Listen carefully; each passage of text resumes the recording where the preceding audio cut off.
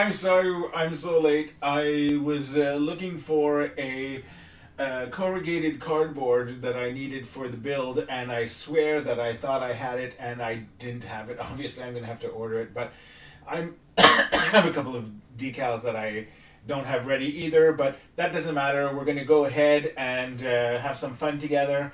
And I haven't built this since 2002, so I hope I remember how to do it. And I'll be checking my iPad for comments and try to answer you live if I can, but I'll be filming the tutorial at the same time, so that's why I'm not going to always look at the camera here. This camera is going to be observing what's going on here, and then I'm going to film with my other camera the tutorial. So that's the plan. So enjoy. Let's celebrate 20 years. I can't believe it still. It's incredible how time flies.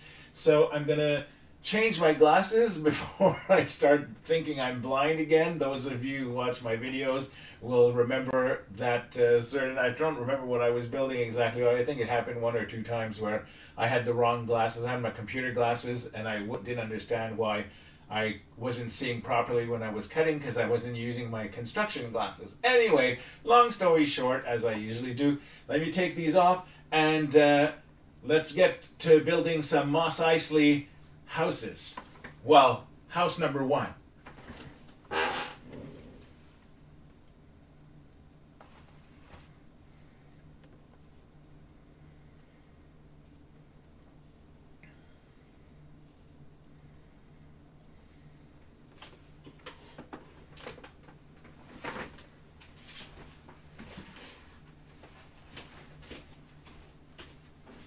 I'm pretty sure I have everything set up that I need.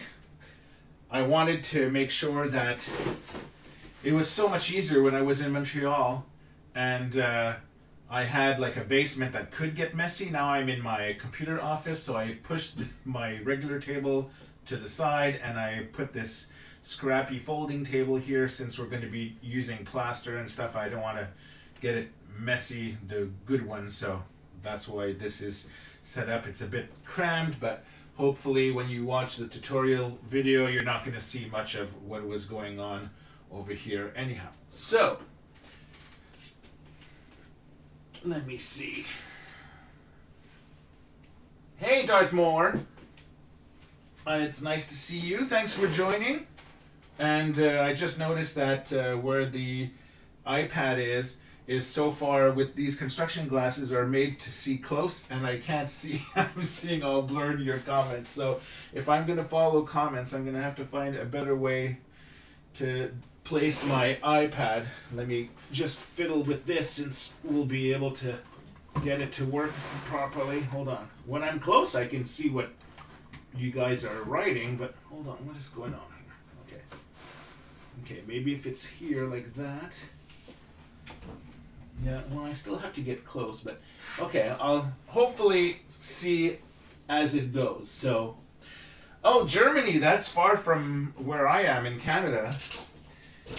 Okay, so, as I said in the beginning, this is the fan choice number one. We had two houses back in things. Now I'm talking to you. I should be talking to the tutorial to explain how the things go over there. But anyhow, 20 years ago when we did our first diorama, if you've never seen me live, you'll see how I ramble like, what is that? There was that Bruce Willis cartoon there, Over the Hedge, where he played like a squirrel that changed directions and thoughts all the time. Well, that's kind of me.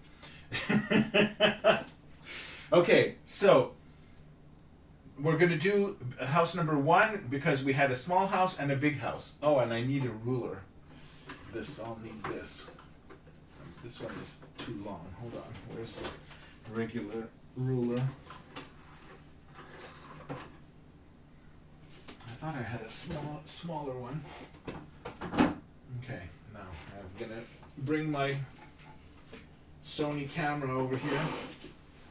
And I'm going to start just filming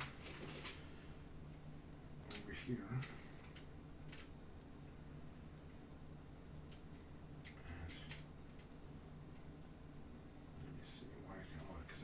Oh, I need my microphone. Duh! I did not place my microphone on my chest.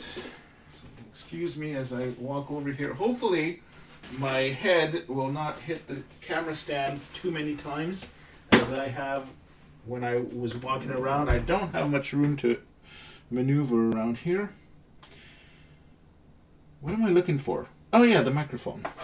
Jeez, my mind. Okay, I almost hit the camera. Once we get going, it's going to move quickly.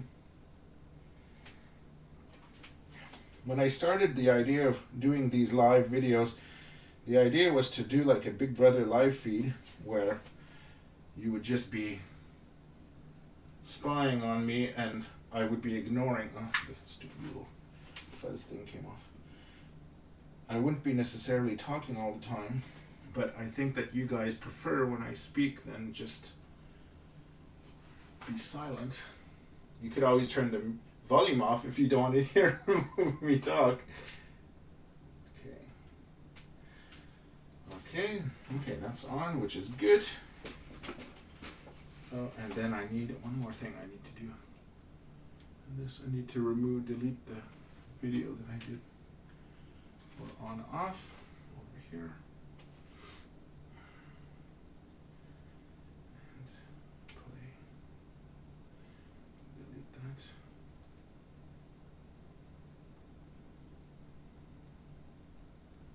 I don't know if you guys watched my little 10-minute explanations of what I want to do, my plans for this week.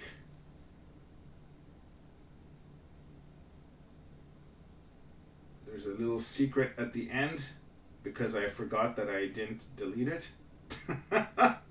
So there's actually some little footage towards the end because my speech is only 10 minutes, but the video lasts 26 minutes. So I'm going to let you discover it on your own. You have to go and look at the 20th anniversary. Okay, back to menu. Function. Okay. Get out of here. Oh, God.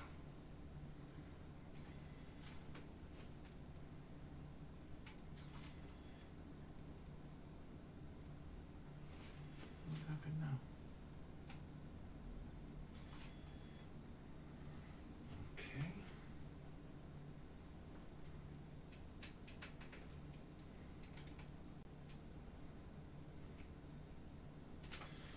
I need to back this up.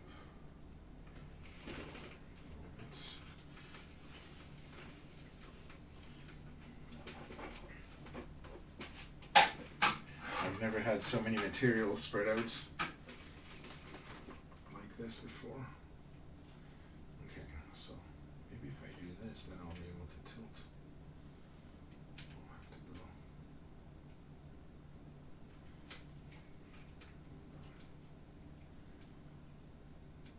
Okay, my sound is on for the microphone.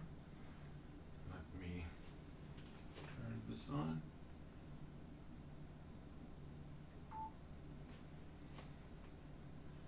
Okay, is it recording? Yes, okay. Here are all the materials that you will need in order to build your fan choice number 1, which is the small house.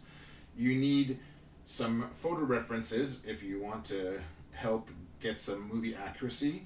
You'll need some decals. I'll have the final decals available when the tutorial goes online.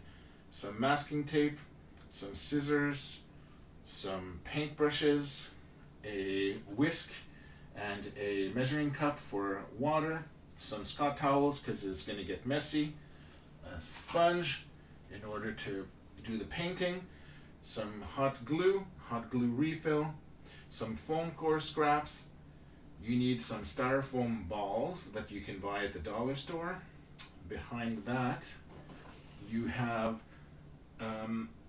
some plaster bandages, then some plaster of Paris. The two are different. It's the same thing. Plaster of Paris is just the powder, and the bandages is what you make, doctors make your cast for your arm, like when you break your arm. So you need The plaster bandages will be wrapping around your house shape so that the plaster of Paris will be able to stick to it. If you just put the plaster of Paris directly onto the cardboard or foam core, it'll slide off and it'll be a big disaster. So that's why you work in tandem with the two. Then you'll need over here a ruler, a cardboard box, because it's all going to be covered in plaster. So if you want to save money on foam core, if you have cardboard, you could use that. If you don't have cardboard, then you could go into a foam core sheet like we usually do. And then you need a tub in order to put your water, because you're going to be dipping your plaster bandages into the tub and then onto your house.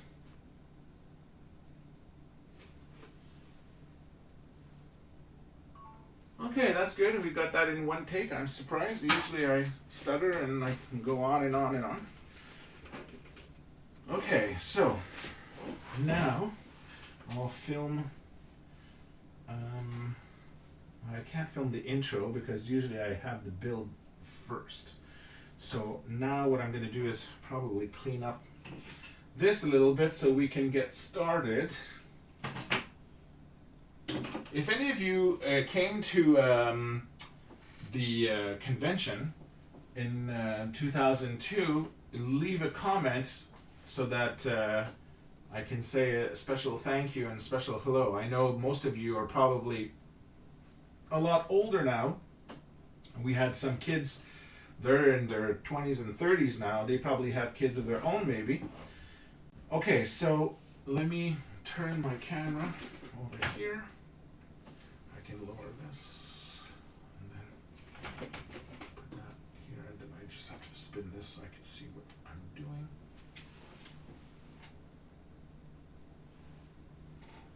Okay.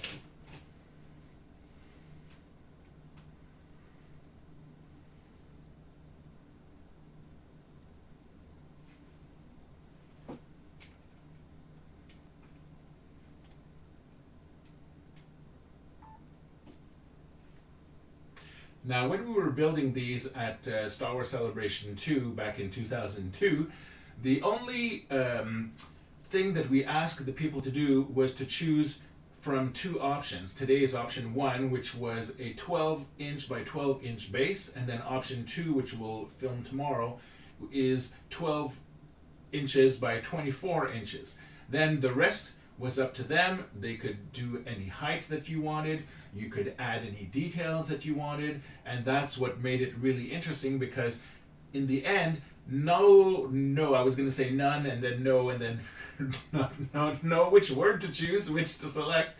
Oh my God. So none of the houses, of the people's houses, were the same because everyone was adding their own take to it. And it all looked like Tatooine because it was the same materials that everyone was using.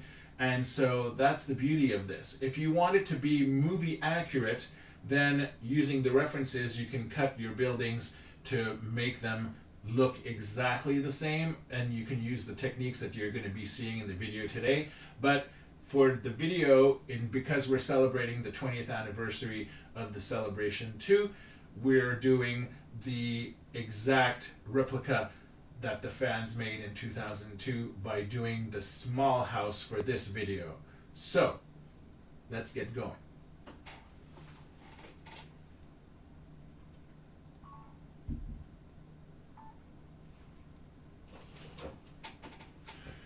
Now, you don't need to place any of these, but if you see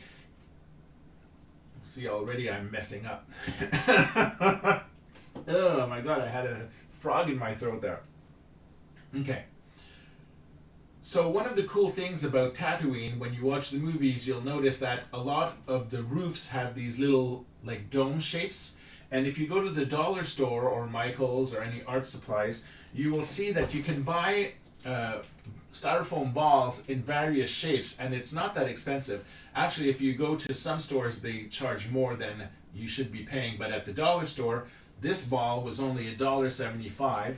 These two are $1.75 for a medium size. And then you can get a bag of 8 of the smaller size for $1.25. And then you can also have these smaller ping pong ball size, and then even smaller than that, you can buy like this in a bag of 20 or so. So very cheap, economical, and what we want to do is we're going to be wanting to cut all of the spheres that you want to use, or the sizes that you want to use, into half like this. We'll come back to that in a little while. Okay. One thing I always forget when I'm filming these tutorials is that my battery, on my battery pack, can you see me if I go like this? If it's not the best angle. My battery pack always dies sometimes, and I don't have any recorded video, and I don't recognize that I'm losing the video, which is annoying sometimes. But okay, I'm gonna put this away for now, just because I don't want to make a big mess. The plaster I don't need right away. I'm going to be using this now. This, I'm scared of, I closed the door because I don't want the cats coming in, and I'm scared that if this plaster goes all over the place, then even when the cats come back tonight, I don't want them licking it, like if they think it's like some powdered sugar or something. Okay, so I'm going to make some space, and then the scissors will go for the plaster. This will go here.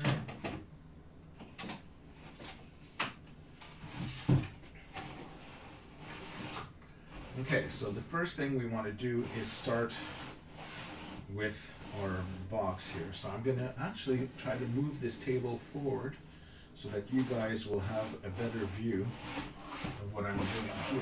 This I can move out of the way for now, the scraps. And then here is, or maybe I should move the camera because I'm going to need this. Let me see, how can I fix this? I'm going to move the camera closer to here. Okay, the camera's going to shake a little, guys, so excuse me for that. Let me just try to squeeze in over here and move that. Okay, now if I move this forward like this, there, that could be, is that better? That's more centered. Okay, so I'll be able to work on that, and then here I will bring this close, and then I can lower this over here, and lower that. And then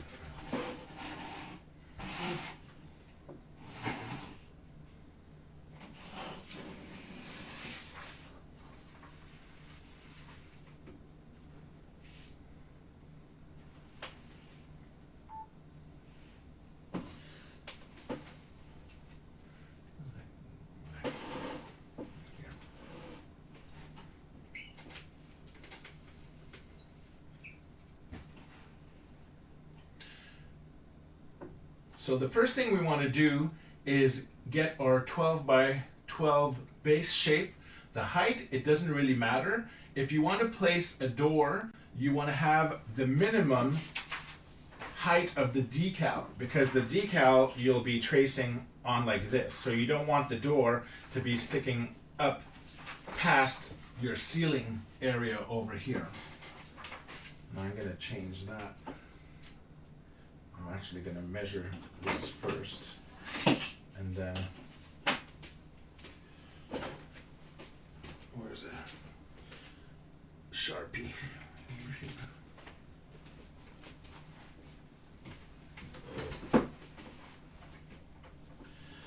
Glue stick.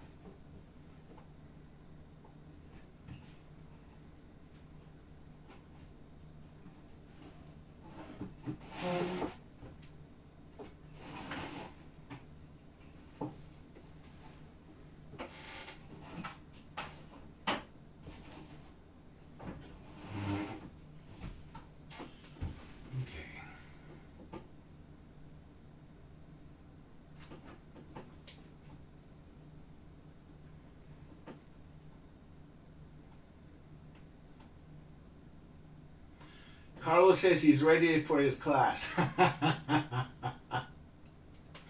Okay.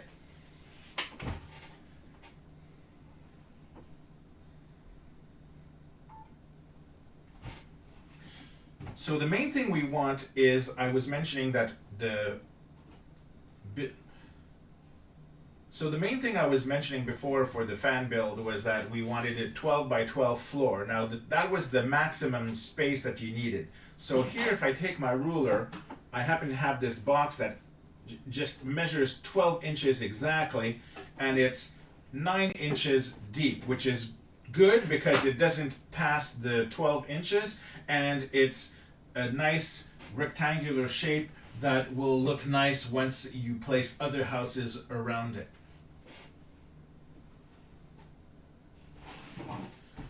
As for the height, what we want to do is that if we look at if you want to be placing a doorway, what we want to do is look at the door decal that will be available in a final version. This is just like a temporary for the video filming. Now, you have 12.5 centimeters in height and 7 centimeters wide. So what we're going to do is we're going to cut these out and then apply them with your glue stick. I forgot to mention glue stick in the material list. You're going to place that on a piece of scrap foam core so that we'll have our templates. If you used decal sheets, then you won't need the glue stick. You'll be just peeling the stickers and applying them onto the foam core.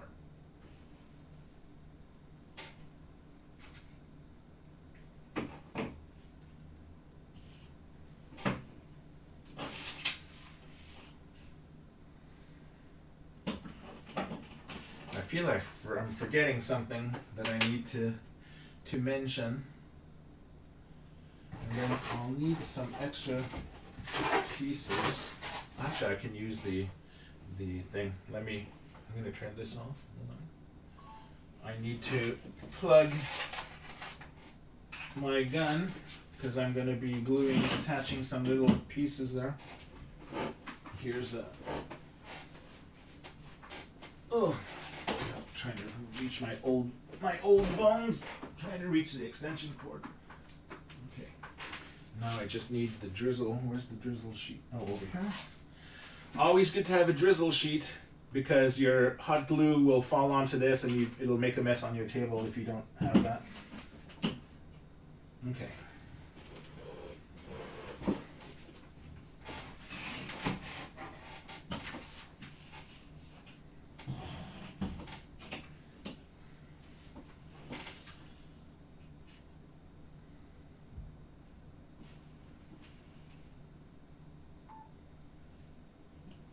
So if you're going to use the door, the first thing you want to do is cut this out and apply it onto a scrap piece of foam core. So let's do that now. And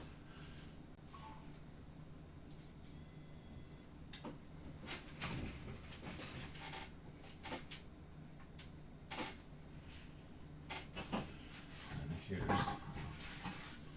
scrap.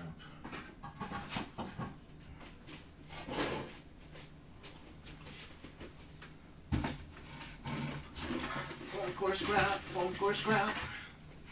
That one has a hole. That's not good. This one is good. Okay.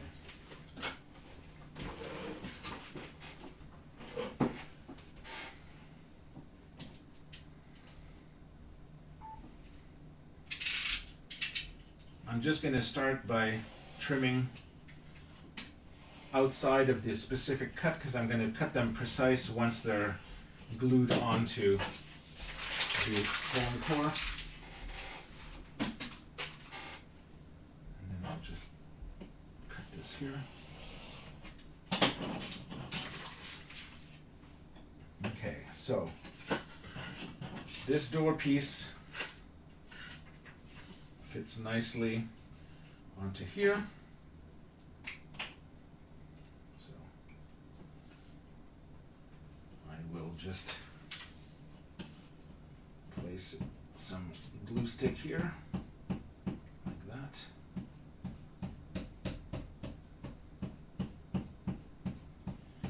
If you print it on full-size decal sheets, you just need to peel the backing and place it, but for this one I just decided to use regular paper.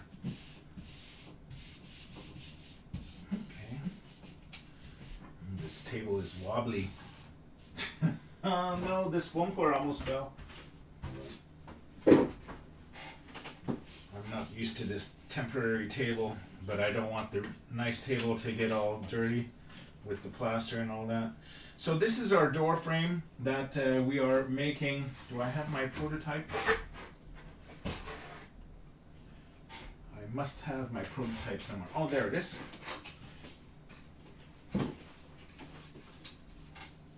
I have this little prototype over here that is what we're cutting out. So this shape over here is what we see there. So I'm just going to cut this. It doesn't matter if you use black or white foam core for this because it's all going to be covered in plaster anyway. So we just want big enough so that you can place this and it's not going to stick out from the sides there. So this works well, and I will just, I want to make sure that I'm not going to have any unhappy little accidents. The opposite of Bob Ross, happy events when he does his art. Okay, so I'm now going to apply this to the back of the template. Now this is only if you're placing a door. Your building doesn't have to have a door, but usually it's nice to have a door. You can place your figure inside the archway and different things like that. So, and then the number of doors or where you place it, that's where it gets interesting, and that it's not the same for everyone. Okay, so we have these placed now on our foam core. Now I usually have my cutting board mat, but because I was messy, I took it away. But I guess I could cut on this, it doesn't matter, it's just like a folding table. So what I'm gonna do, I was gonna do it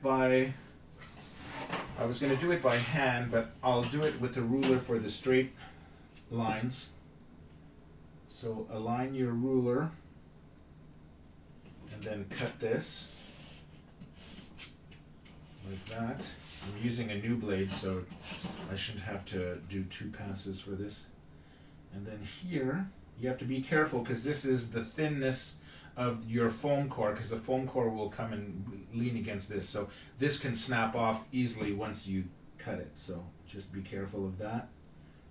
So I'm going to start it in the corner, go like this. And what I'm doing is I'm placing it like this, and then I'm using the tip, by, like you know by now, this will be 90 degrees to the table, and then the tip is placed into the corner, and then I press down, and then I pull across like that.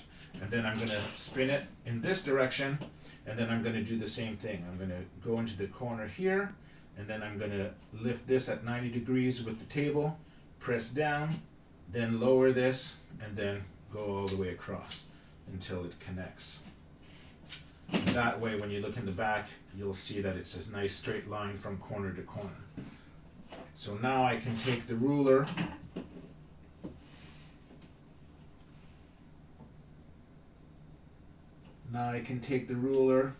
go down, across, and stop before I reach the curve here, because the curve I'm going to do by hand. So I'm just going to go like this. Then the same thing here, except now I'm going to start a little bit past the curve, and then I'm going to stop a little bit before we get to the end,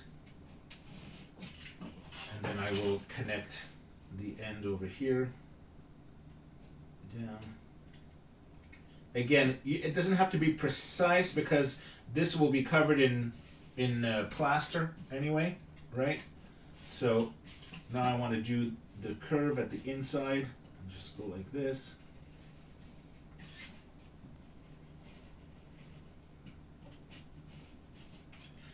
Until you meet up with where you did your ruler.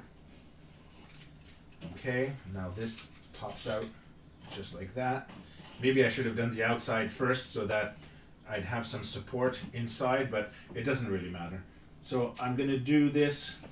Actually, I'm going to put this to lean the ruler against. I think it's best start with the outside when you're going to do this. So I cut this all the way across. Same thing here. All the way across like that. And then this is I don't need. And then for here, when you do your curves, if you've seen the video on how to cut circle, foam core circles, what you're going to do is you're just going to go this way. You're going to cut a little bit, get rid of that, then you're going to come back, and then you're going to cut a little bit more, and then you're going to cut a little bit more, then a little bit more, until you reach all the way around. And that way you get a nicer round cut. Like that. Now I can pop this out and I have my door frame over here. Ta-da! Now, what I do need is a garbage pail. I'll use this for now. I didn't think of bringing one. Oh, I'm making a big mess. I'm pulling it off the table and then onto the floor. Not very smart. Okay, oh, there's lots of people. Let me see what all the messages. Thank the ruler for the metric system. A lot of my friends said, why do I do metric when a lot of the people in the United States use the normal with the inches and stuff like that? But I find because we are working with the 375 figures, it's easier to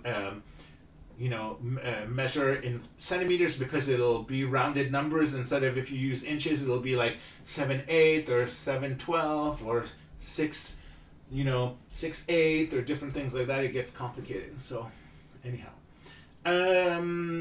spray rubber sounds interesting to use but difficult to paint. Oh, I'm glad you guys are like talking about different techniques and stuff like that. So that's good. Okay, so this, if it's not glued properly, will fall off. It doesn't really matter. You just needed it to have it as your template cutter. And again, this will be covered in plaster, so it doesn't really need to be perfect.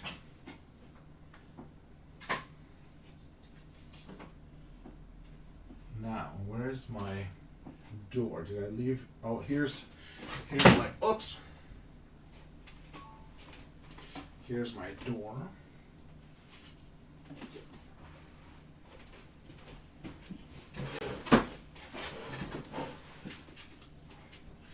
So this is what I was busy doing just before. The reason that the video was an hour late is because I was trying to figure out how this template was working with the door.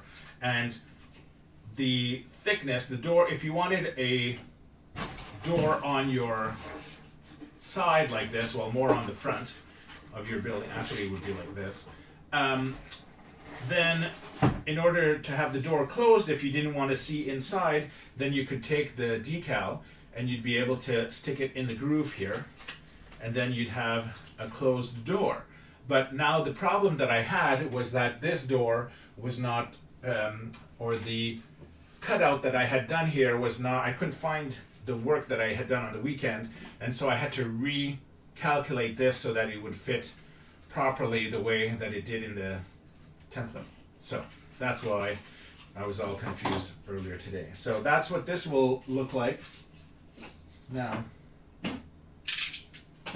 I have this. Now I just have to cut this out. Explain how to do that.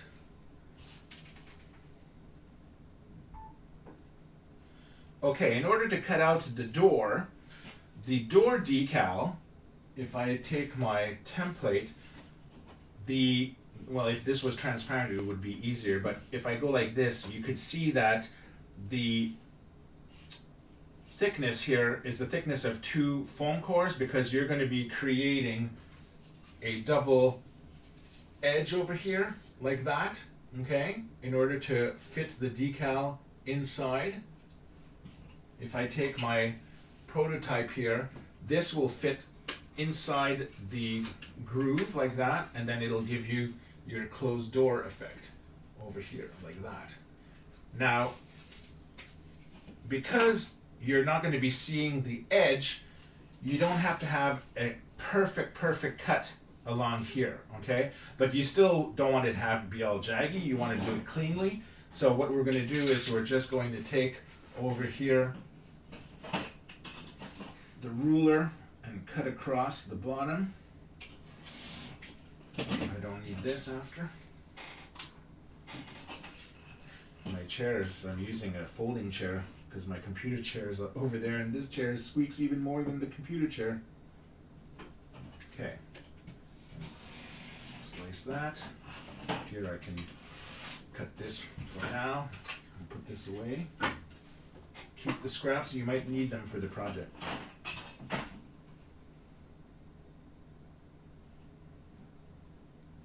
Okay, align your ruler. Slice. When you slice, remember, if you want a nice clean cut, always lower the blade and extend it as much as you can. You don't have to go fully for these kinds of cuts, but you don't want to cut only in a small area like this because you can get some jaggies. A new blade will work better for clean cuts over here because the blades, or the foam core, is the killer of blades, as you know. But the lowering it like this closer to the table and cutting, you're getting a larger cutting surface on your blade, and so you're getting a cleaner cut in the end. So now let's go and cut this over here. Again, just do little arches at a time, like this. Try to stay as much on the color as possible so that you have the least amount of white on the outside, but if you have a little bit of white from the decal sheet, it doesn't matter because this will be going inside over here once you're done. So that's that. Let's take this.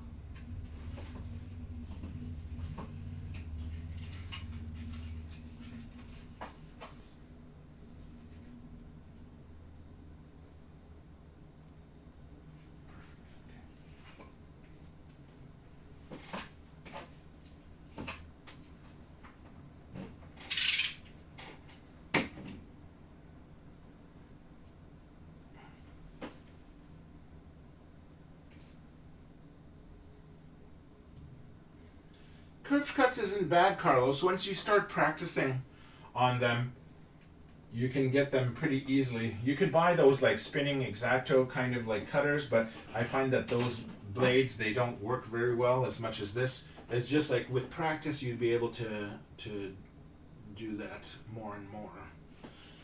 Okay. I might have missed some comments and stuff like that because I'm trying to film, as you know.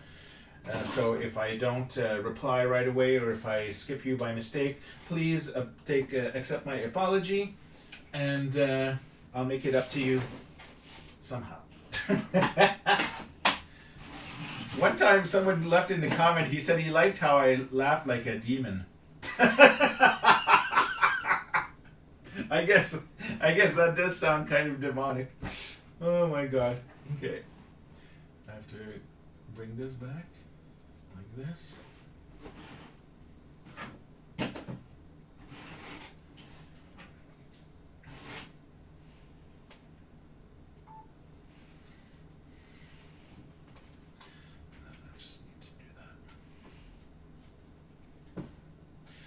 Now, once you have your door template cut out, you'll be able to know if your building is high enough before you start modifying the core structure. Now, I like this box. Like I said, it's 12 inches by 9 inches, which is fine. So I'm going to start by just wanting to close this flap. I'm actually going to cut these out because I'm going to keep these for later, because I don't really need to have extra structure or support over here because it'll be covered in plaster anyway, and we're not necessarily going to be putting any weight on the structure anyhow. So let's just take the X-Acto and I'm just going to trim this over here. And I'm just going to trim this down like that, and then on the other side as well.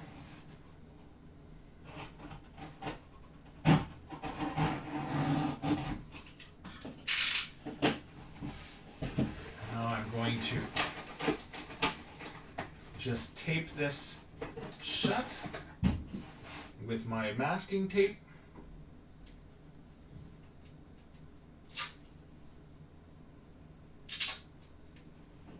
You could use hot glue, but masking tape is just as good because it's, again, you can use hot glue, but you can use masking tape because, again, everything will be covered in plaster, so that's going to be what's going to be making your strong bond for your box.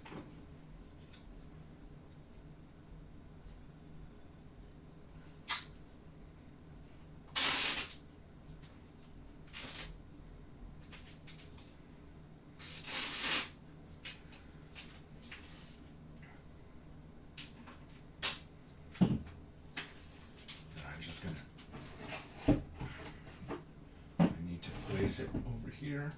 Raise that a little bit. I'm going to place half of it exposed so you can see with the light. I'm leaving half exposed and then placing the other onto the cardboard. Then I'm going to lower this and then find the connection and then press it down like this, and then fold it across.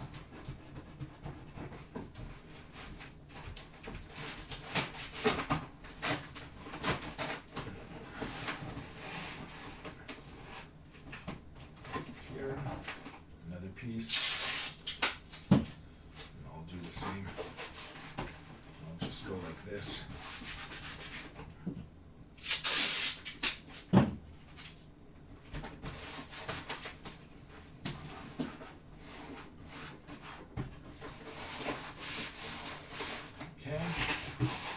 Side.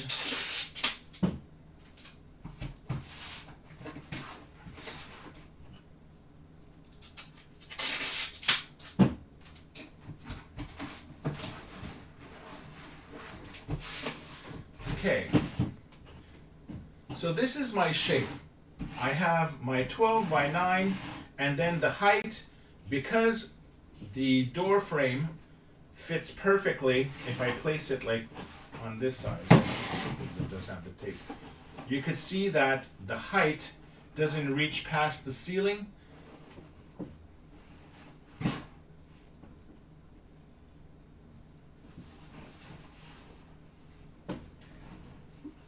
Now if you take your door frame and then place it against the box, you're going to see that it doesn't reach all the way to the top, so that's a good fit. And then the trick is you can decide where you want to put it. So I either want to put it here in the center or on the side, or if you want to make two, you could put one side to side like this, though usually that works better on the larger, oh my god, I can't speak. The bigger, maybe I should say bigger, the bigger large house, which is 24 inches wide, which would be the double of this, and it would look less silly than having 3 doors or 2 doors so close together. Now you could put a door on this side and then another door on the opposite corner, which would make a little bit more sense, because then it would be like a in-outside. Oh my god, I can't speak. See, this is what happens when I film my tutorials, guys, is like I usually have to do like 10 takes because I don't have it scripted, and usually my brain doesn't work as quickly as I'd want it to work, so it becomes very complicated. Oh my god. Okay, so is my microphone still on? Yes, okay.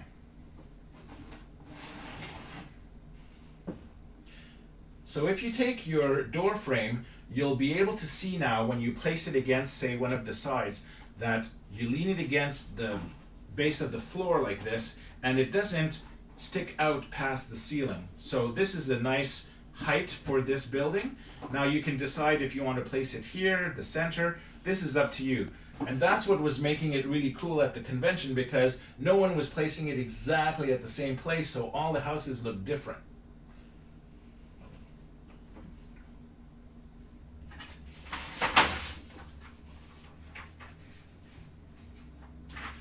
Now if we look at the reference photo, one of the reference photos, you'll see that all of the houses, like I mentioned, have like these domes on the sides. On the top. Duh! I'm just gonna put it on the floor, on this so it's in focus. And I'll use that. It just goes here like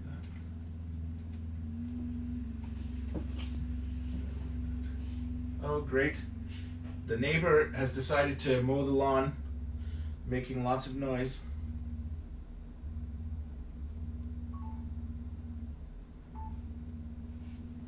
So if we look at one of the references here, you could see that a lot of the roofs have domes, so we'll be choosing that later. But you can also have like little raised areas over here. But then see, there's a door here, there's no doors there, but you have these little extensions. So, and then here there's a larger sort of like extended door over there. So that's where it becomes fun, because this is where you now add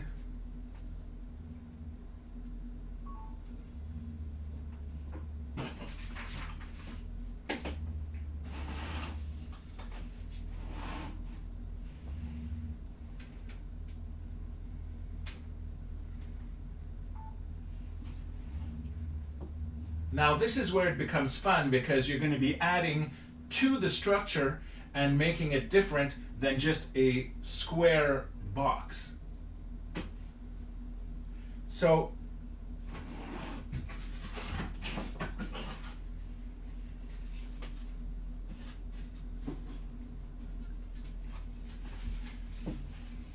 remember these scrap shapes I told you that you'll be needing? Well, you're going to be grabbing this, and then you're going to decide what you want to do with them. Do I want to put one on each side like this, or do I want to make that one taller by putting 3 layers like this on the corner, and then having a groove like this, and then putting this over here?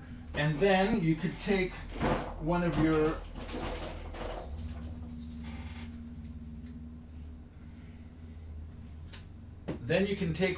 balls and decide, I want to place a small one here like that. Do I have one larger one over here?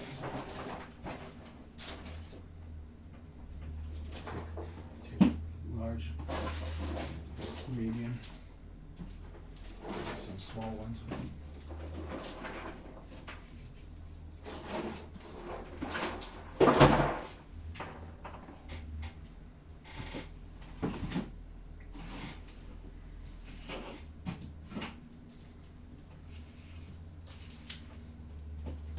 In order to use your balls, you're going to have to slice them in half, because we want domes.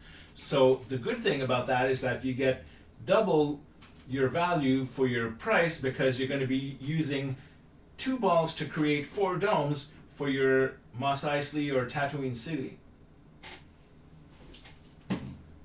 So I'm going to take this knife now, pause that. Okay, we're going to cut a few of these in half so that we'll be able to figure out where to place them, or show where to place them.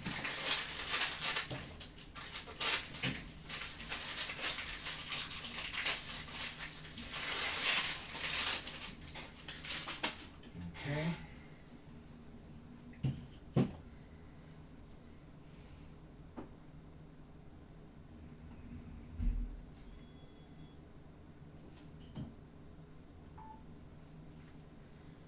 Now, I don't know if you'll be able to see it on camera, but when you look closely at your styrofoam balls, you'll see that there's a seam in the center, kind of like the center of the earth. Now, this center seam will Now this center seam will help you guide your X-Acto to have. Now this center seam will help you guide to get an exact half cut of your two shapes. Oh my God. In order to have an exact duplicate of your dome, you're going to want to follow this seam over here with your X-Acto knife.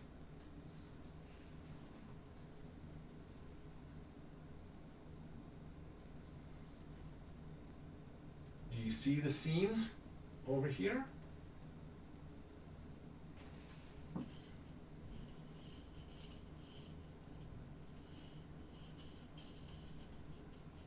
On the big ball, you could see it. On the big ball, you could see it better over here. And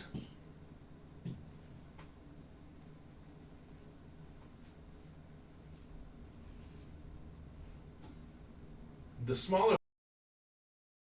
is sort of like guide your eye with your X-Acto knife to know exactly where the center is.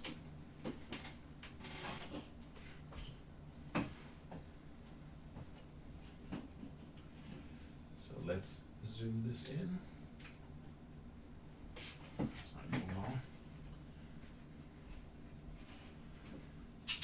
So extend your blade all the way.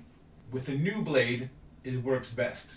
And you're going to eyeball from the top where it is over here in the center.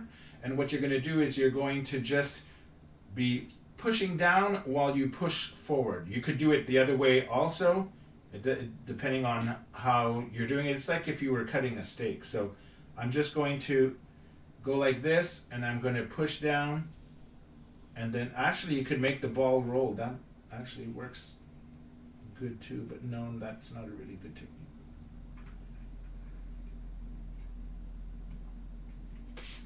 Oh. Yeah, maybe that, well, let's try that. For the smaller ball, we could create our own guide by placing the blade aligned center when you look at towards the top, equal distance on both sides, and what you're going to do is you're just going to press down slightly and you're going to roll the ball on the table like so. You could hold the ball if you want it to be more stable. Then you're going to see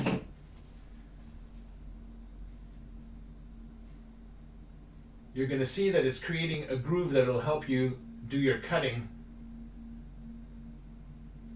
You're going to see. Do you see this groove that you created? You'll be able to use that as a perfect cutting guide. So we want to turn the ball a little bit, start in the front here again, and then you're going to press down and then just keep rolling the ball. Do this until you connect. Here's where I started. You connect like that. And then we have a connection all the way around. Almost looks like a Pokemon ball. Not that I would know because I've never played Pokemon. Okay, so once that's done, you can hold your small ball like this, and then you're going to just slice it down, put some pressure, and then you're just going to keep turning the ball a little bit. Make sure not to slice your fingers, and then you just want to continue like this. Now, styrofoam, you will see that it does have a tendency to have static electricity and it will stick to everything. So you want to try to do this in a clean environment. So here we have the two spheres over here that we can decide what to do with later. Let's try and cut one of the medium balls. So I'm going to do the same thing. I find my guide over here. If you don't see it enough, you could do the same thing and then just press down a little bit all the way around first so that I could see where that line is, where the mold pressed the two pieces of styrofoam together with the pressure there. Okay? So I have a easier way to see my cut now. Now, The blade extended will help you reach as much as you can across, but it will never fit all the way. You'll eventually have to do multiple cuts to reach the center over here. So what we want to try to do is keep your blade straight so that you're not cutting sideways like this and you end up where you start at the top but then you come out here at the bottom. You don't want to start at the top and then come out at the bottom on the side, and then you'll have like a angle thing where you'll have a big dome on here and then a smaller dome on this side. You want to try to make it as symmetrical as you can.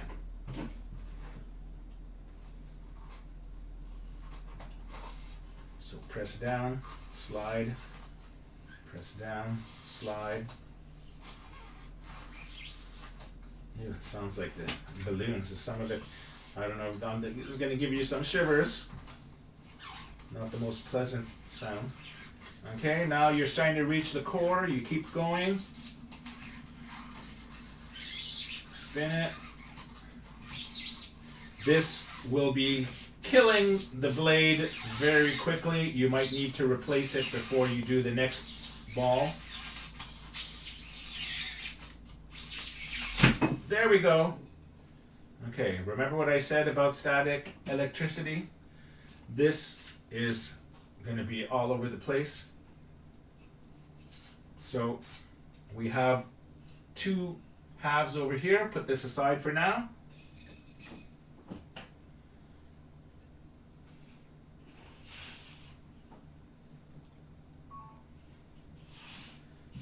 I have all this styrofoam mess everywhere. Oh, God, the cats are going to eat that. I'll have to vacuum before. Okay. Let's cut the big one.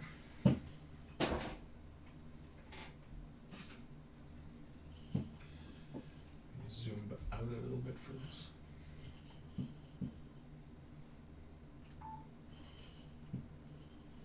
Okay, let's do the same thing over here. Let me see. Okay, I find the seam. I'm going to start here, and then I'm going to go across like this. This one's a little harder.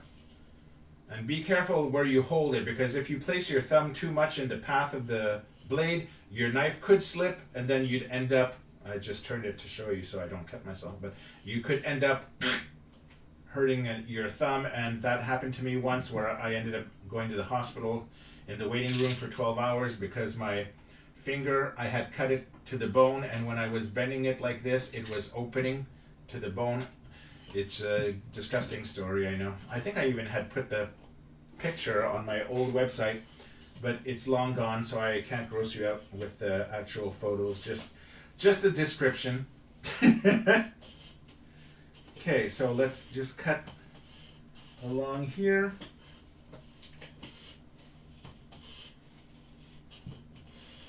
You have to put a bit of force into this, so that's why I'm saying beware of where your finger placements are, because you don't want to chop your finger. If you had a heat element, one of those, actually I have one, but I don't have it here with me. You could use the heat element to cut through the styrofoam a lot easier than with an X-Acto blade. Not everyone has one, so that's why I'm using this for today. So, again, slowly make your way to the center. It's getting difficult to cut over here. Ugh.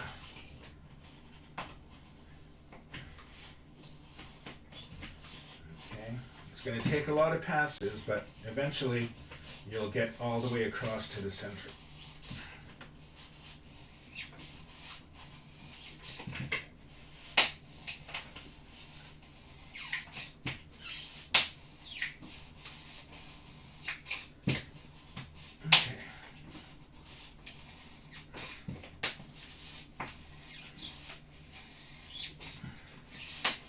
And remember, this is all covered in plaster. If it's not perfect, that's fine. Okay.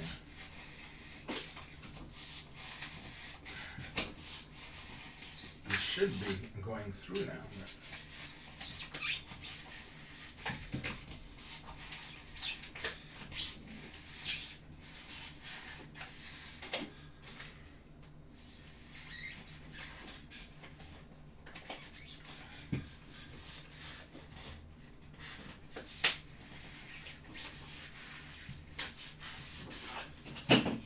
Maybe I could, there you go.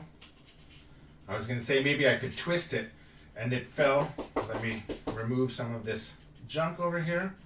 So you now have two halves like this from your big ball.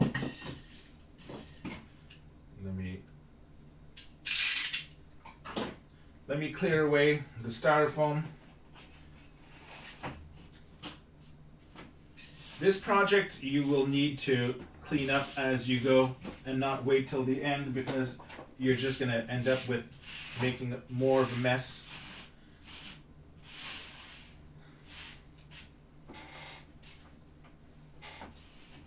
Okay. Should have brought a little shop vac. Okay.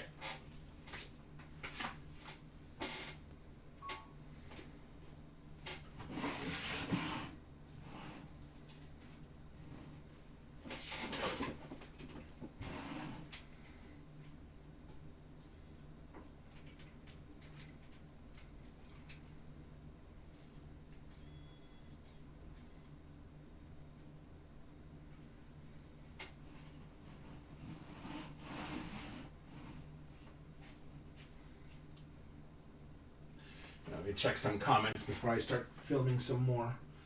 Hey, may the 4th be with you, Michael. Australia is the other side of the world from where we are in Canada. Darth Moore also. May the 4th. Oh, he's saying it to Michael. I thought you were saying it to me, Darth.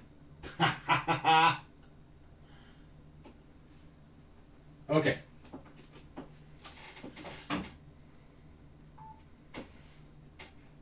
Let's go back to our shape now that we have the extra dimensions cut. So if I wanted to place a big sphere on one side and then I have some smaller ones over here, I could decide to, where's my other little half there?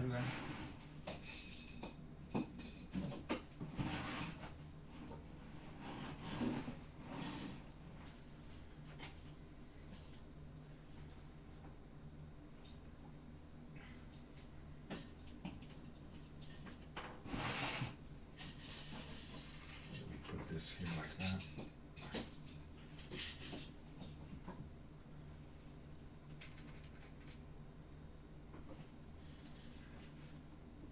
Okay, once you have a couple of circles cut in half, you'll be able to have some room to play around and design as if you were doing with. Oh, that doesn't make sense. Let me start over. Once you have your spheres cut in half, then you'll be able to place them on your houses and play around with them like you would with Lego and decide just what look you think looks best for your build.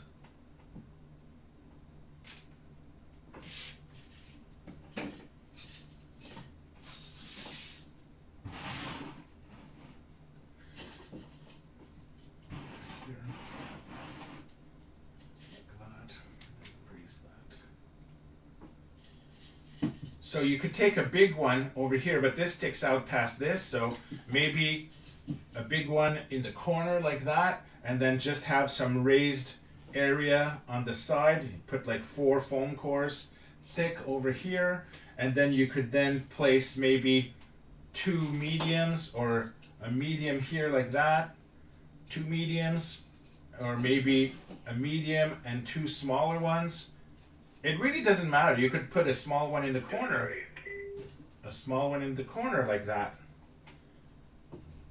You could put a small one in the corner over here next to the large one. It's all up to you.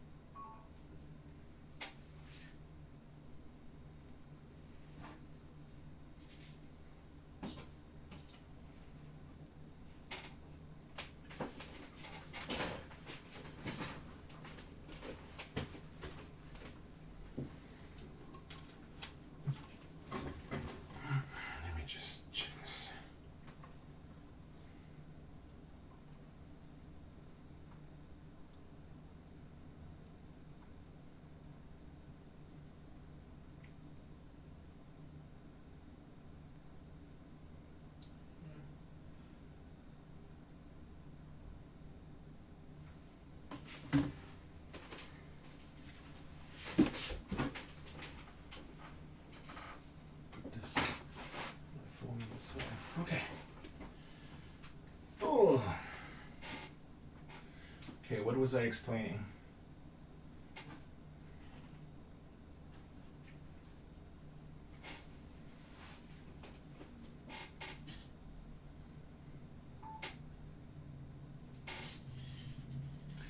Now for me, I like when the ceiling is not symmetrical, so I like the idea of putting these strips over here that make it a different level. Then this little medium ball fits nicely inside of that. Then I could use one of the big ones, perhaps on the center like that, or you could put it off to the side too. And then maybe two, oops, this one's alive, it came out of my fingers. Two like this, or maybe place this in the center and then have it like that. And then if you have an extra one, you could put even a small, now it's getting excessive, but the design is up to you. That's what's the fun thing about doing the Tatooine houses. So I think what I'm gonna do is I'm gonna put this one here. No, actually I like it in the center, and then I'll have my two on the ends like that. I think that's, do I want two? What if I put, oh, maybe I'll put two like this, and then one in the end, and then one here. So that'll be for my ceiling. Okay, so, excuse me. Let me take this. I'm gonna put a little bit of glue. Now your hot glue is gonna melt your styrofoam and it's gonna make holes in it. So you have to act really fast, or if you have a double temperature gun, if you have a double temperature, oh my God. Blech. If you have a double temperature hot glue gun, you could put it on low so that your glue will not be making holes and it'll remain on the surface so that you'll be able to make contact with this. If you want to avoid that, you can even place it directly on the cardboard over here, or your foam core if it was a foam core that you used for your base. And then I'm just going to place this and I'm going to align it equal distance on the two sides there. It doesn't have to be super solid because you're going to be placing the strips, band-aids, not band-aids. It doesn't have to be super glued because you're going to be placing your plaster bandages around it, and that's what's going to keep everything secured.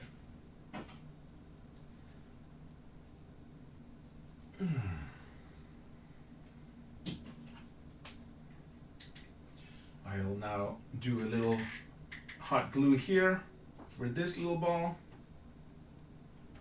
and then hot glue here for this little ball. Okay. Now before I attach this one, I want to attach these scrap pieces. So I'm going to just put, oh, I need a hot glue refill. Hot glue refill. One little strip. Place it here.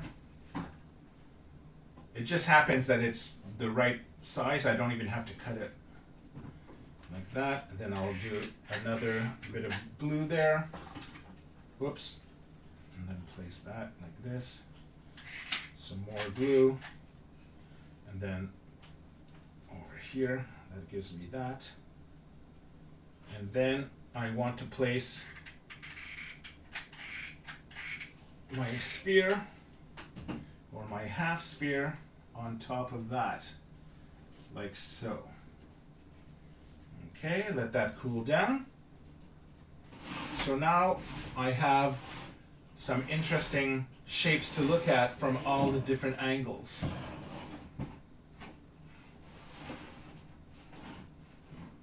Now the building will look interesting from different angles.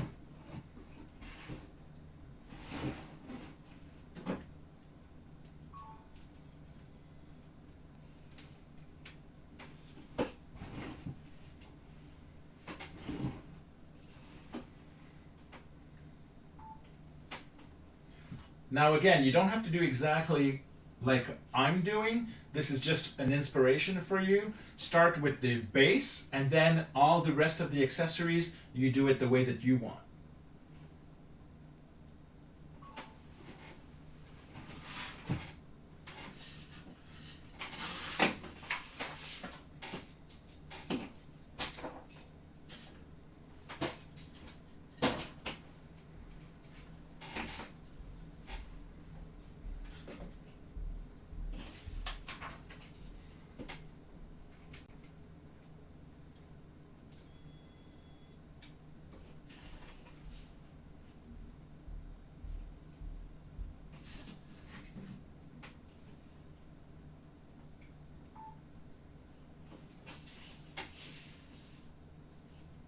when I look at this reference photo, you'll see that many of the buildings have these little sort of like poking, little extruding things over here.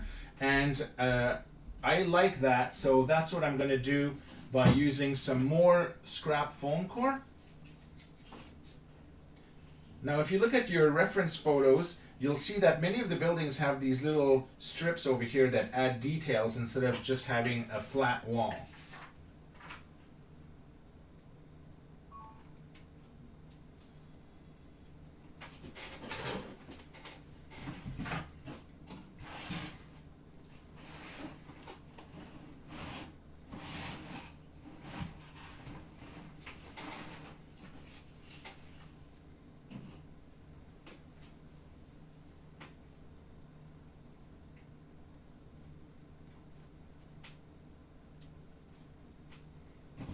Okay, I'm going to decide where to put my door.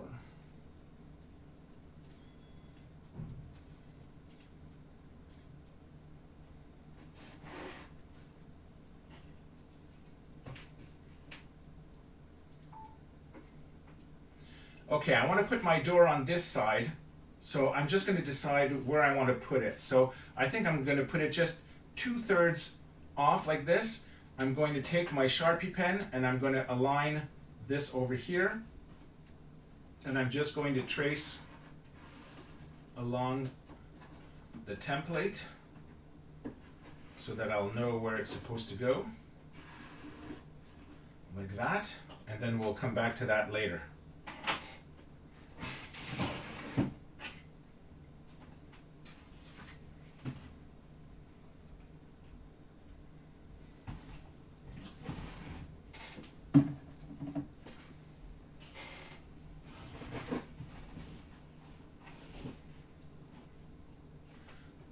Them here, so I'm just going to do like that. Trying to find the right angle to show this. Now those side pieces that you see don't go all the way to the top. You can, this is up to you. If you want a taller one that reaches the ceiling and then you want to just have like a slight angle, you can do that. You can just add some to the side. You make a three-dimensional shape by just cutting some pieces and then placing them the way that you want. So what I'm going to do is I'm just going to use my ruler, I'm going to eyeball it, and I'm just going to make some strips.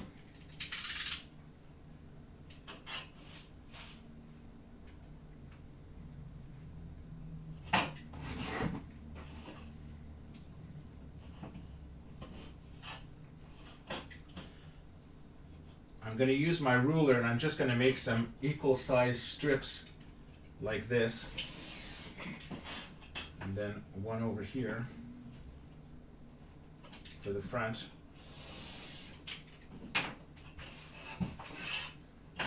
and then just align this. I'm having trouble aligning.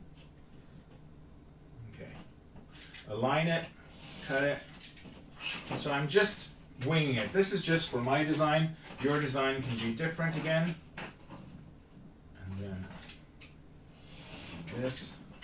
I'm going to want 3, so I might have to find some more scraps in order to cut this. Like that.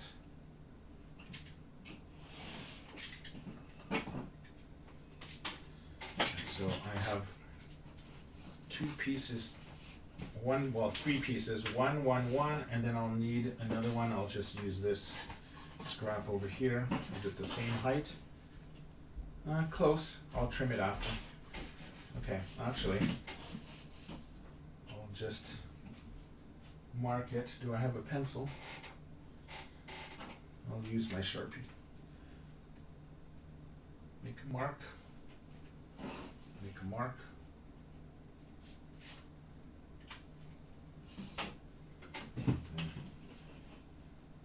Along that.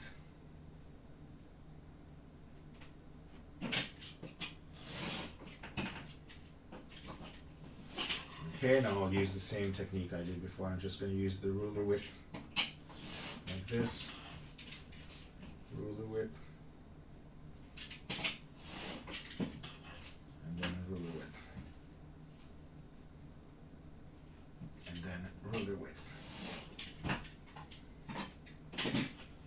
Okay, I wanted 3 little things, so I have 3 pieces each. And now what I want to do is I'm going to want to place it against the, over here.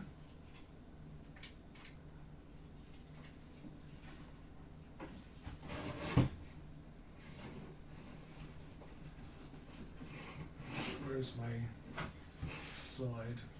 Like that. So I don't want to place them just parallel like this because it'll look a little boring. I'm going to want them to stick out a little bit, right? So I'm going to make it thicker at the bottom than at the top. So I'm just going to take one of the pieces. I should get a pencil.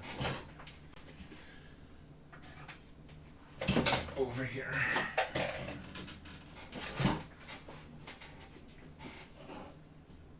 Okay, and I'm going to measure. These are about 3 centimeters wide, so I'm going to measure 1.5 at the top. Actually, maybe 2 would look nicer. No, 1.5. So 1.5 at the top, and then, but only on 2 sides. This one will stay the same. So 1.5. And then I'll join. Well, I'm not even in frame. Okay.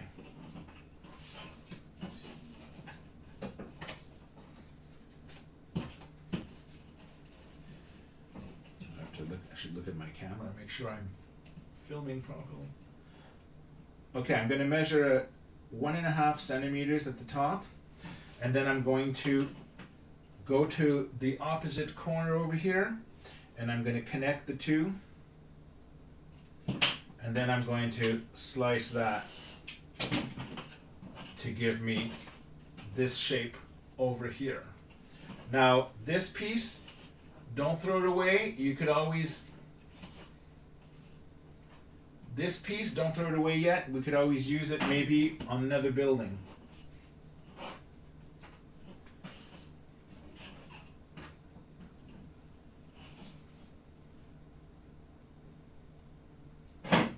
So I'm just going to do my slicing. So for each of my pieces, I want 2 with the angle and 1 which is just a rectangle. I will trace over here my shape. Actually, because it's Tatooine, it doesn't have to be perfect. You could just trace instead of measuring for the other ones.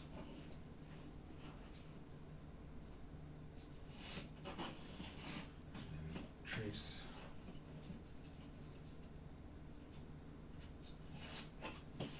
Trace.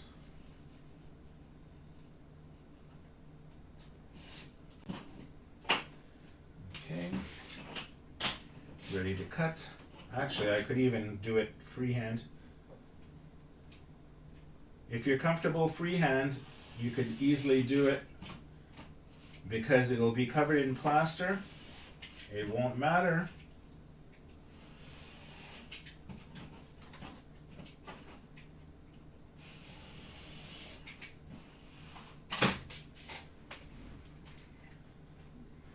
Oops. Also, I didn't mention it at the beginning, but the really cool thing about making Tatooine, Mos Eisley, is that in the movie everything is all broken down and worn out, and that's what makes it look really cool and Star Warsy, right? So you don't have to have the best skills for making this. This is the perfect beginner's diorama. All you need to do is make the core. It'll be covered in plaster. If your plaster's not perfect, it'll look even more like the movie. So this one, if you make mistakes, it's actually a good thing because it improves the movie accuracy. I'm talking a lot with my hands in this video.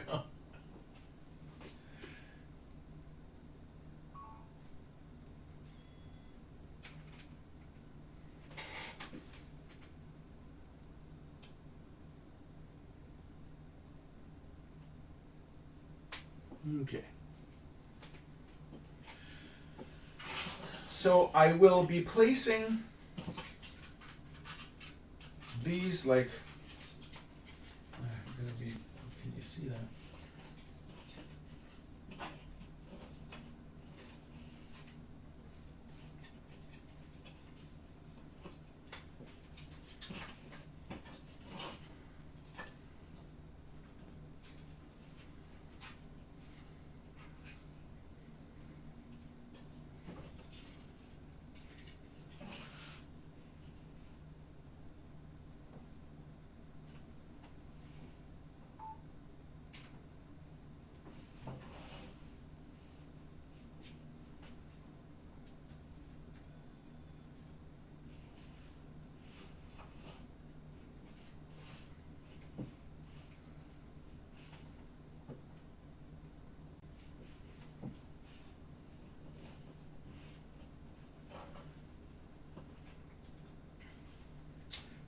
I'm going to be placing my 90-degree angles. I'm going to be taking my 90-degree angle over here and I'm going to be putting that against the base, and I'm going to be doing the same thing. Find your 90-degree angle, don't use the angle that you cut over here, and then this will be aligned over here. So I'm going to put some hot glue from the 90-degree corner all the way to the top there, and then just place it flush with the top and bottom and flush over here. This is what's important.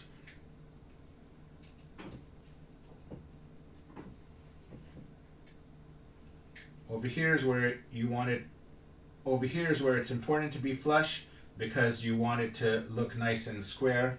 At the top and bottom doesn't matter, we could trim that after.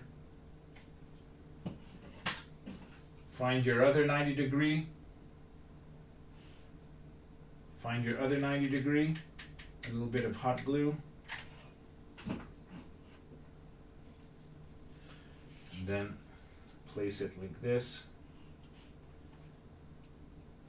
along the edge. Now we don't need a backing because that's going to be against the building. And what I did is I created, actually I did it wrong because I want it to be the opposite side. Okay, scrap what I said. See what happens when you're doing a tutorial at the same time. And I haven't done this since 2002, and this is not even a part of the tutorial. It's like my ad lib. So I really don't want that to happen. What I want is to be on the angle side. How come I have 3 angles now? Well, okay.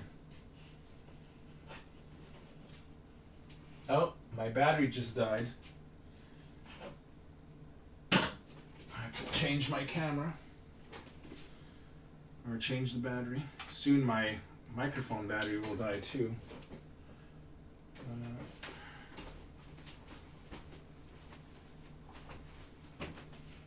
Where's the battery? Over here.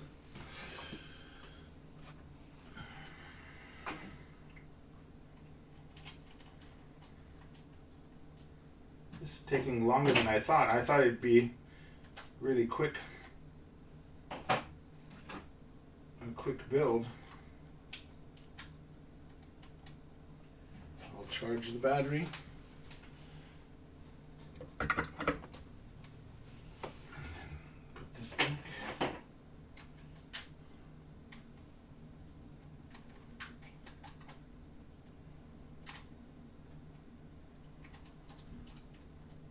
Okay, now I'm going to try to move without smashing into your camera, the live camera. Put this back. And then power on. Actually, I can remove this. Oh, I should have removed it when I was still talking. Actually, it comes off pretty easily.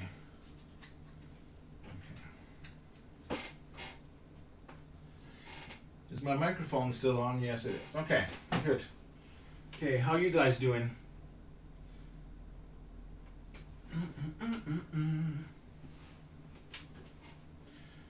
Okay, put my glasses back on.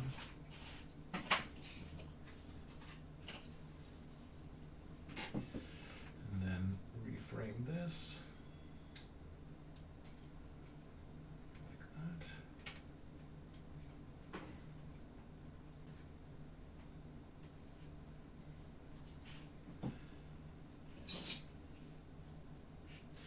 Okay, I want to find the 90-degree corner here, and I want to go opposite, and I want to place the hot glue where I sliced.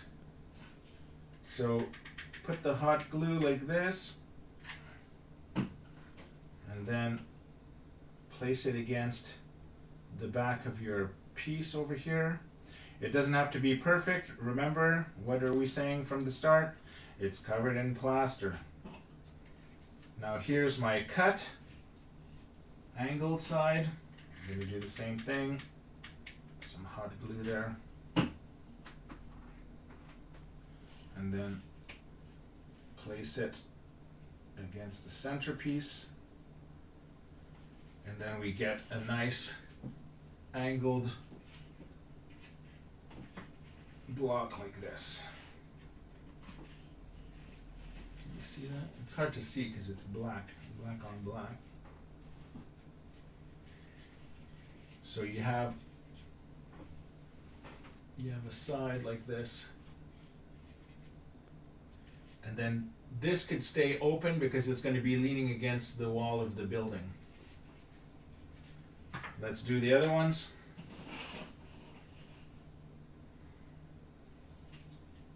Find the side that you cut. Am I in frame? Yeah. Some hot glue.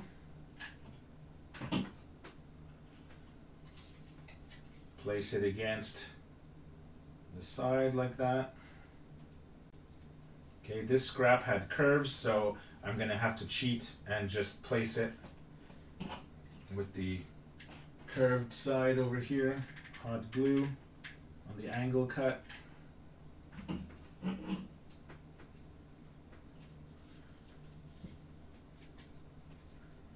then align it with the edge. Try to make it as much as you can top and bottom so that if you place it like this, it'll lean against the floor. This little weird thing here, we can fix that with the plaster. Okay, I have two. I'm missing one. Now again, this is my design choice, so you're not going to have to necessarily do exactly what I'm doing here. Hot glue on my angle piece, place it here, and then I have a little hot glue nose knot stuck to my finger.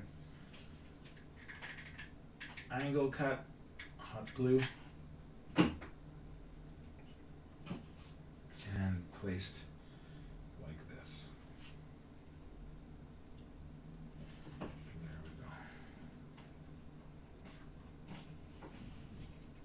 Now you'll notice, see here, it's foam core here, there's like this old scrap decal template thing. It doesn't matter. Why? Because it's going to be covered.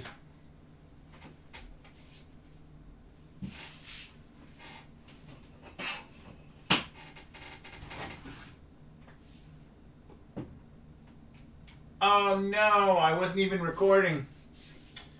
This is something that I do often. I will notice that, and the thing is that this camera has a little red light in the front that shows you if you're recording or not. And I was not recording. I forgot to hit the button. Or sometimes I'm recording, or I think I'm recording, but I'm not, and then I hit record and it's not. Anyway. Okay, so I put the hot glue on the angled side, which is where I cut, and then I placed them against the straight piece over here, and then I made 3 identical pieces, okay? And you could see that they're angled, so it's not going to just look like a box. And those pieces, if I go to my side over here, if I put my box to the side, do you see that? Like that. I will be spacing these out. If I put it like this, it might be better. So, yeah. So I want to decorate this side of the building. This is where my door is, so I want to decorate this side. I almost had trouble pronouncing decorate. So I'm going to space these symmetrically. I made 3, but I'm wondering if 3 is too close together. What do you guys think? Maybe if I put 2 and then just put 2 like that? Maybe that's better, right? But I did do 3. So what if I do maybe 1 on the side and the back? 3. What do you guys? Does anyone want to vote in the live feed? Let me see if anyone's going to make a comment. Do you guys think I should put 3 of these separators like this, or 2? And then more spaced out like that. This is design choice. It really doesn't make a difference because we're not doing specifically movie accuracy. You could even, if you wanted, you could take 1, place it there, and then I could even place 1 over here if I wanted to. And then 1 on each corner to give it like a bit more variety as well. But my initial idea was to want to put it here. So I'm going to put 2. Oh, 3. Okay. Whisker Dan says 3. So, okay, I'll go with 3 because I did say I was going to ask you. So, okay. I'm going to have to zoom out here a little bit. Okay, so now I'm going to put some hot glue on the back of these 2 strips here. And I'm going to align the bottom with the bottom of the house here, and I'm putting the angle, the smaller place, towards the top. So I'm just going to place this like that, make sure there's the same distance at the top and bottom so that it's at least symmetrical like that. Okay, that's good. Now I'm going to do the same thing to glue it on this side.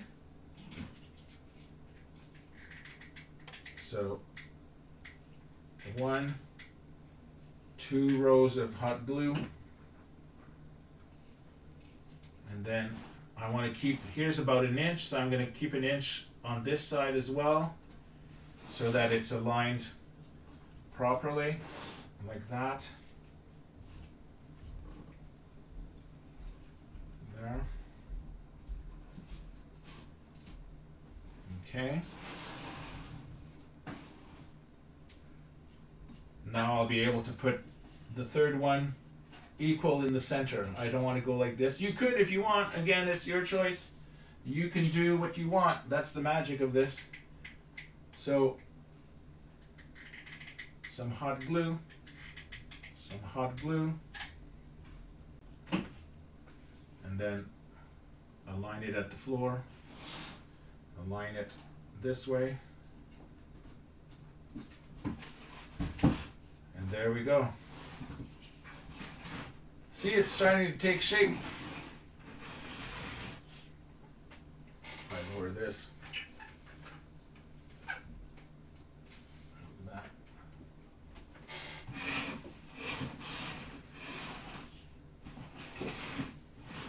So here's our door. And see, it's starting to shake. To shake. I almost said shit. See, it's starting to take shape now. We have details here, we have the door that'll be here, and then we can leave here. We can actually put straws or whatever we wanted to. We could put even just some basic little scrap pieces like this in order to make it a little bit different texture.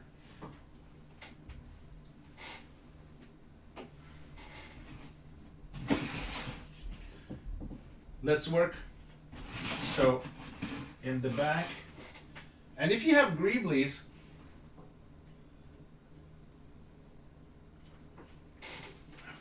this.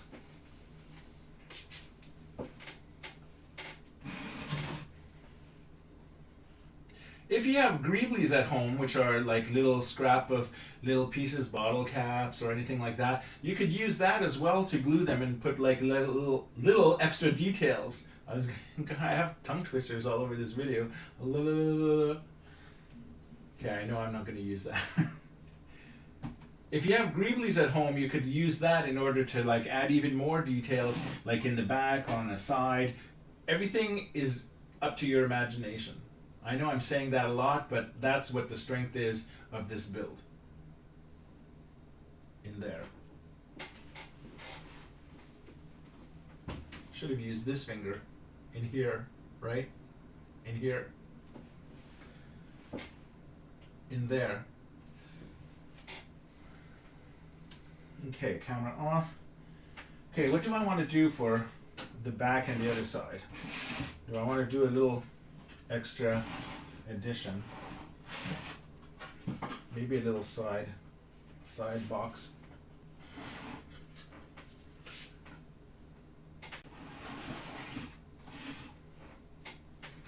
I do like a little side thing here, or this way, in the center. Maybe that's too low. Like this.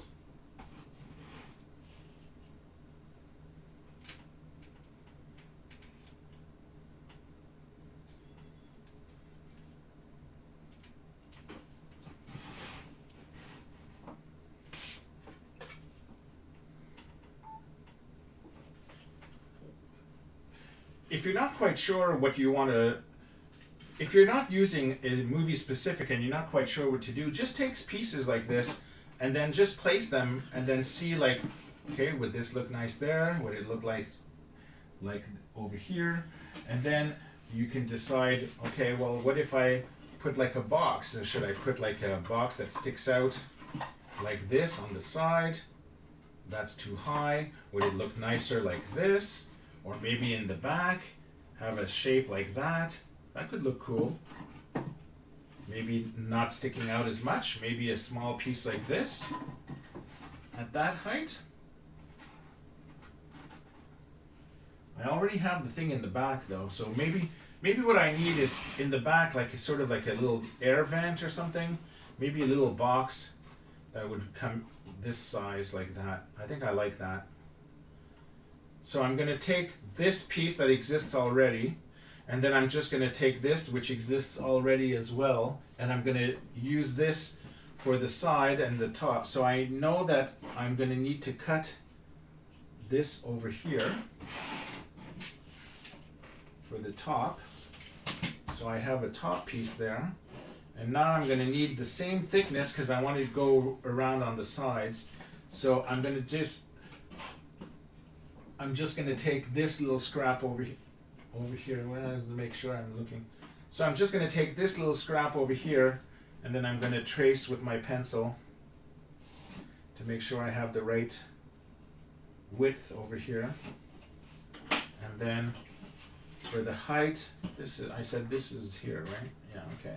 And then for the height, I'm just going to do that. I can do this over here. Oops. Do that like that. I don't need a ruler for this. Okay. And then this put aside for now. This was my top. Okay. So I'm going to put some hot. Ow! Oh my God! The hot glue. Oh, this is the first time that happened live. The hot glue drop fell right on my finger. Thank God it wasn't. I had left the temperature on low, so I didn't burn myself. My scream would have been 3 times as loud if I had done that. But be careful with hot glue. It's not a game. It's not a toy.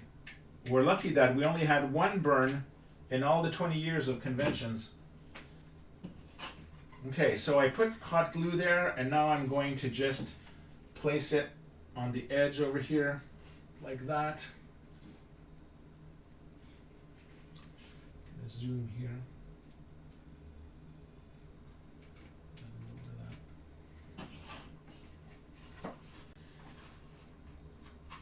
Okay, I'm just going to attach it like here.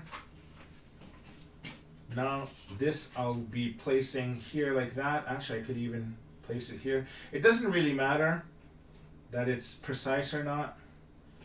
I will need to remove one thickness of. And then what about on the other side too? And this one's a little bit thicker. I need to remove that. And then this I need to remove this. So a little trim over here. Oh no! See, normally I'd freak out about that, but I don't really care now because it's covered in plaster. Maybe I should make a t-shirt. A merch t-shirt that says it's covered in plaster. Okay, so those will go on the sides over here like that. So, a little hot glue on the foam core, not on my thumb. Thank you very much. And then over here, like this. Oh, I forgot to put some on the top there. Top and side.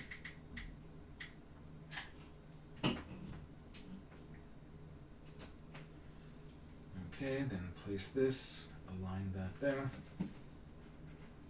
Okay. I just want to make sure that it's flush on the outside so that when I wrap the plaster, there's not going to be any bumps or anything like that, unless that's what you want, which is fine.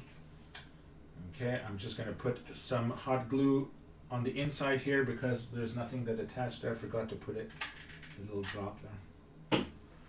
Okay, so I have that. This will cool down a little bit. I'll remove the glue snots from my fingers.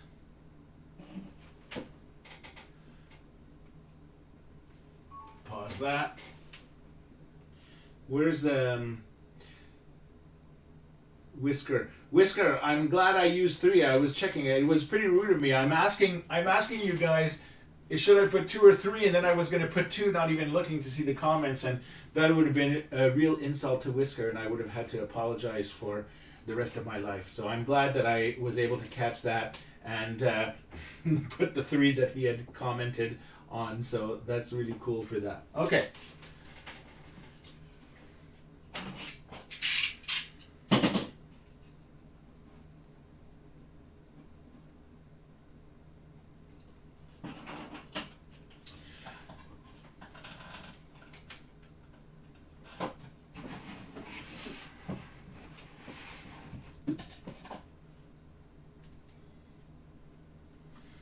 Here's the back, and then I'm going to just put this box aligned here like that.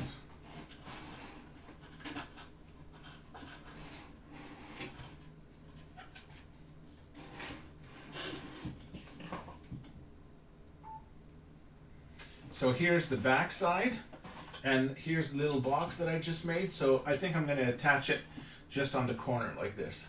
You could place it anywhere, or you could place it in this, but I don't want to. I want to get away from this side because that side has lots of details already. So I think I'm just going to place it here like that. So I just need to. Oh, I'm out of glue. Refill.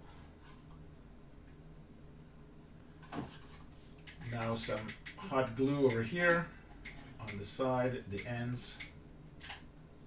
Okay, and if there's gaps and it doesn't touch 100% your cardboard, that doesn't matter. You'll be fixing it with the bandages. I just want to place it like this so that it looks nice, flush over here that I want for my design. And then I just want to leave that in place for a little while it dries. And now, maybe what would be cool is, see, I have a nice shape now that looks like this from this side, and then it doesn't reach all the way across, so it'll be like a nice little details here, right? But we have the door here, so maybe a little window. I saw this little piece that I had over here, and then I said, oh, maybe if it was like a little window or something. So I could either cut it out or put a shape that would be placed like this. So see, maybe an extrusion would look just as good instead of a window, but maybe a window would look nice. So I'm just going to make sure that we have a, where would I place this? Maybe like that? No, like this. One window in the center. Okay? At the same height. I'm going to put it at the same height as this thing here. So I'm going to do this. And then like that. That's my window. Now maybe what I should do is I should grab a stormtrooper or a figure. Where do I have an action figure?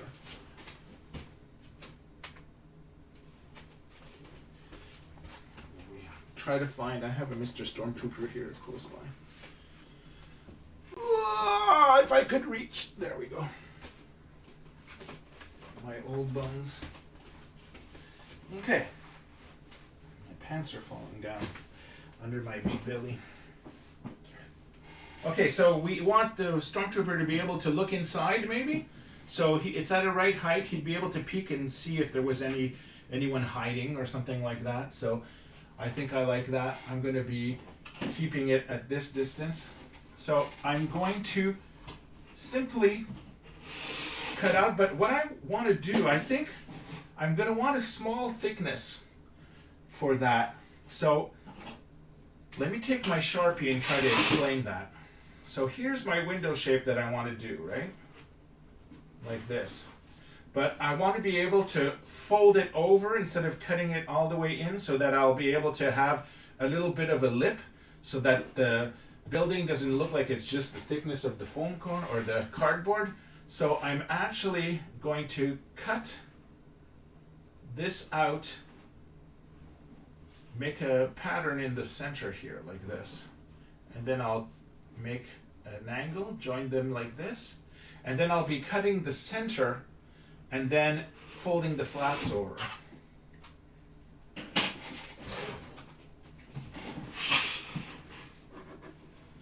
So by cutting the inside and then the corners, I'm going to be able to fold over here, and it's going to give me this thickness as a window frame. Do you guys see that here? Let me turn this off to save some battery. So what I'm doing, what I decided to do is I don't want to have just the thickness of the cardboard, so I'm going to cut out in the center here, and then at these corner angles, I'm going to be cutting those slits over here too. So then I'll be able to, on the outside, fold over here, and then when I wrap the plaster from the surface here towards the inside, it's going to give me this thickness for the window. At least that's the plan.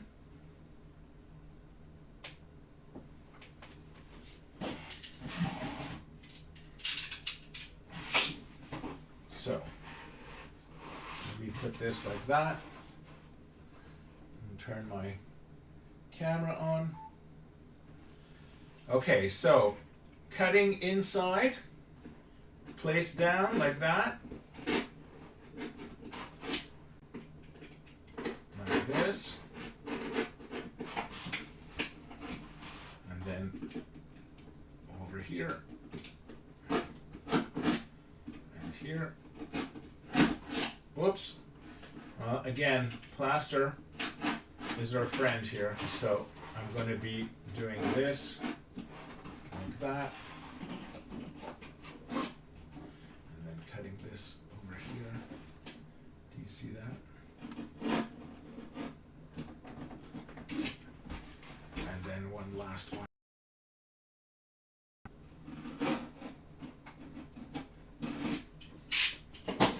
Now I can fold this like that,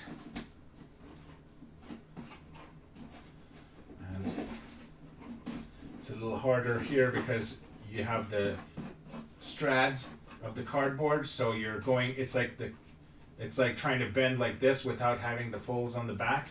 So let me try to pull it towards me first to create a fold.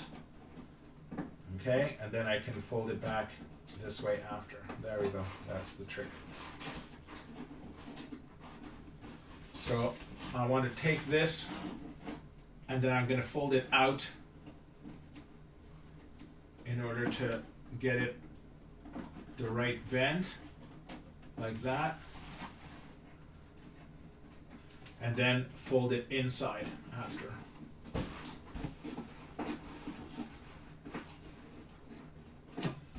Okay. Are you able to see how I have a windowsill here now that's thicker than just the thickness of the cardboard? See?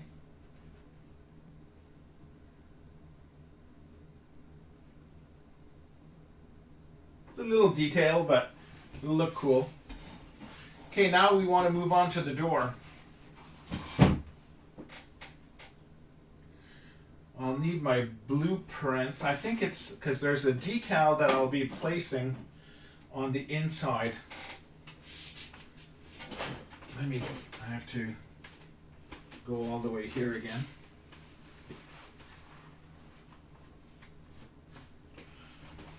Where's my dimensions?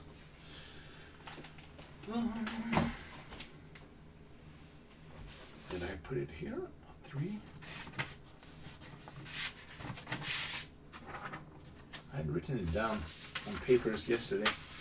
Now I can't find it. My workspace is a mess. That's the curve, floor base. I'm trying not to knock the boom of the thing as well. I have a note. My friend likes Horaloo in Elden Ring. I am Horaloo. Okay, I have this, but now where's my dimensions? I think it was 3. Well, I know it's 3. Okay, this is kind of what I'm looking for, but not really.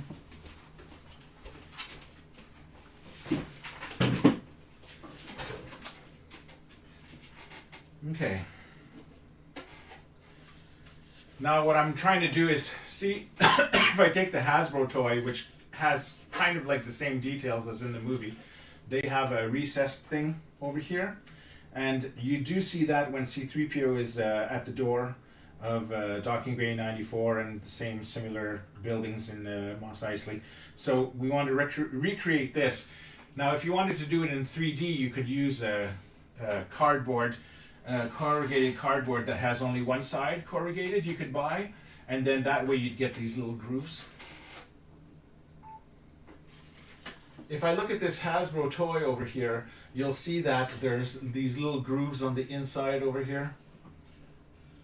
You'll see that there's these little grooves on the inside over here. And so that's what we want to recreate, okay? We're going to be doing it with a decal, but we have to prepare this sort of like arch thing first, because if you're doing a door, there's two kinds of doors.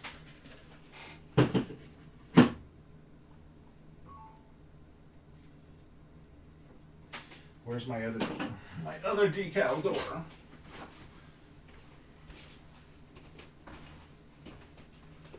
Did I print it last time in my tests? I did.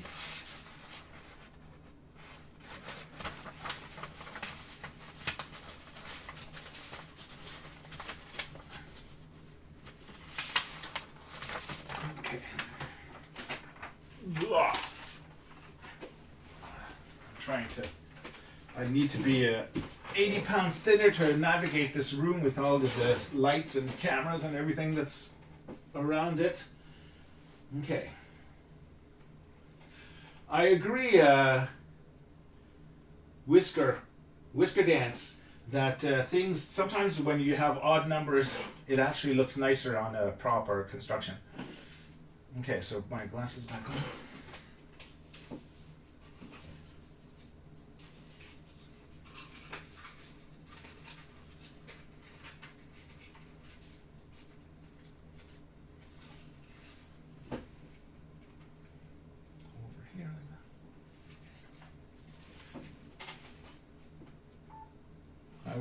I was almost going to start talking without the camera on.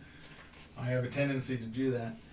So there's two types of doors in the Mos Eisley Tatooine area. You have curved doors, which I call the recess doors. So those are going inwards like this. Well, the other ones also, but this one protrudes outside of the building. So this would be the equivalent of that you see in Luke's house over here, where this would stick out like that, okay?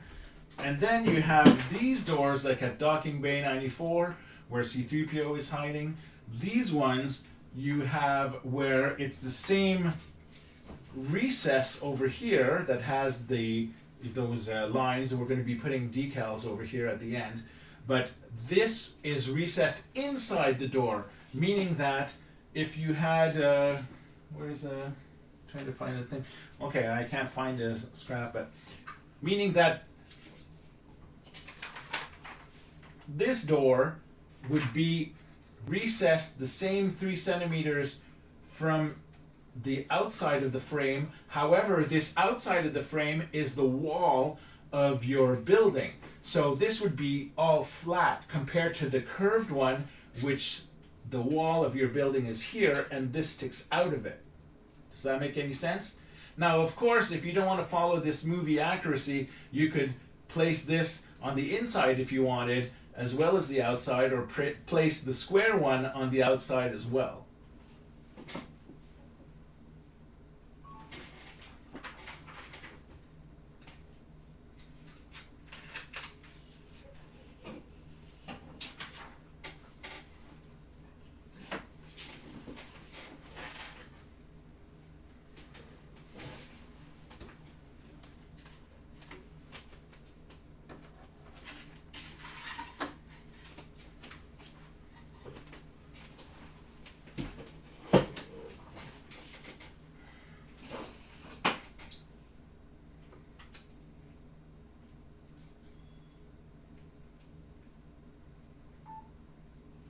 So I'm going to start with a scrap of foam core again. I think that this would be wide enough.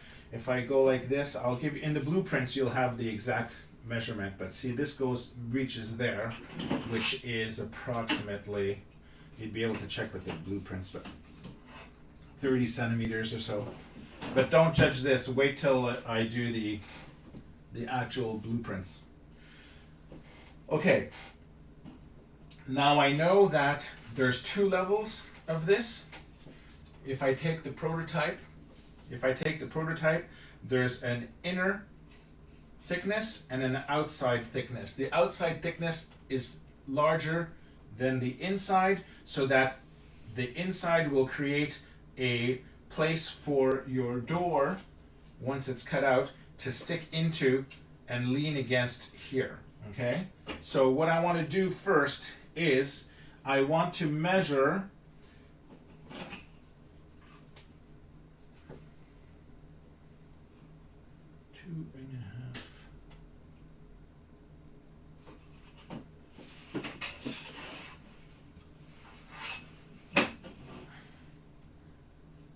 I want to measure 2.5 centimeters over here, and then I might as well do the same thing over here, 2.5, which will give me this. And then before I cut, I'm just going to like measure this and then align. Align and draw a line, connect, align and connect. Then this was 2.5, and the other one should be 3, I believe. 3.5, because you want 4 for the outside. 3.5. Okay. So 2.5, and then 3.5. 3.5 at the bottom.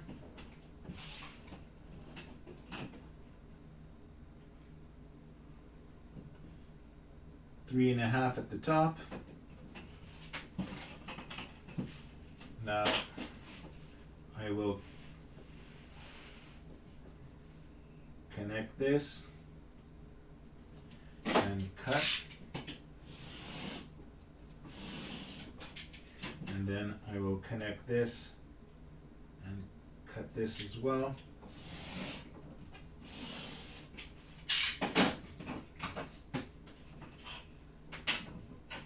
This I don't need for now, put it aside.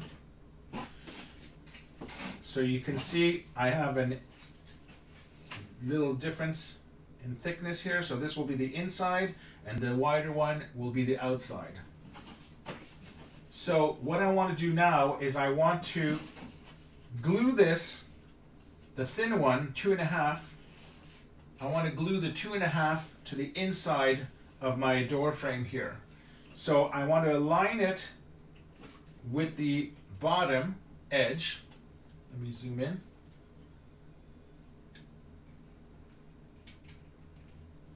My head's itchy for some reason. Okay. You're going to align the base with the door frame base, okay? And then you're going to take your pencil and you're going to make a mark on your strip here just before the curve starts. You're going to align this and you're going to make a line just before the curve starts. It doesn't really matter where it is, so let's just start there. Then what you're going to do is you're going to spin this lightly around as if this was always leaning on the curve. That's going to give you how much of this straight line you need to cut. Once it passes this circle area, do another mark, okay? It doesn't have to be precise, it doesn't matter. And then we'll trim the bottom last, okay? Now what we want to do is that this zone is where we're going to like cut grooves in order to make this curve over here. Now when you cut the grooves, you want to make sure that you don't cut all the way through to the other side of the foam core. You only want to cut this one thickness, okay? Now I've done so many of these, I could do it by freehand. If you prefer, you could always use a ruler and then just pass it as low as you can and then go slowly, okay? And don't cut on the other side. Now, when you do a lot of these, you're going to start, when you do a lot of cuts like this, you're going to notice that you're going to be able to feel with your blade when you pierce the top layer, because it's like sort of like a little sort of like jerk that it gives you, right? So you're cutting through the top layer, jerk, and then when you pass the top layer and you're going through the thickness of the foam core here, that's more like sort of like very soft, so that's easy to cut. And then if you have to press harder in order to cut all the way through. So if you just feel with the sensation, you'll understand when you do many of these and you'll see what I'm talking about. When you feel that you went across without going all the way through, that's what we want. Then you're going to measure down maybe 0.5 centimeter and you're going to do the same thing all the way across. Don't go all the way through, then go across like this. Keep going, okay? If you're not comfortable with your freehand, use a ruler, but I've done these so many times. And again, don't worry, you're going to have plaster, so you will be able to fix some little errors here and there. Like this. Keep going until you reach the end of your mark there. And it doesn't have to be exactly 100% equal distance. What we want is to be able to snap. Take this away. What we want is to be able to snap these like this in between. Now you'll notice because they didn't cut through, when you bend it, you don't want to bend it too much because it could rip, but you'll be able to see that your foam core now is starting to be able to fold. Okay? So you're going to want to snap all of these little areas over here that you cut. Okay? If some of them didn't cut all the way perfect, then you could like do a second pass. Okay? You just don't want to force it so that they will break. Okay? So now, see how even without touching it, I have like a nice curve over here. You see that, guys? Okay, now this is how you're able to bend foam core in circles and around corners and stuff like that. So now I will be able to place it properly around the inside of my shape over here. And because I'm using the not cut surface side over here as the inside arch, well, I'm not seeing all of these little grooves over here. Now, it wouldn't be the end of the world if you saw the grooves, like we're going to see when you're going to be placing it on the outside, because that's how it goes this way. You would be able to fold it this way, but you risk it more snapping as well. You could like force it slowly and slowly and slowly to get this on the outside, but because we're covering it in plaster, we don't care about perfection, okay? So what we want to do is we want to just make sure that our start and end do reach past our circle that we had measured, and it does. So what I'm going to do is I'm just going to put a little bit of hot glue over here, okay? Not necessarily on the side of the curve, just stop it just before. And what I'm going to do is I'm going to align it at the base here, okay? And I'm going to align it flush with the inside edge here. That's what I want, okay? So flush at the bottom over here and flush on the inside, okay? Now because I didn't put the glue all the way to the top, I'll be able to curve this the way that I want, and then I'll be able to put the glue here if I wanted. But you don't even have to do that, because you can just let this dry over here. Okay, there's a little nose snot I'm trying to grab away now. Now what I'm going to do is I'm going to do the opposite, and I'm going to put some hot glue, little drops, okay, just on the edge there, the outer edge, go all the way down, like that. Now I can wrap this around, like that, okay, and then make it go, put your finger, once you finish the curve, put your finger here so that you could like straighten this and make that go straight, okay? And then you can play with your circle over here. Now the circle is a bit too high, so I'm going to lower it a little bit, like that. There.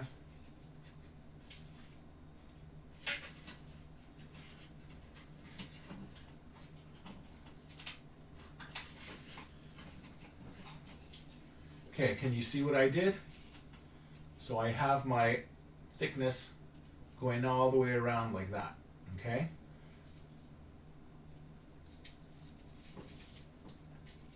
So now I have my strip going all the way around, and it has the equal distance around here, because that's where the thicker strip is going to go. Now we're going to want to trim off this excess over here. So eyeball it, go like this, where you see that it's aligned approximately, and then just slice it down like that. And then you have a nice base that you'll be able to extrude like that from your wall, okay? Or in our case, like this.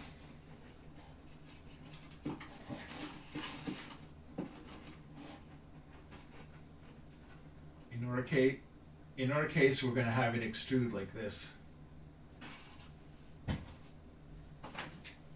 So, I want to do the outside now, the same principle, okay? Place it against the edge like this, and then before the curve starts, you're going to make a mark, okay? And then I'm going to curve this around until I reach the other side, and then when the curve stops, I'm going to make another identification. And now it moved, but if it hadn't moved, I could have made the cut here, but it's better to do the cut when you're completely wrapped around. So I know I have to go between here and here to do my folding cuts, my accordion cuts over there. So I'm going to do the same thing I did on the other side. Slight pressure, don't go all the way through, and then just slice at like 0.5 centimeter intervals. I don't know if you can hear it when it slices. Let's see if you can hear it. Do you hear when it goes through? And then it slides? There's like a crunch when it goes through the paper for the first time. Do you hear that?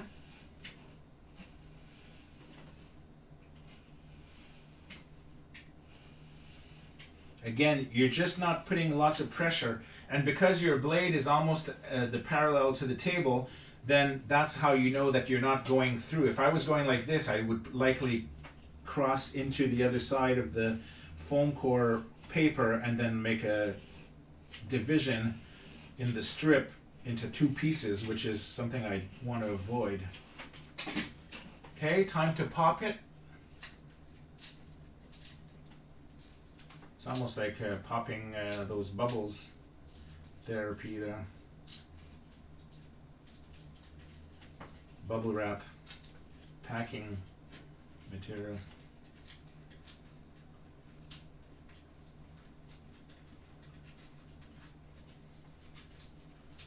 Okay, we have our curve over here. Ta-da! Now this will go on the outside like this, okay? So that it'll give us a lip that you see on the inside in order to place your door cutout, okay? So what we want to do again, start at the corner over here. We're going to align this flush. We're going to align this flush like that, so that both start at the same place, and then we'll be spinning this around and then down on the other side as well. So what we want to do first is place on this piece this time some hot glue right in the corner, okay? Corner edge, and then stop before you start going along. Now you want your cuts that you did, you want that on the outside for this one. So you're going to align and then press down. So align and then press down. This, try to make it flush. It doesn't have to be 100% perfect again. If you have some glue globs like this, wait till it cools down a little bit, and then you'll be able to rub it off like that, okay? And then it'll be on your finger, comes off like a big piece of booger there. Though it's been a while since I had a big booger that size though, but. Okay, so now I'm going to place it over here, the hot glue, and then wrap this around, and then reach the end over here. So a little bit of hot glue around the corner like this until you reach the end, and then you can pull this and wrap like that. Just wrap it around. Do you see that? And then place it against the edge over here, and then press the two sides together. Okay. Now for this one, because it's leaning on the outside edge, now the outside strip, because it's leaning on your outer door frame, you can actually place it against the table like this and then cut it this way so that you know that you have a perfect straight line.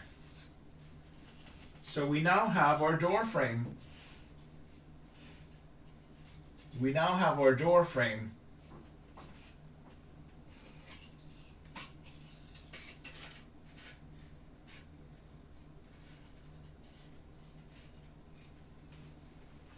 Oh.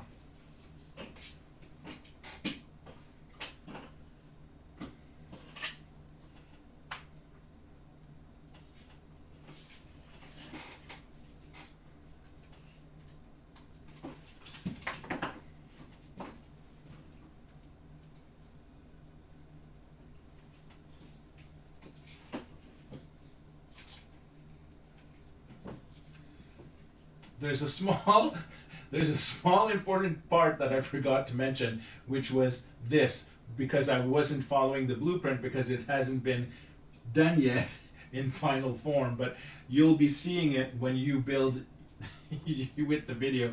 Oh my god. Anyway, what I'm trying to say is that the base of your door frame has a little 2.5 centimeter little spacer here that goes against the bottom here.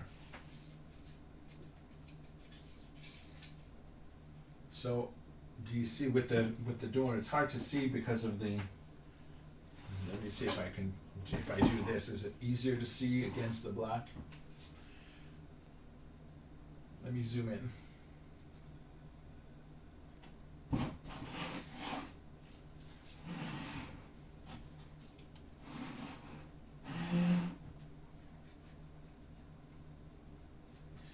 Now the bottom of your door frame, okay, is only the thickness of the foam core now. So what we want to do is we want to take a piece of 2.5 centimeter strip, and we're going to be wanting to place it along the bottom like this. But what we wanted to do was measure it from one end of the frame to the other, which would have been like this, okay, which would have made it so that your,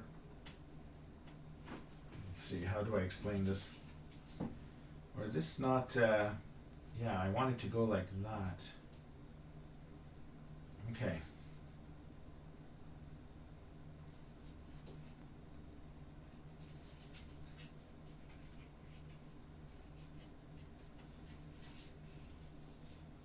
Okay, I'll just cut it, I'll just make a note and then let me just make a note. Turn this off. See, sometimes you have to improvise while you're doing the construction, when you're doing prototypes, in order to figure out how it's going to work perfectly. When you guys watch the tutorials, you're skipping all through these areas. So I'm wanting to change the blueprint from a 2.5 strip base, and then I'm going to want it to be the width of this 5 centimeter. 5 centimeter. And then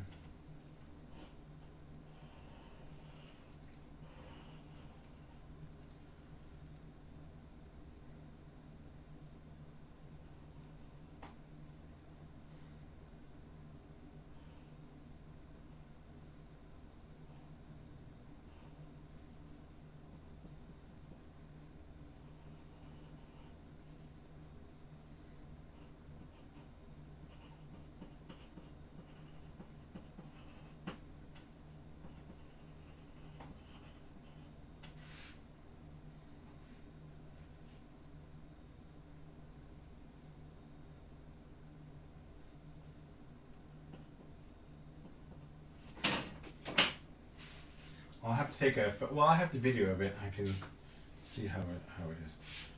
Okay. Oops. Jeez, I almost burned my elbow with that.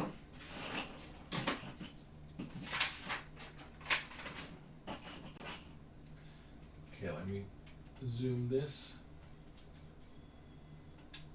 And then, is my microphone still on? Yeah, okay.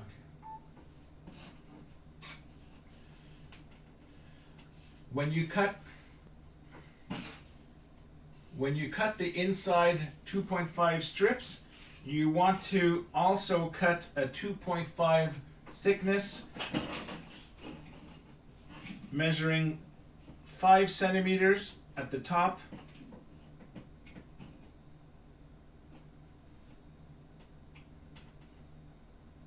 Measuring 5 centimeters at the top.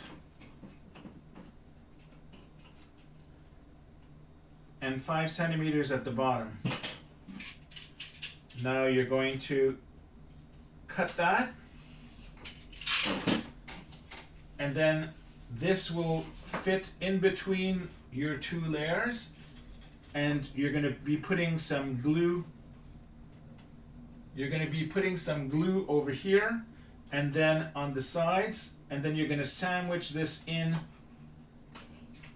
between your two sides of the pieces over here.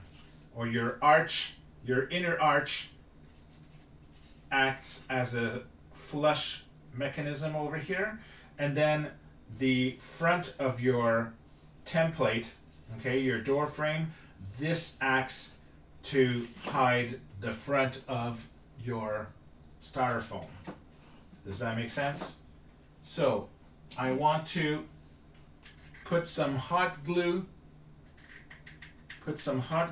along the 5 centimeters here, and then 1 drop on each side. I don't need a lot on the sides because I want to be able to manipulate it if I need to. Now I'm going to push this, spread this a little, and then insert this like that, and then let these fall back on. Now I want to have this flush against the door frame, flush against the floor, and then these sides will be flush against the side strips there. So this creates your archway floor. This creates your archway or your door. This creates your doorway floor piece over here.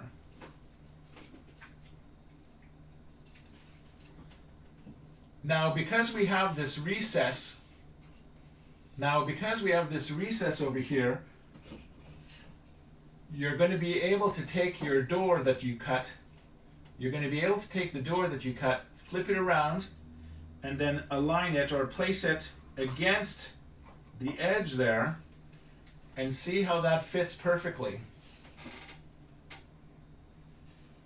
Then we'll be adding the strip.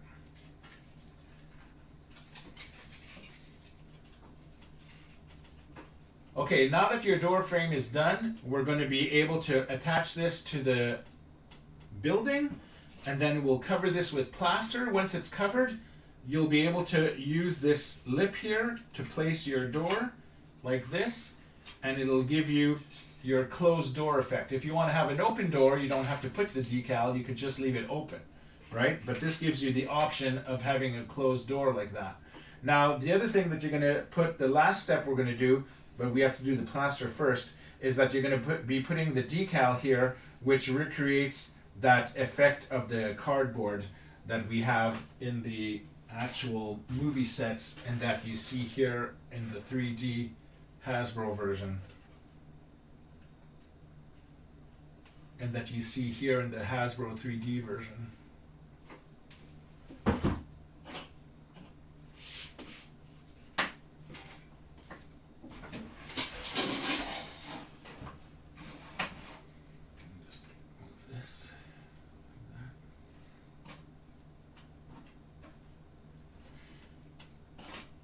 Now before we glue the door, we want to cut out the door shape because we want to be able to have the person go in and out, right? So we're going to cut this out, guys, over here, so that we'll be able to apply the door like here. Okay, that's the plan. So, let me see.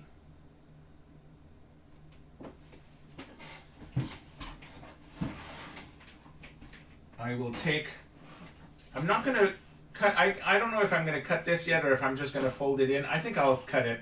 So what I'm going to do is I'm just going to take my X-Acto. You could even use scissors if you feel more comfortable at this point with this. And I'm going to press in. and then go this way. Okay. And then do the same thing here. And then, actually I should have cut a little bit inside, and then I would have been able to, yeah.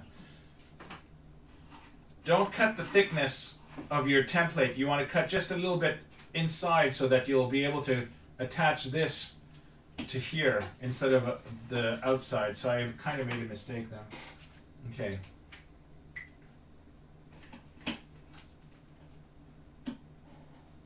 When you're ready to attach the door, when you're ready to cut out your door, you want to trace about a centimeter thickness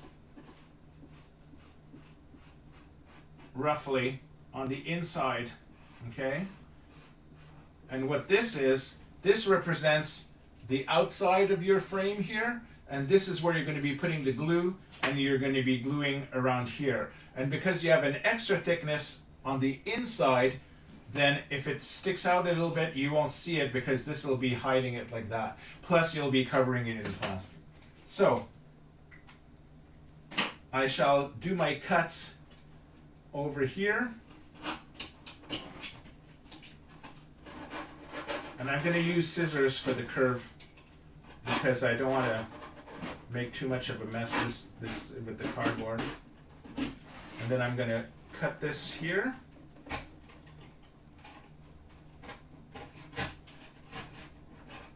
Okay, there. And then I do have fiskars.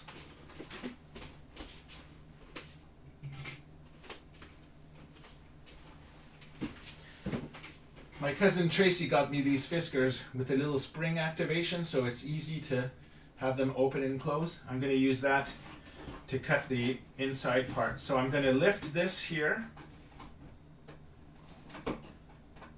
Just, this is like stuck there. Okay, I'm going to lift that like this, and then I'm just going to cut along the inside edge there. Again, it doesn't have to be perfect.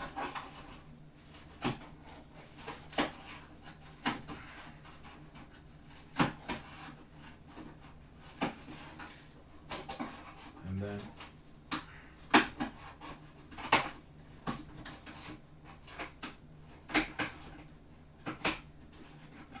like that.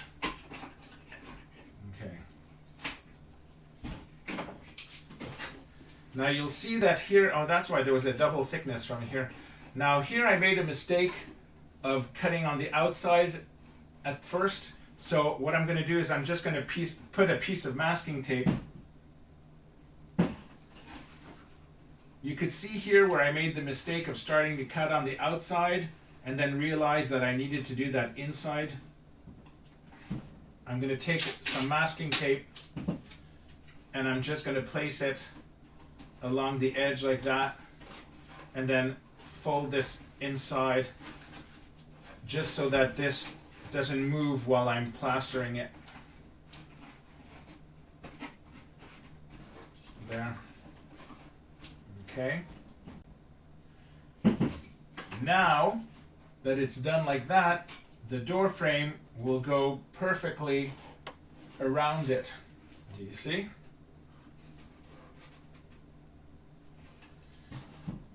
So I'm going to put some hot glue.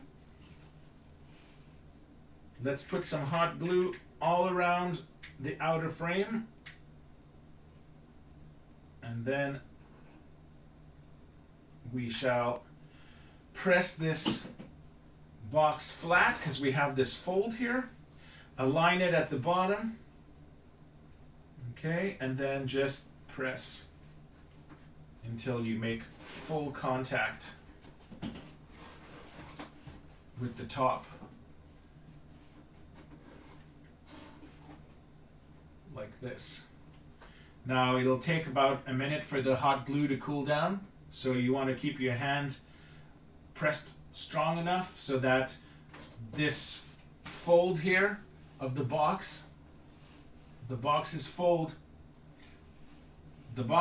is going to want to pop up and make you lose this connection at the top. Okay, so you want to just leave this flat as much as you can. Longer the better. Okay, let me pause the Sony camera while this is drying. Let me catch up on what you guys are saying. May the force be with you always. Yes, I would agree with that. If I backtrack and see.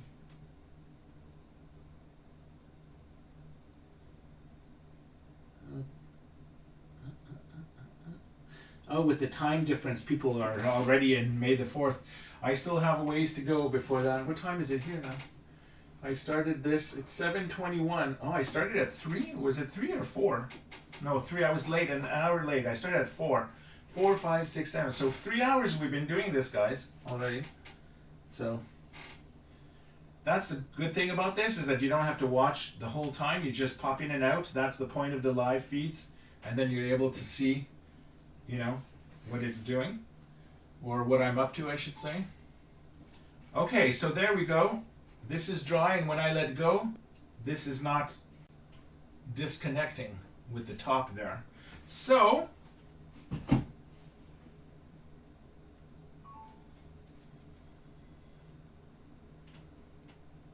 me do this. But guys, I think we have our building.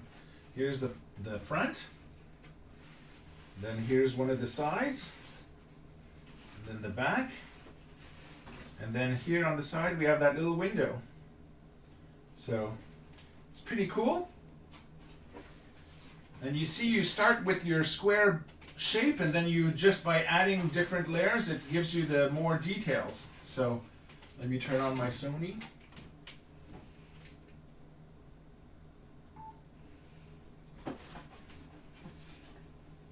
And there you have it.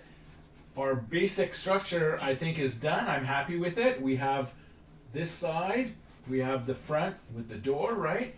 And then we have our little window on this side, and then we have the rear with this little extra little panel, and then our ceiling details like that.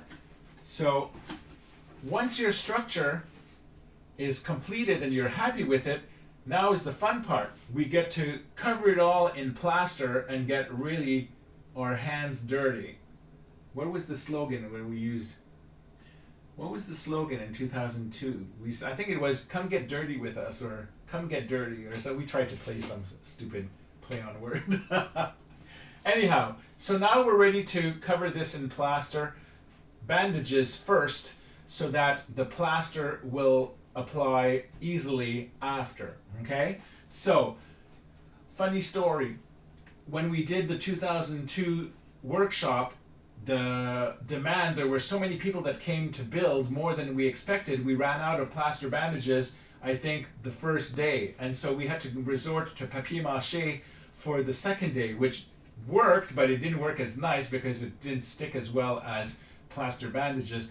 But it was fun to be able to, you know, move it forward and to see that the demand of the people were there in wanting to come and help build and make Mos Eisley. So there was a positive on that. We didn't cheapen out on the plaster for the 2006 though. No, we weren't cheap. I'm going to erase that part. That's not true, because we weren't cheap. We just didn't know how many people were coming. So anyhow. Okay, so this is done. Let me put that down here for now. Put that. And now I'm going to have to figure out how I am going to film this when my hands are going to be all super dirty. I don't need the hot glue anymore, so I'm going to unplug that. And I'm going to put my glasses down because I can't see when I am wearing my glasses. Okay, I don't need the Fiskars. I don't need pencils, foam core. I don't need any of that. And then I have these strips here. I don't need that, but I want to make room to, oh, I have this door. I don't want to lose the door. Okay, this I'll put back in the box. And then this I don't need. The ruler I don't need anymore.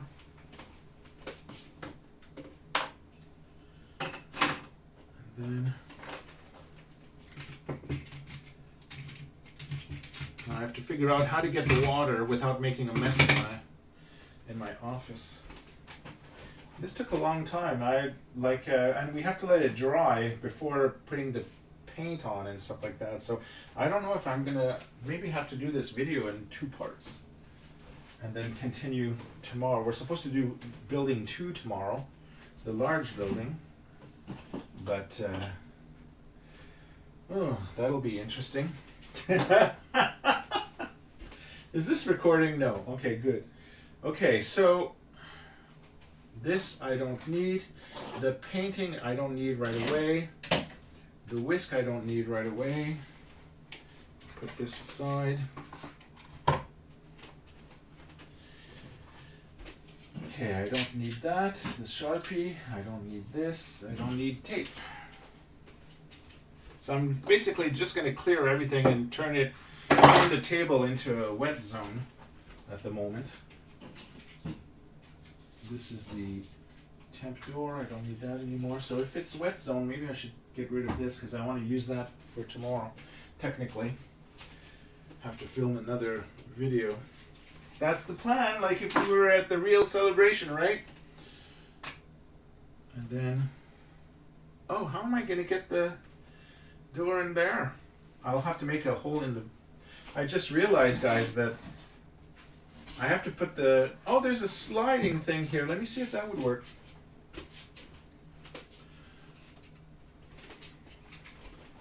See, look, I have a groove at the bottom here that I might be able to take the door.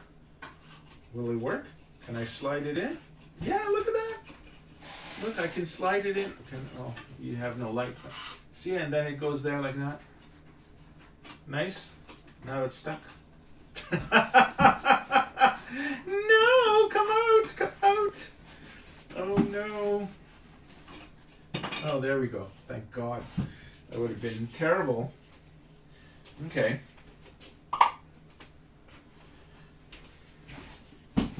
Now, this I don't need at the moment. Okay, I'm just trying to make up some,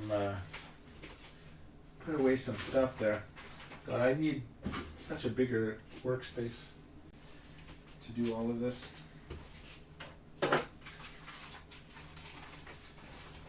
Okay, this, what did I want to do with this? I'll put it with the styrofoam ball. Okay, this I'm going to put here. It's almost like I'm talking to myself, but I know some of you are still here, so I'm talking to you also, but I feel like I'm losing my mind and just ranting on, because I don't really look to see if people are watching or not. So maybe no one's watching it and I am talking to myself. But then if you're watching it when it's not live, but just the saved live, or I don't even know what wording I would do for that. What is this? Is that plaster already? How'd that get there? On this table.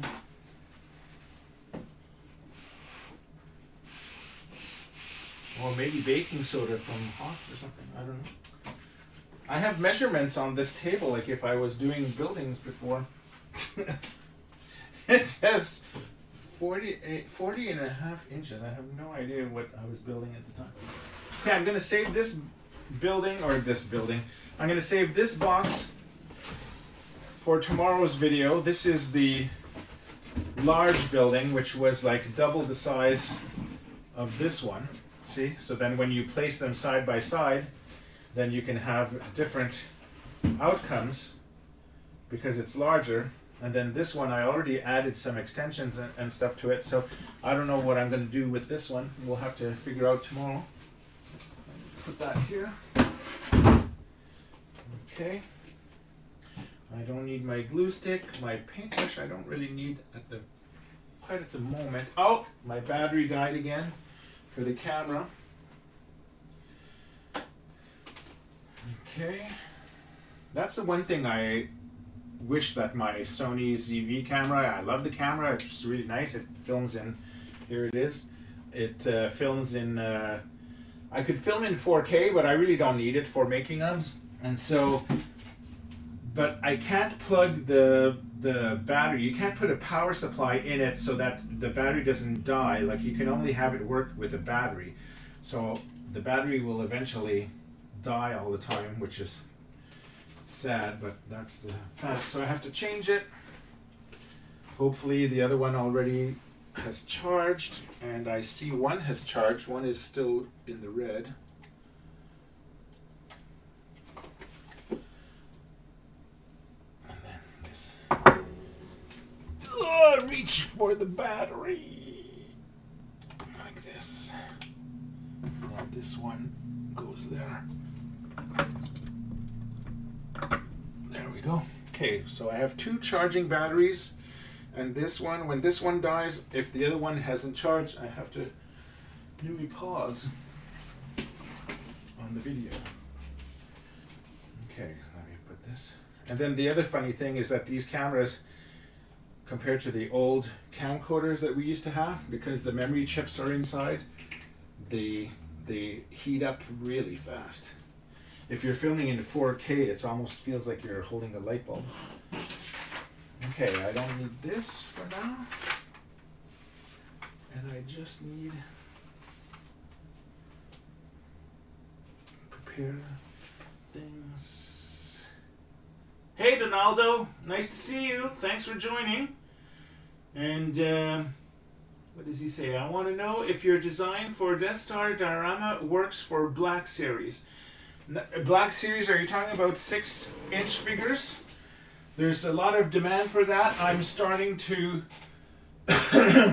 excuse me, I'm starting to modify all of the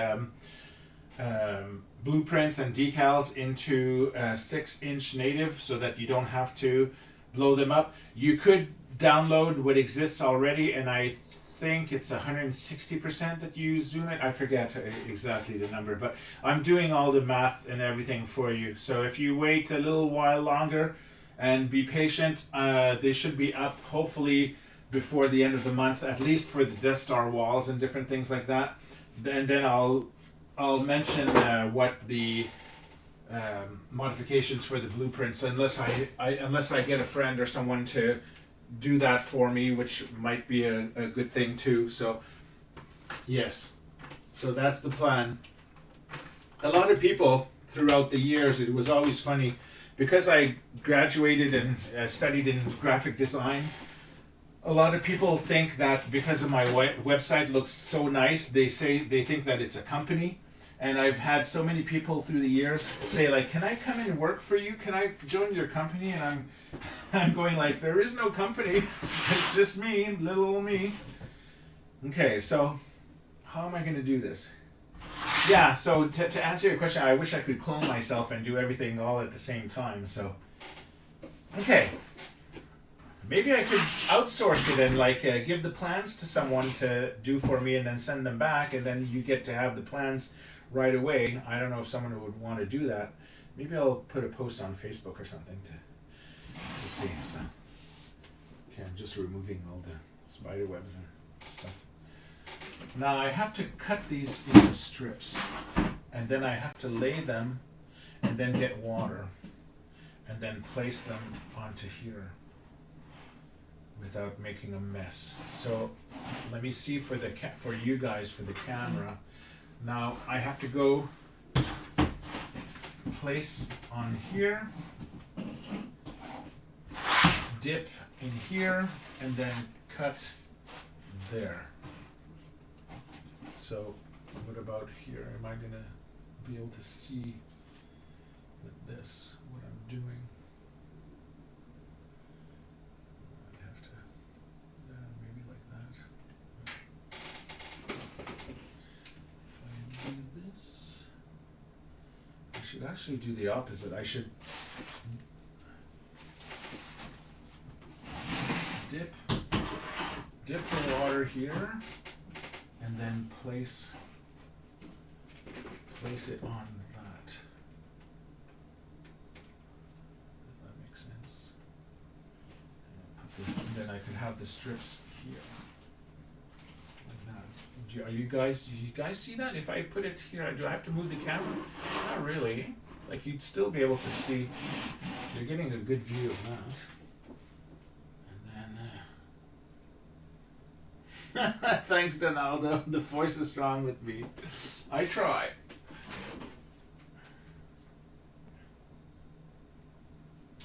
Okay, I have to go fill this with water. Let me turn the camera off first before. I hope the battery won't die in the middle of the of doing this. The microphone battery, that is, unless I change microphone right away. I have to sneak under the boom over here. It's like if I'm playing Twister, but oh, I'm squishing something. An action figure. Oops. Okay, I'm gonna charge, because I don't want this happening in the middle of the. But then, are these charged? They weren't. Were they charged? Was this charging? Yeah, that was charging. And then where's the other one? This one was not. Not charging. These little microphones, they improve the sound enormously, but they also don't give any information when they croak, which is not good.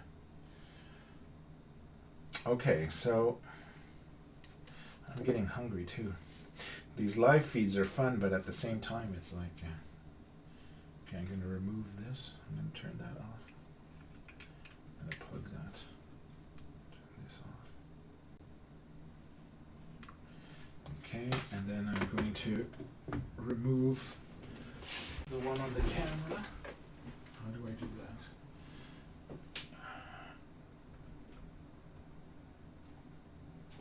Okay, unplug that.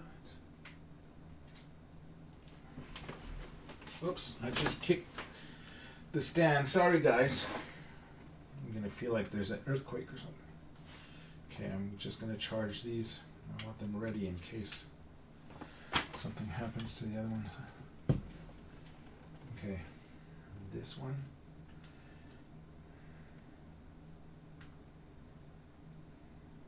Okay, full charge on that, which is good. And then this goes back over here.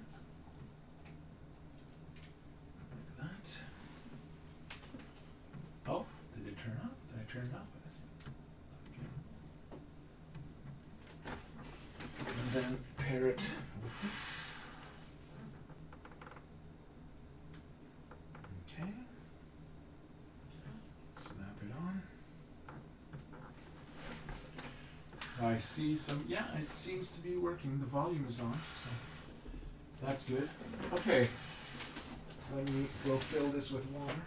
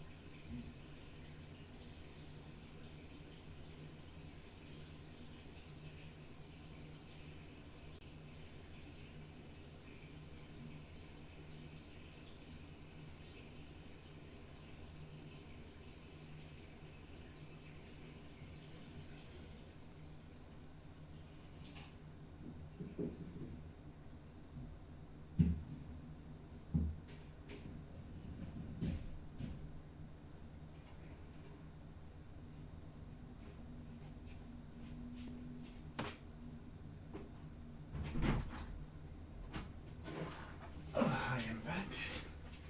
Did it sound like I was taking a pee? Oh,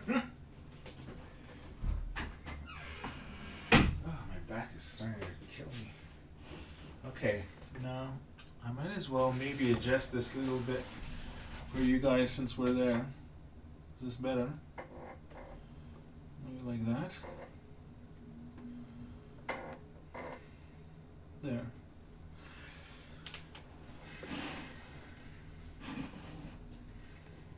Okay. The water there.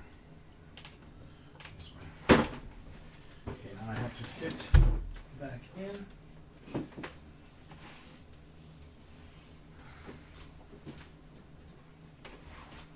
Twister style.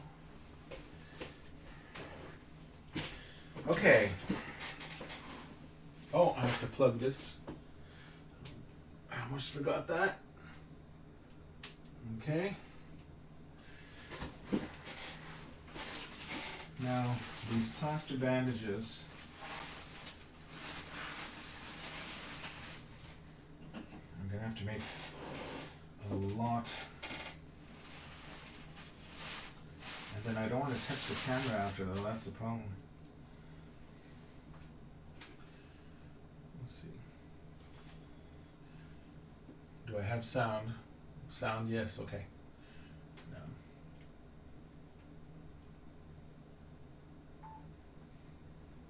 Okay, this is going to get tricky because I don't want to touch the camera when I'm going to be handling this because it's going to be a big mess. So I don't know how that's going to work at the moment. But anyhow, you can buy plaster bandages in big rolls like this and then just cut them into small strips because you have to like lay them properly. You don't want to have like a big fat bandage on it. You want to like layer multiple strips on your house. You can buy, where's my bag over here?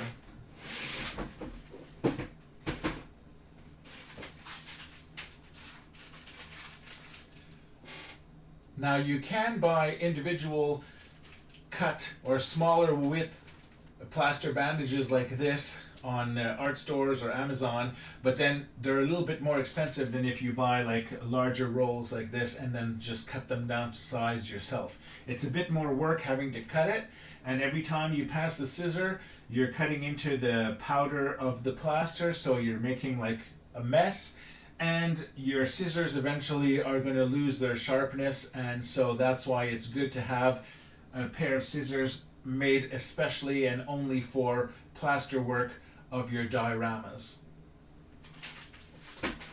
So I'm going to cut these. So I'm going to cut some strips, and then we'll be placing one strip at a time into the vat. Is it vat or bat? Vat, I think. Into the tub. How about tub? Into the tub of water, and then we place it like this. I'll show you when we get to that part.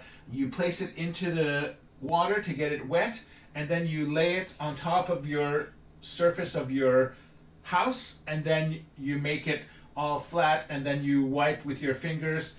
You press against all the little plaster, which removes the little air gaps, and it makes like a nice flat surface. And once that will be dry, it'll allow your plaster of Paris mixture to be placed on like stucco and create that effect that you see in the movie sets.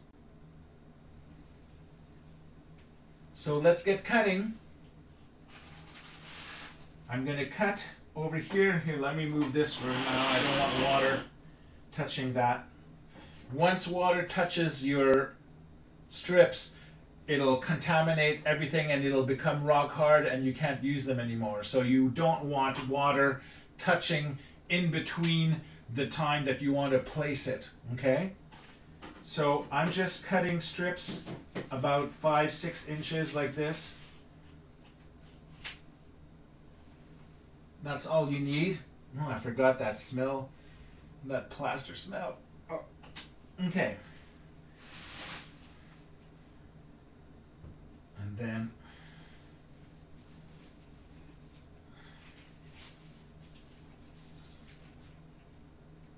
I think we will do a time lapse of this part because it's going to be very long.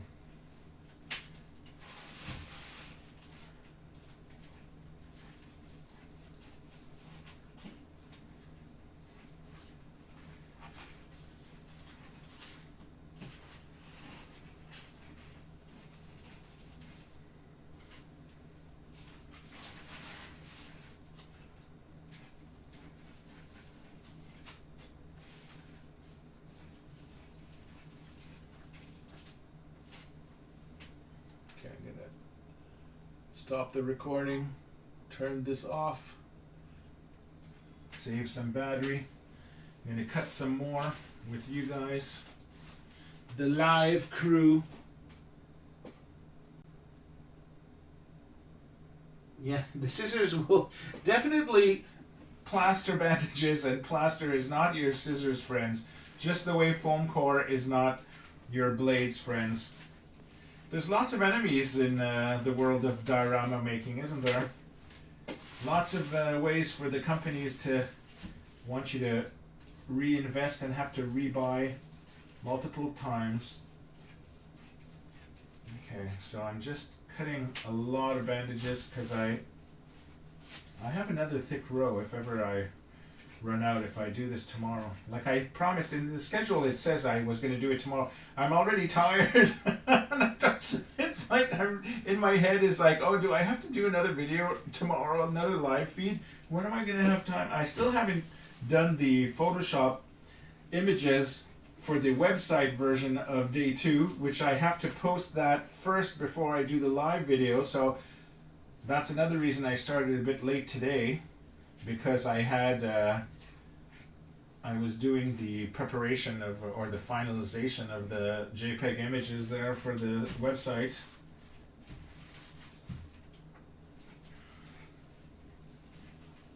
And then you have to put them in WordPress. It's a lot of fun, but it's a lot of work. It's like there's all these multiple steps and stuff like that. And I just realized I made this new nice shirt there, 20th anniversary shirt that I made with the cricket that I just bought, and I made one for Chris also, who's a patron of mine, and he's going to wear it at celebration. So if you see him wearing the 20th, if you see a guy and his family wearing the 20th anniversary workshop t-shirts, give them a high five for me. Tell them I told you on the live feed to say hello. Okay, I don't know how many more bandages, and like I might as well have more than not enough, and then I could keep the others for the next day. Maybe there was an easier way to cut this, maybe with an X-Acto, just slice them in half, the roll in half, and then it would have given me the proper dimensions or whatnot. Sometimes you have to cut even in thinner strips because of, or smaller than the long strips, because when you want to get into little nooks and crannies there. But again, this is what I like about this build, is that Tatooine looks like crap. So I'm not saying that what you guys are going to do at home is crap, or what I'm going to end up with, my result is going to be crap. But I'm saying that the, or I should say caca maybe used instead of my, since it's my favorite word that I like to use when talking bad things. But God, I lost my train of thought. See, the caca made me lose my train of thought. Yeah, the Tatooine, because it's all run down, it's the perfect thing for beginners. A lot of people are scared, like who see my photos and stuff like that, or come to the workshops at the convention, and they say like, oh, I'm not good enough to do that, and it's like, look, you have to try. And then the only danger is that once you make one, then you have so much fun, you're going to make another and another and another.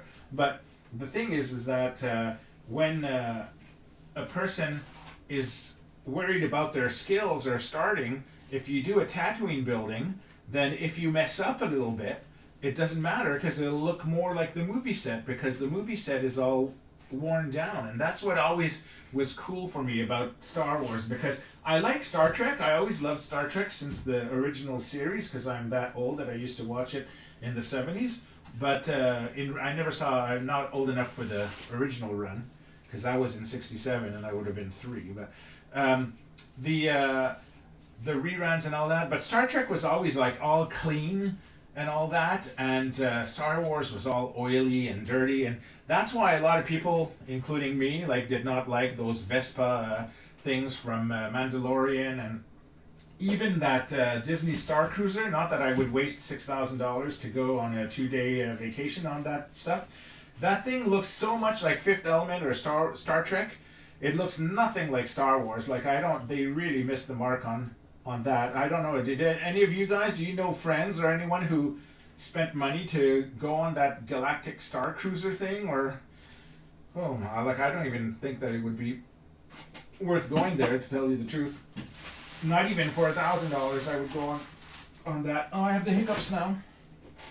Okay, so I have my plaster bandages done. Oh, my back is really killing me. I was wondering if I should go get a pill for my back first, and then maybe I'll do that, because I'm going to be doing this for another at least 2 hours or something.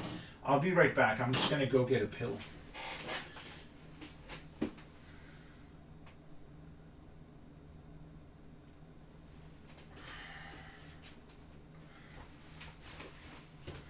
Let me try to wiggle around here again. If you guys saw how much space I have to move around in, you'd laugh.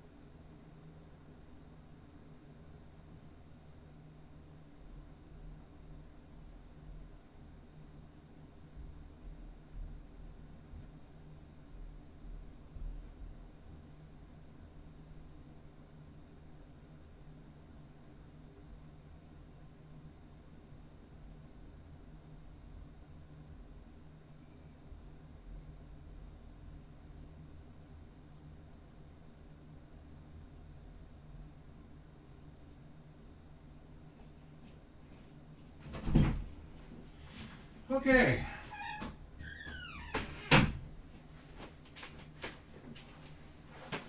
Slide back in. It's like I have a foot to the right, a foot to the left. Slide sideways. Okay. There's things that look like plaster, but it's just the styrofoam that is this. Okay, let me put my glasses back on. Now we're going to be playing with this over here. And then the water. And then, okay. You guys can't really see that, but I don't think it really matters. So I have my water here to dip, and then my bandages are to the side. Right there, over here. So you'll be seeing me go like this and then pull it out. Doing this is what's more interesting than me grabbing some bandages, right? So, okay. I have to turn the camera back on.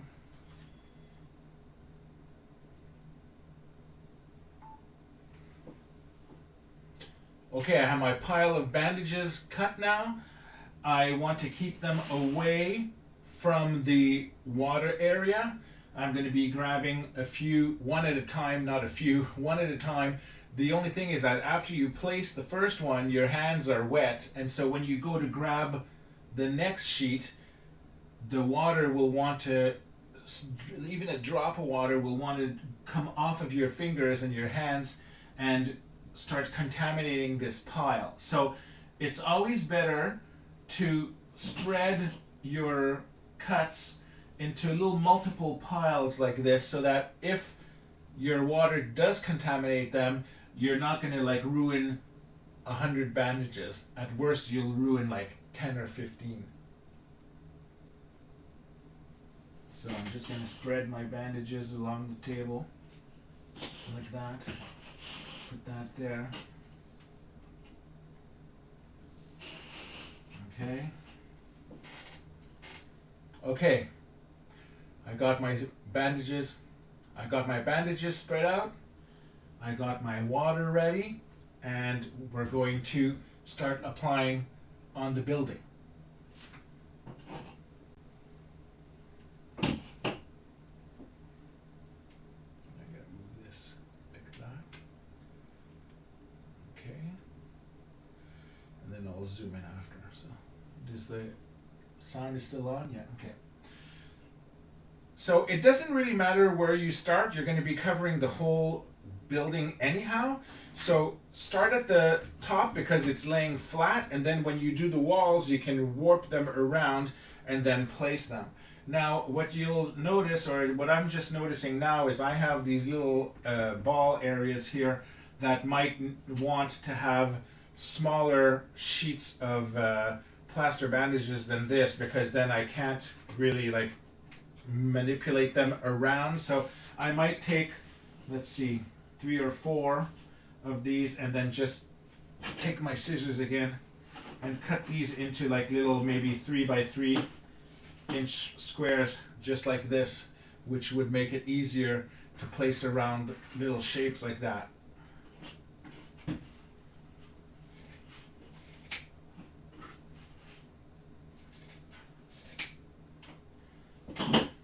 Okay, so this is how the technique works, and then after that we'll just let you see it in time lapse. Okay, you take your plaster bandage, take one of your plaster bandages, and you're going to dip it into the water, and you're going to move it like that. Okay, you're going to let the water flow down, because you don't want to bring a ton of water falling all over your building, because even though it's made of cardboard or foam core, you don't want this to start getting all mushy. So you're going to be letting the water drip out like this. Do you see it in my hand? I'm going to tilt this. Okay. So you're going to want to put your plaster strip into the tub like that, in a motion like this, okay? And then you're going to let the excess water drip off, and you can even pinch with your hands like this to make the water come out, and then you'll be transferring your plaster strip from this area on top of your building, okay? And then from the building, you'll be placing it wherever it overlaps. So the first one, I'm just doing it dry so you'll understand. So let's do it dry so you'll understand. So I apply here, okay, but when it's wet, it'll fold. When you place it wet, it's gonna make like a sheet on a bed or something. It'll fall really around this shape and stuff. It's not gonna stay stiff the way that you see it now. But what I want to explain to you is that when you're going to be placing the second piece, you're not going to be placing it here like this. You're going to overlap it a little bit like here, so that it'll start connecting with this first piece. I don't know why I did that. Anyway, what you want to do is, after you place the first piece, you want to take your future strips and overlay them on top of the other one and then smooth everything out. Then you're going to take another piece like this, and then you're going to be placing it over here. You can place it this way or at an angle. It doesn't matter. All you want to do is cover the whole surfaces, and even if you place it 1 or 2 or 3 over each other, it doesn't matter the number of times, because all of this is just to glue itself to your shape of the house, and then this will all be covered with a layer and a skin of plaster of Paris, which is the not, I was going to say puree, but the plaster mixture, which is like peanut butter, and then that's what's going to give the stucco effect for the rest of the house, the way that you see in the film. Okay, so let's just start with the first bandage.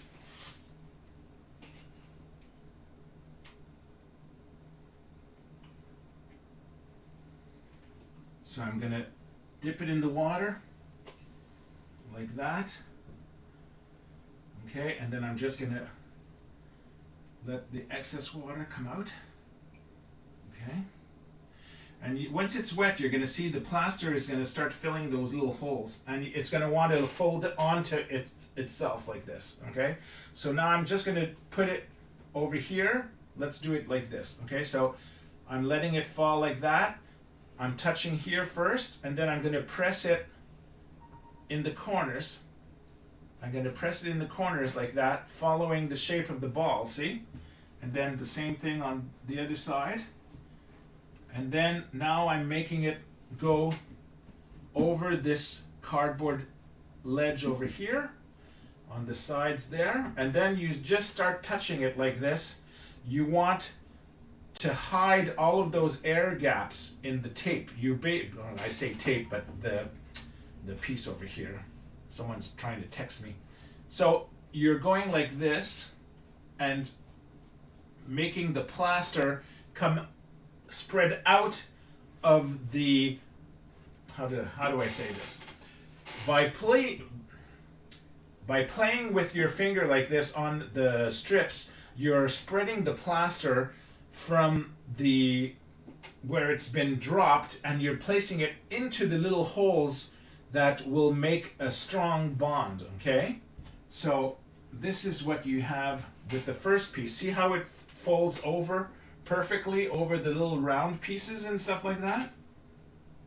Now if you had these little areas over here, that's where you'd use a smaller strip, and then you just take the small strip and then make the water come out like that.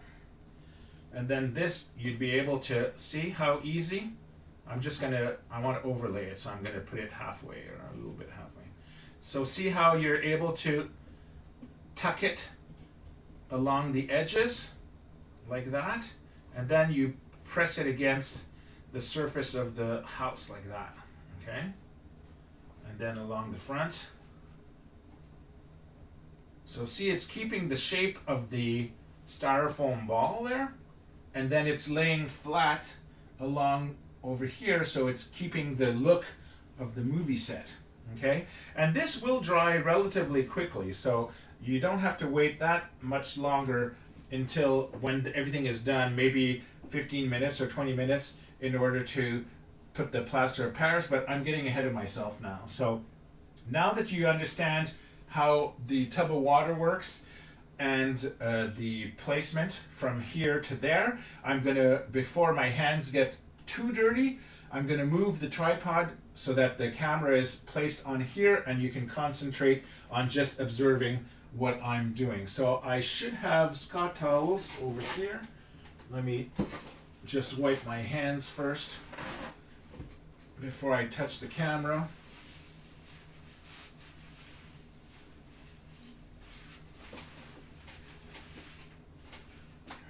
Ow, I just cracked my knuckle. Jeez, it's crazy. Okay, so you guys on live, are you able to see the house properly? Let me place this more like that if I push this a little bit. Okay, that's pretty centered for you, right? Like if you look at it this way, you're able to see what I'm doing, right? Okay. And then I will zoom this forward, and then maybe I'll lower the.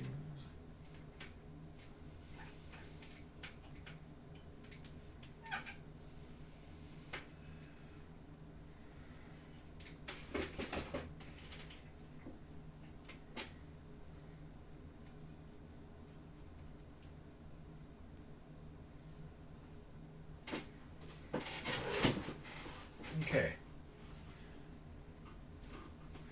Let's move this to be a little closer.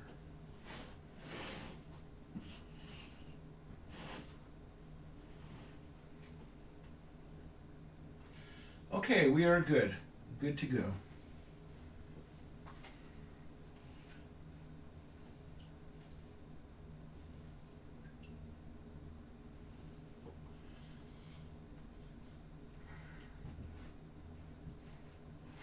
There's no rhyme or reason really in the way to do this. You just want to sort of like cover and go wherever the piece of draping takes you there, and you just want to push it into the creases. And again, the more it's not perfect, the more it looks like the movie, right? So don't worry about that.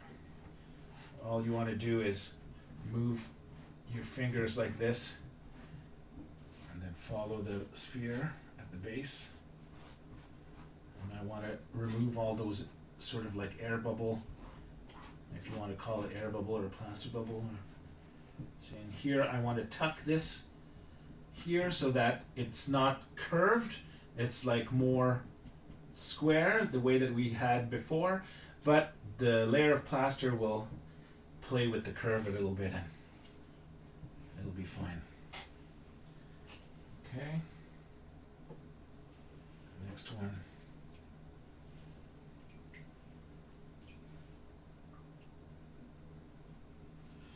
Put it here. So I'm gonna wrap this first and then tuck it on the side. See, this one I left too wet, and it's making it's dripping down the sides here on the right.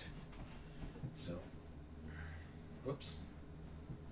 Just spread that over here. Okay. See how it keeps the shape of the dome and all this stuff? Soon you'll be seeing it'll have the feel of the Tatooine homes there.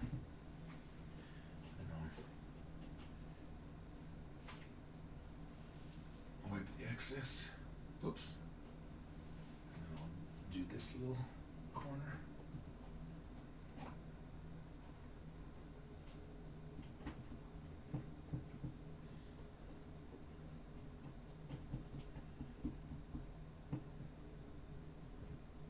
Just like that.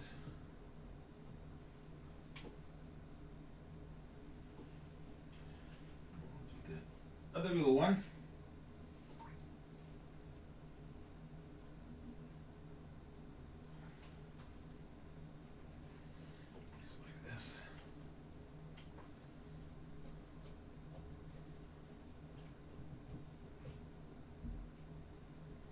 Try not to make too big overlapping folds there. Like you can, it'll be hidden when you put the plaster of Paris, but you don't want like huge creases because the plaster of Paris is just a like a decorative part. So like you don't want it to be too thick, okay? You want it to be just nice enough to get that stucco look. Okay, so that's that. Now I'm going to take a longer piece.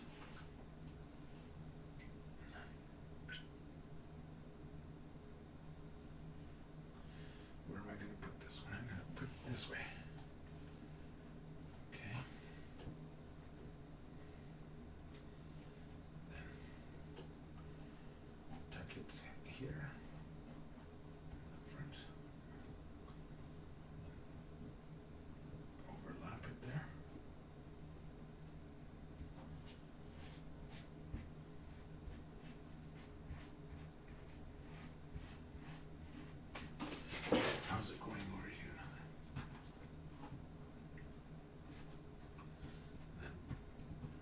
it into the corner.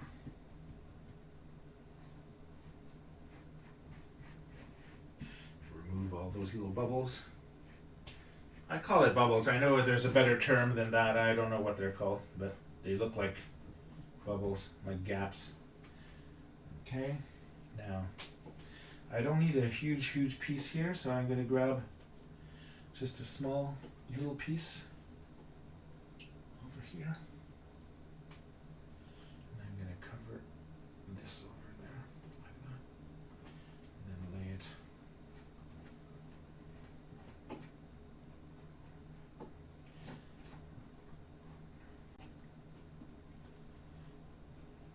I don't want to get too much into the door frame yet, or the sides. I want to do this first so it'll set, and I'll be able to put it on its side and it won't plop off like a wet noodle.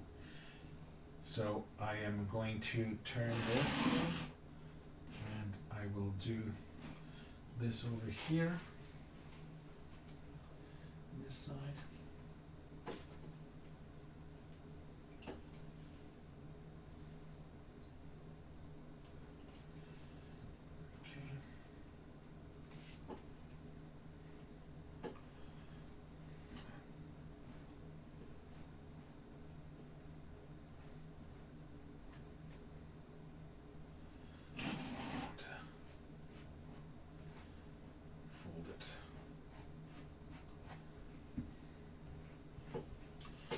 This styrofoam ball is pretty much covered on all sides. And then I'll just play with this side here. This is fine to leave like that. Okay.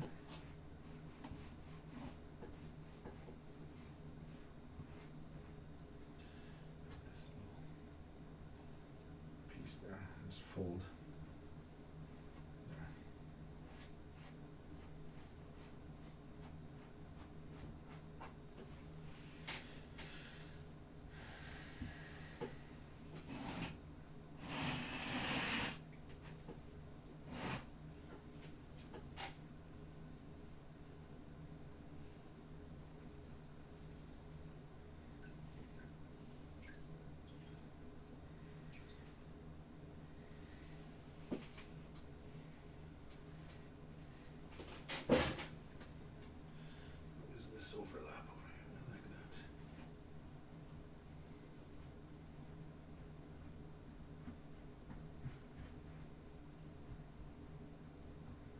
These bandages are pretty expensive too, so you don't want to like overlap them like 80% on each other. You want to overlap just the minimal amount so that they do touch each other, but you don't want to like put like you know, when they're touching, you want to touch it as if you were putting it like one finger over each other. You don't want to put like 3/4 of a patch over another patch, because you'll be just wasting all of that bandages for that.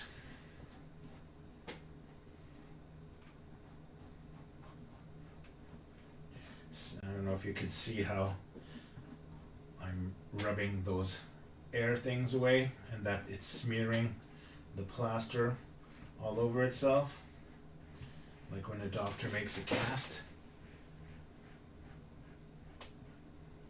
Okay, that's pretty well done there.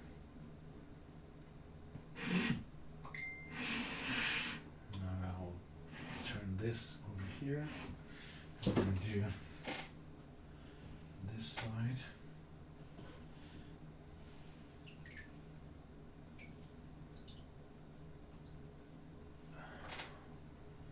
It'll go like this.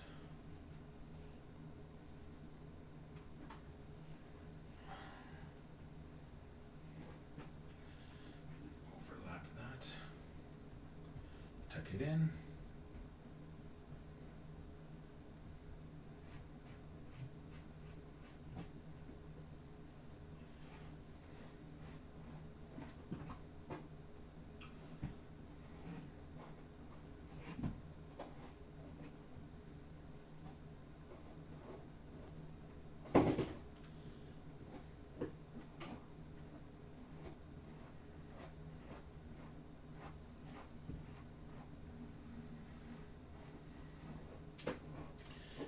pieces. I might have to trim that once it's dry there, but I got a piece that went over the window, and it's like not gluing properly because instead of falling into the hole, it wants to fall back out onto itself. I'm trying to get it to stick there.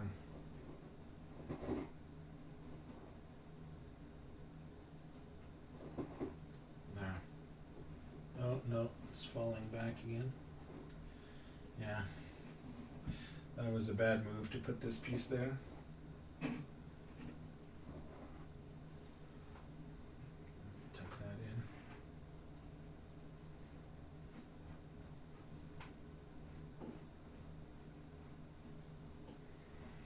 Maybe I could move this on the side right away. Just let that little window piece fall there while it dries a little bit. Then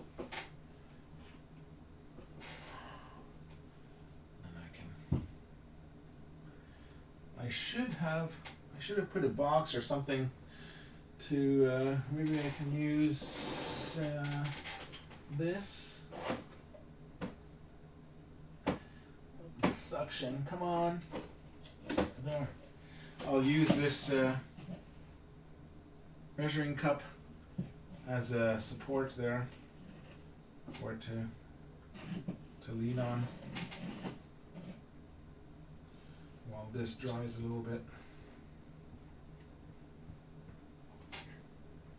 So you want the thing to go inwards, you don't want it to fall out.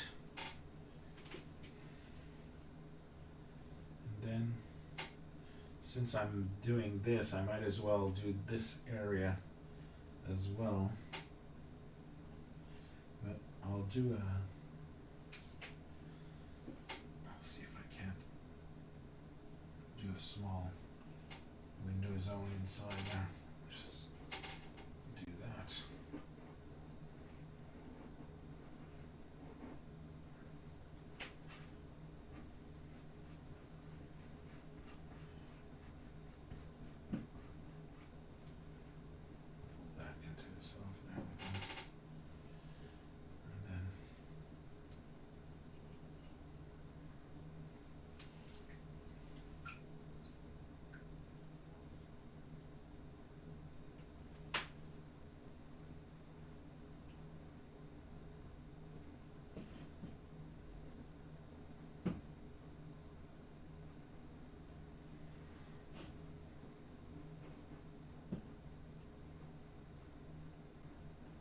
Yeah, I should have left the underneath empty so I could have put my hand inside in order to play around with this. Might have been easier for me.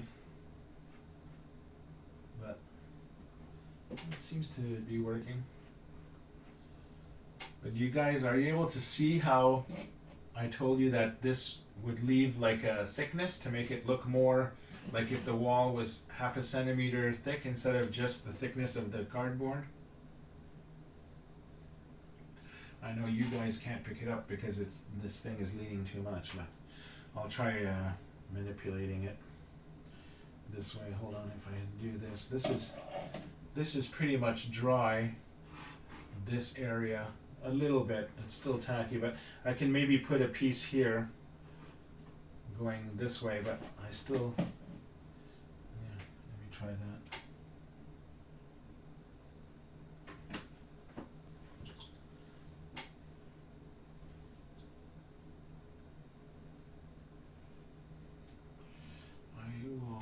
Overlap this like that, so this goes here, and then tuck it into the ceiling because I want a lip here.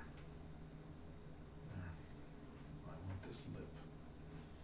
And then this can go over like that. This covers the rest.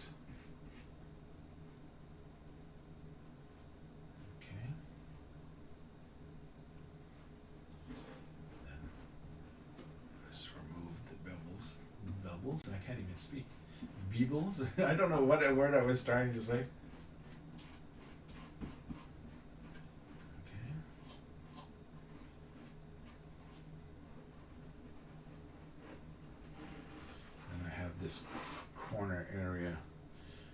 here. I might as well do that right away. I could use a smaller piece for that one.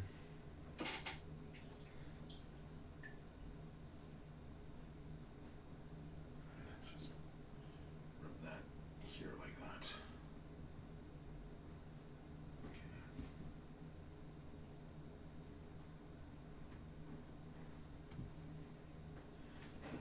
Okay. Put this flat against the surface. Around the corner.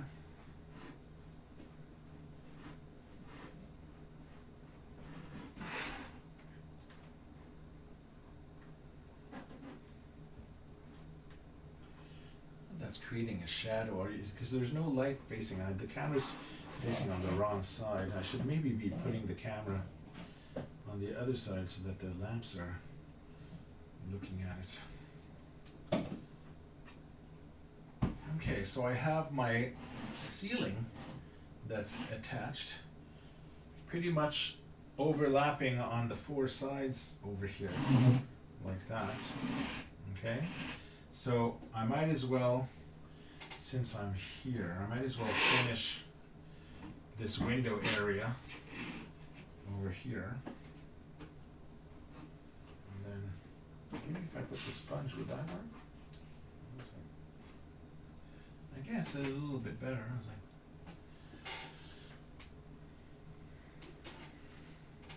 and then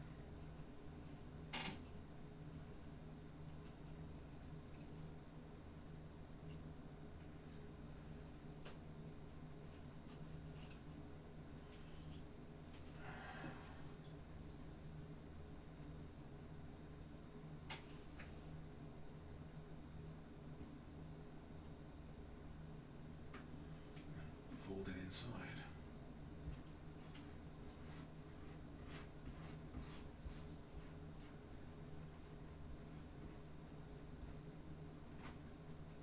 It's kind of therapeutic to do this the way that some people like to make clay potteries.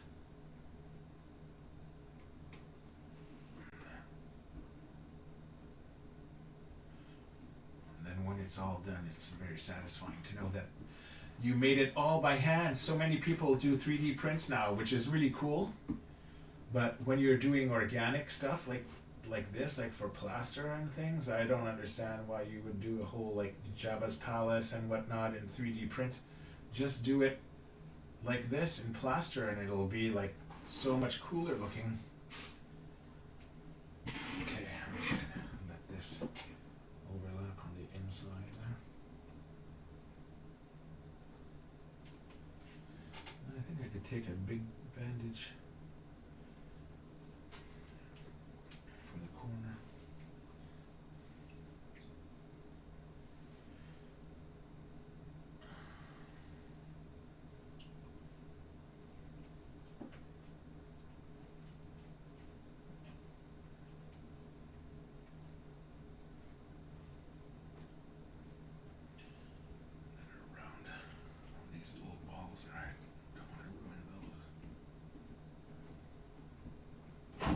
Whoops.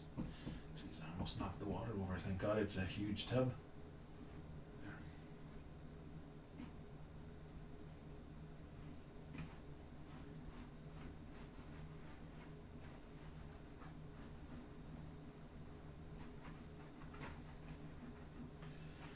Okay. This wall's almost done.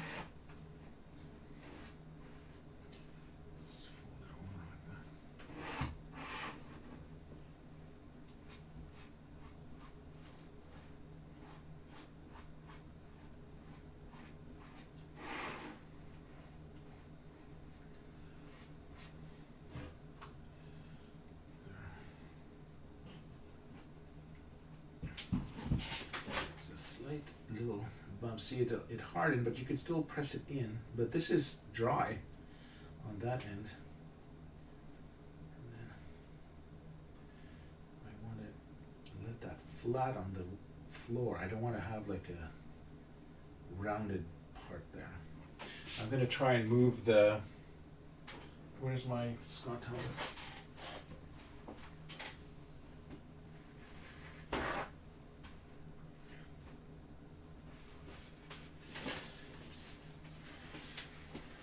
I'm going to move this lamp to this side.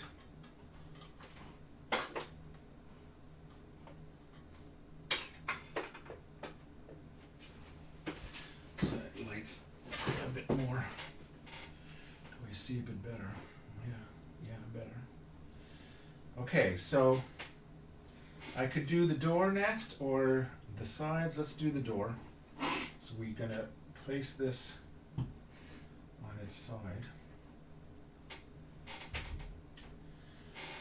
And then what do I have over here? Nothing. Okay. Maybe if I had two sponges or something to not make it tip over like that. Do I have something else? I'm looking. I don't see anything else to support it. Okay. I'll just try to keep, because I'm trying to put it at an angle that you could see with the camera. Maybe if I do that,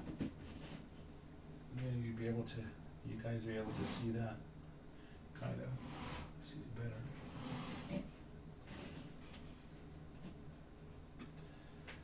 Okay, now I'm going to want to wrap around the door first. I think. I don't know. You play it by ear, when you do this too, so. Okay, I'm just going to do that. And place it around the corner, then wrap this around.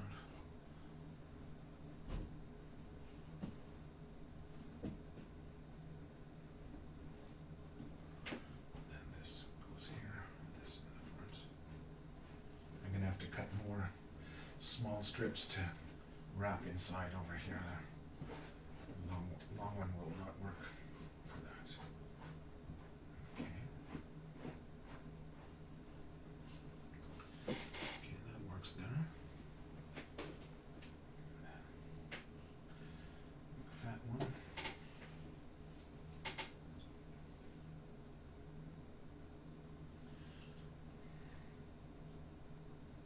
Taking your time and not having water splash all over the place is a big part of this as well, so. Okay, I'm gonna put this over here like that.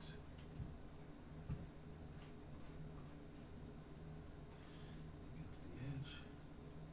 And that will wrap underneath. So, I'm just gonna do this.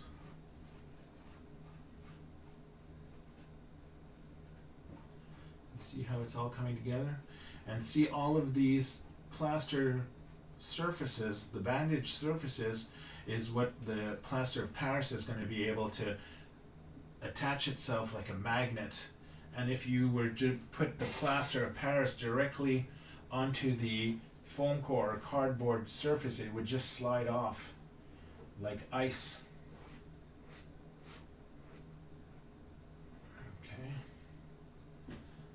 This. I'll do another piece over here. It's always good. You'd want to remove at least not all of the water, but a good amount of excess water to not have it be like a whole mess there. Oops. Let's see, it's wanting to fall a little bit. So tuck that. See here, I want to put a tuck too because I want it to follow this. I want a nice, at least as much of a 90-degree angle that I can. Lay this flat. See, and then this on the other side will go around part of the texture there. And I'm starting to let it fall over here. Do you see that?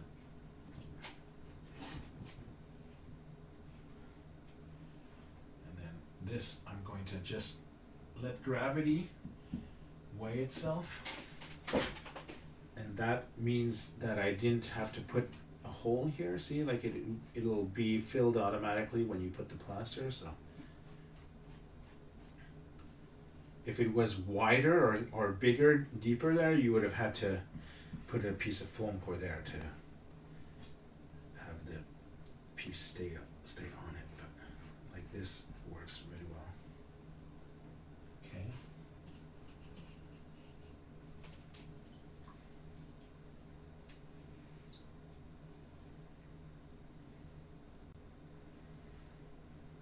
There we go. In between. Oh no, that won't be good. I might as well. I'll go this way. And then do this. Fold against it and then press it down.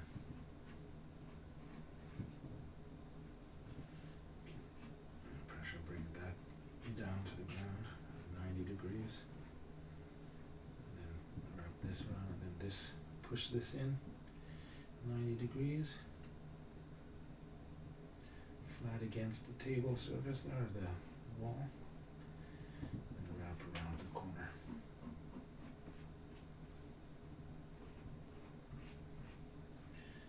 Fold that.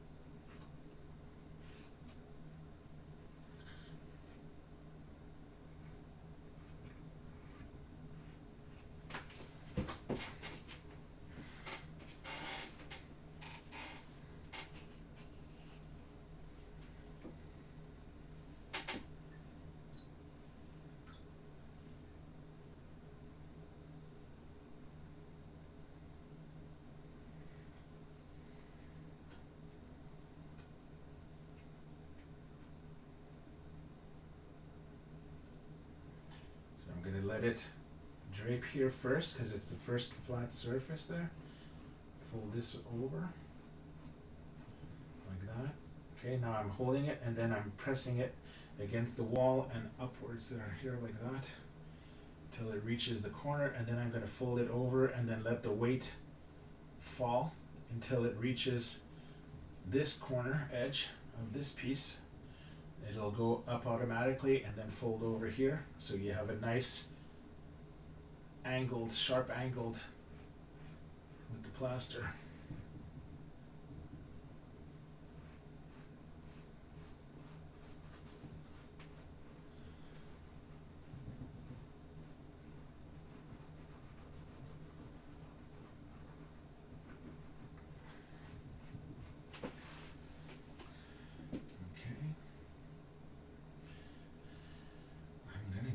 Cutting some smaller pieces than what I have. And then for the inside of the door is going to be the same thing, because I'm going inside there. I'm going to want to leave here and then drape it in with tiny pieces.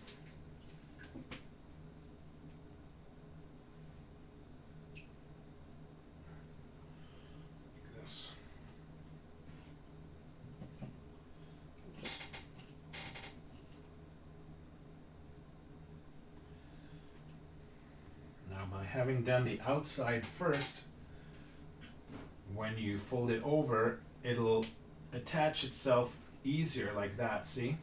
If it was just the foam core, it would want to flop itself back down.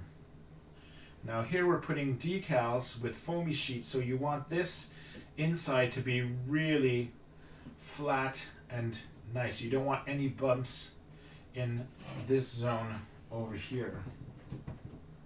Okay, so I'm just flattening that out over there.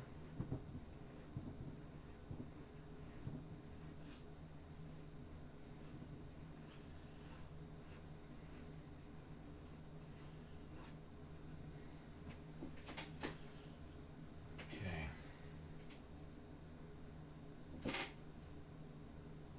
Do a strip here. Same technique. Same technique as before. I'm going to lay it on the edge over here first. Overlap tiniest a bit of amounts there, just so that it's like that. Then let it fall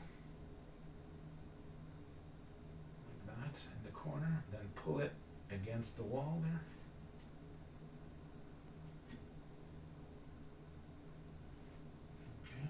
And then push it and then let it fall into the corner there, and then allow it to go up.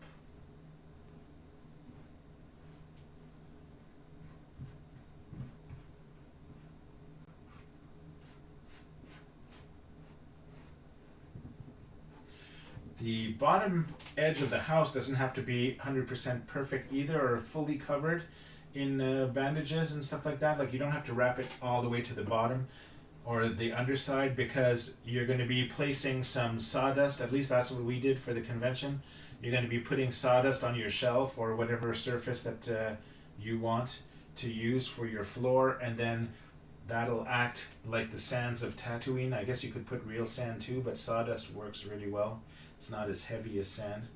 And then the sawdust will come and creep up over these areas over there. Okay, so that's done for that. Okay. Now I guess I'll do these three little strips over here. Can I do it from here? Let me see it like that.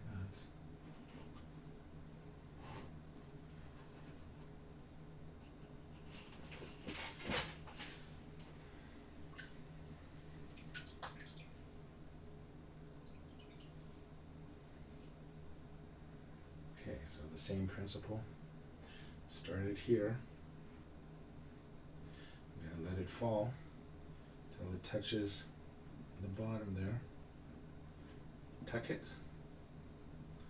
And then let it fall on the ground until it comes into contact with the other post there. Make it go up. Then lean it like that. And then make it go down again. Oops.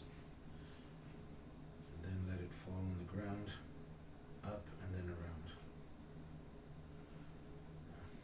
This one has a bit of overlap on the ground there.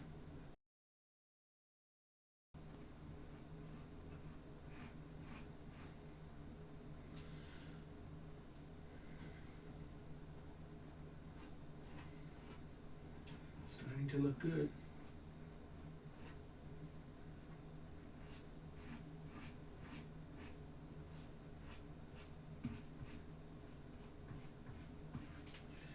Okay. We'll do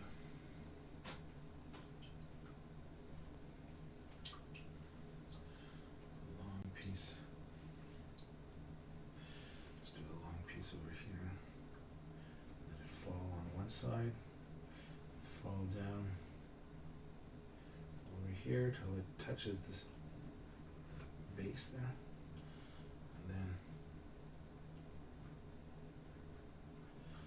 fold it over, let it droop.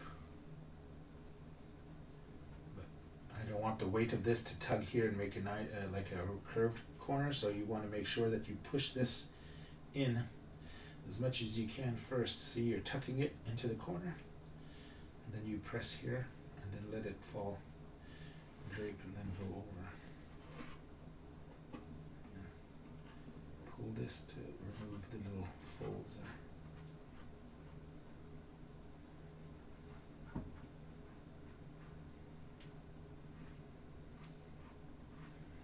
It's starting to smell.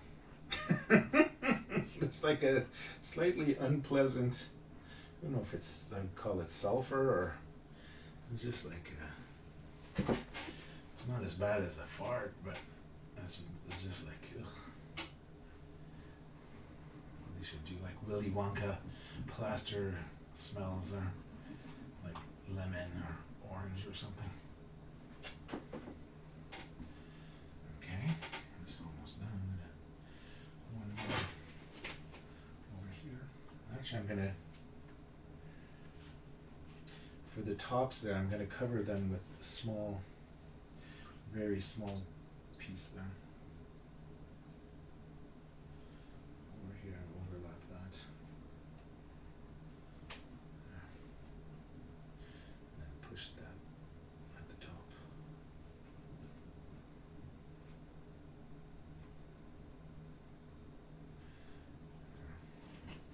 So I'm pushing this over here and pressing it flat there.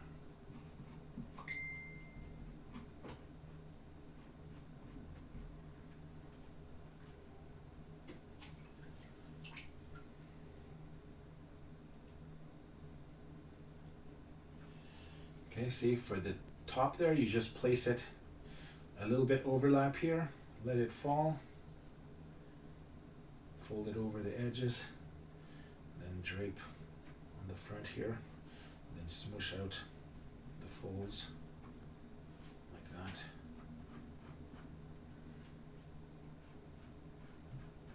Rub out those air bubbles if you can. Okay. Now I will need a piece here to cover that. I think a small, I'll use another small zone. I don't need a foot strip. So a little zone like this, I'll put it at an angle so that I'll cover this here and then part of this top.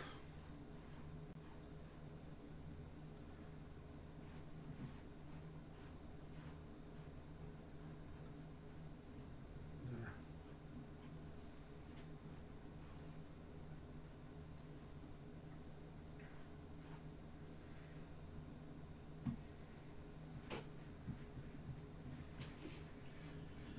Okay. Now this is all done. That area. I have this little corner left to do over there. So there's just this little zone. I guess I could use a long strip for that. And then a small one for this area maybe.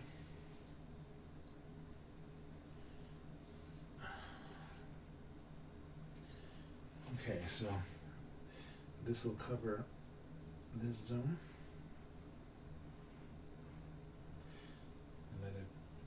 Let it fall.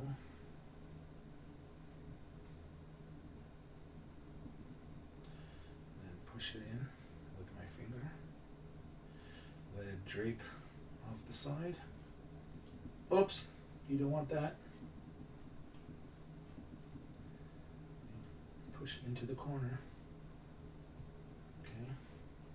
And then let this fall with gravity, and then when it meets, tuck it.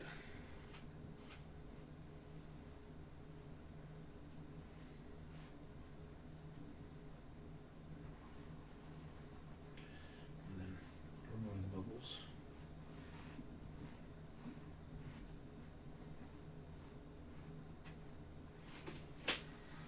Okay, so this side is done. Just fold that over. Okay. Sometimes you'll get little threads that poke out. Don't worry about that. If you can't flatten them, you can always use like nail clippers or nail scissors to trim off the little pieces after. This almost went unnoticed.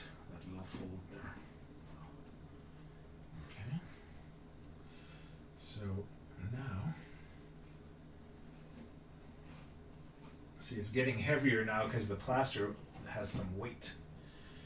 Okay, this is done. I have the window wall is pretty much done. It looks really cool. And then this was not properly. That's ready. Oh, there's like a thread here. There. Goodbye. Okay, and then I have the back there to do, but then there's the door, the front door that's left as well. So, okay, so I'll just use a piece there. It's a bit overkill to place that. Maybe I'll take the scissors and just cut some more, just smaller strips. I'm gonna need small strips for the door anyway.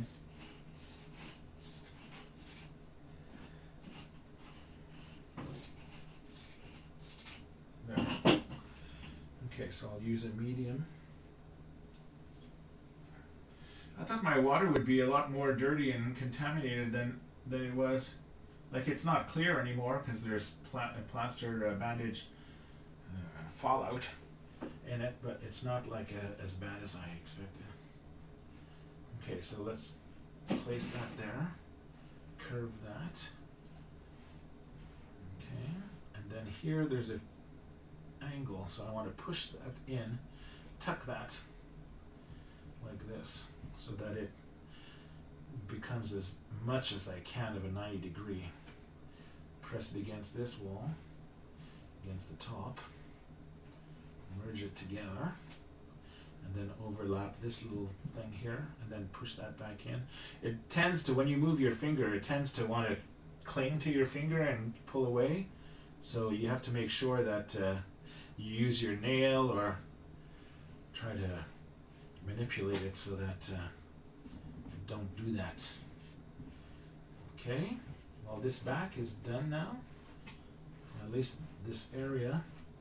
Now I can move over here and then work on this zone, this thing.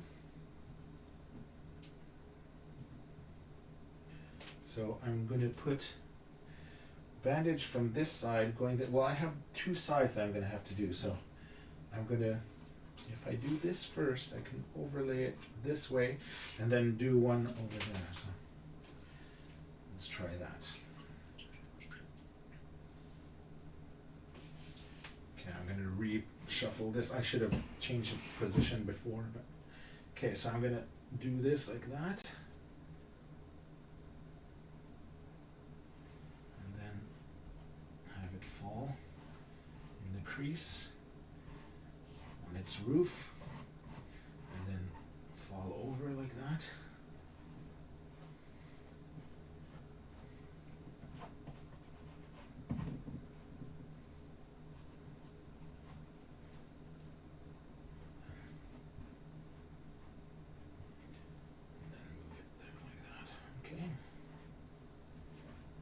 Good. Remove the bubbles. Okay, so now I can tilt it and it won't fall off. Geez, I just scared myself. I hit myself with on the table. Should I put it like this? Oops.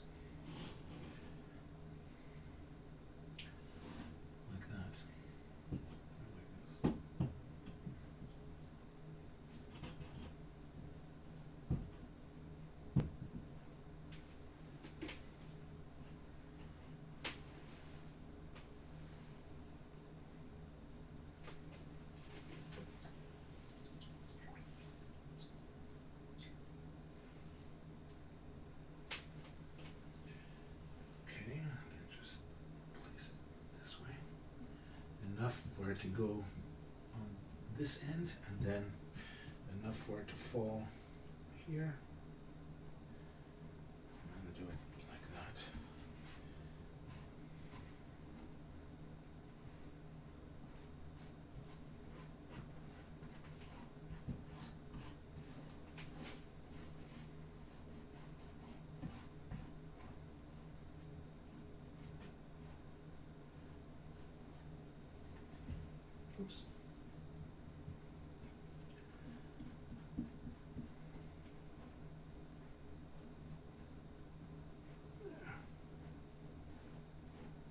Okay.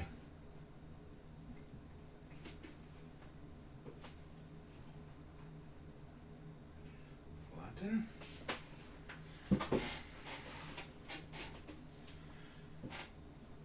Do you see our window? You can see the thickness inside. It's pretty cool. Okay, now everything's done. This side is done. This side is done. And all that's left is the door. So we're going to, the outside of the door is done. The front is done. I just have to do the innards of the door there. These pieces over here. And they have to stay nice and flat the way that we did on this side. Can you see that? So that it remains, you want it to remain smooth, so when you put the decal, it'll look nice. Okay. So let's put it back on this area. My back is just, it's killing me. Okay, I want to do, I guess I might as well do this zone first, which is the perfect size for this.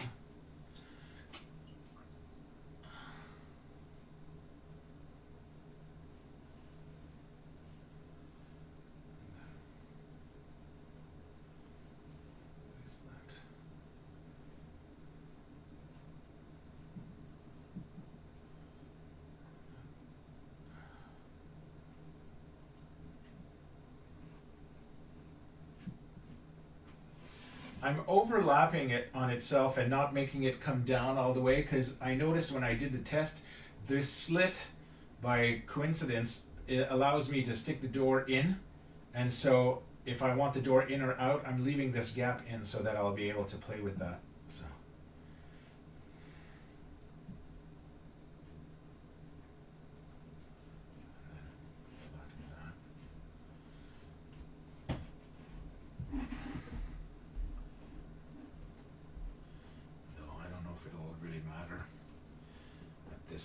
I think I'm going to have to, at the end, I think I'm going to have to make a hole at least in the bottom. I'm going to have to make a hole here to be able to place the door or anything like that, or maybe put furniture. No one's ever done the inside of a house like that at the convention, like especially not at C2. But if you were doing it where you wanted to do like a Ben's house or something like that and have the inside where Luke is doing gets his lightsaber and all that, that would be a possibility. Okay, how can I angle this so that I can see what I'm doing? Like this. You see that? This is done, so it's this other side that we want, like that.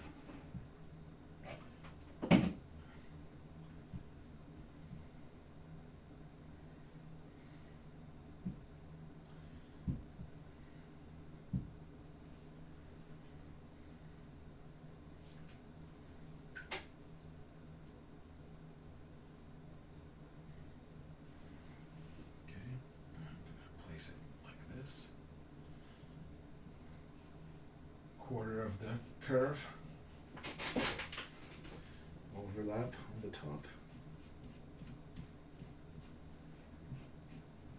and then I want to smooth this. I might as well lean it on its side like that or on its back, and then play here, because this is where I want it to be really smooth.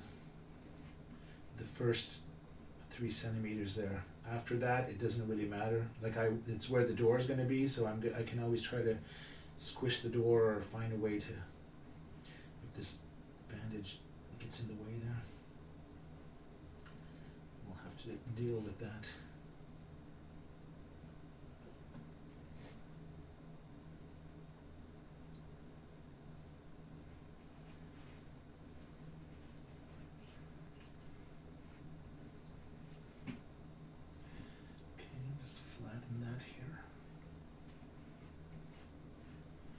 Smooth. Oh, there's a little corner here that I missed. Right there.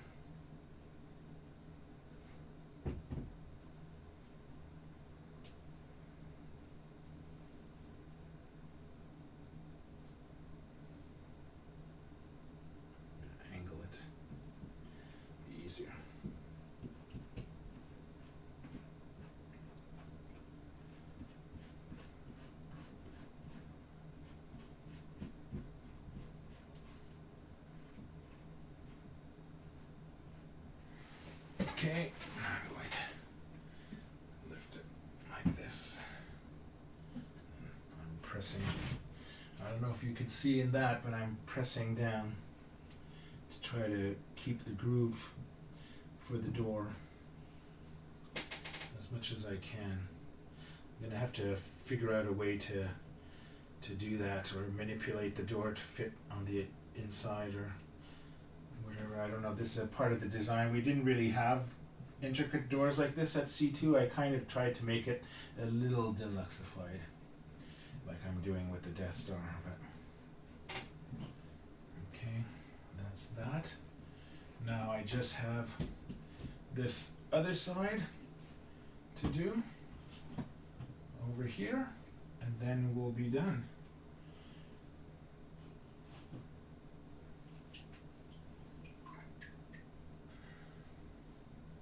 Sorry, my live friends, you can't see this angle there, but I'm trying to get this door to work. And just flip it like that.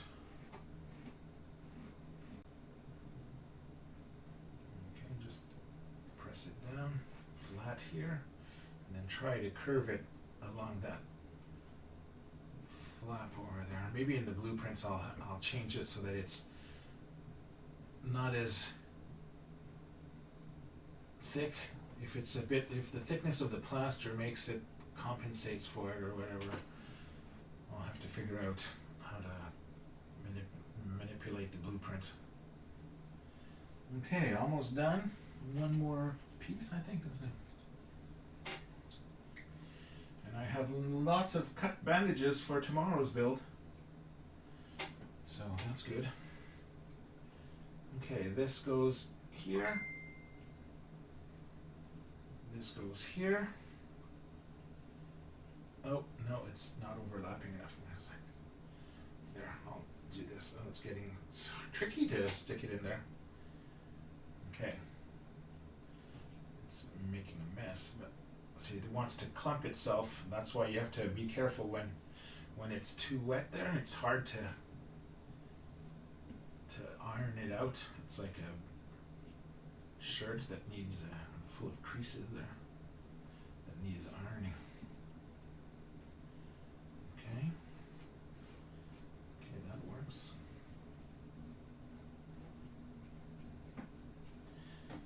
Okay, one last underside. I'm not too happy with this. There's this big bump there, but I guess it'll be fixed with the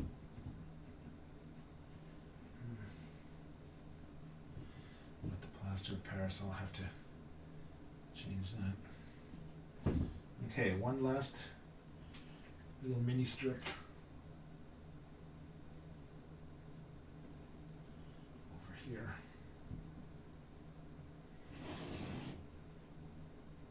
Yeah, definitely if the bottom of the house was open, you'd be able to stick your hand inside and do this a lot easier than doing it this way.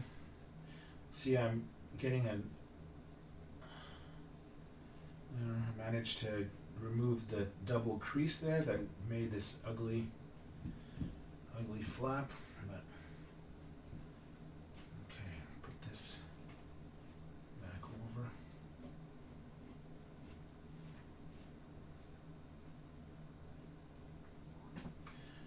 And this. If it's not perfect, it doesn't matter. The foamy is going to hide, is going to make it smooth when you're going to put the decal. If you were to put the decal straight onto the plaster, it probably look not very nice, but the foamy will allow it to look just like the film. At least I think I can see it in my head working, so let's see what happens. Okay, everyone, I think we got it done. So let me have one last look around.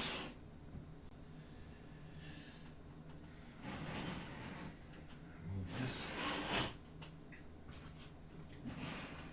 So this side is all complete. This side is all complete and covered. This side is complete. The top is complete. And the back is complete.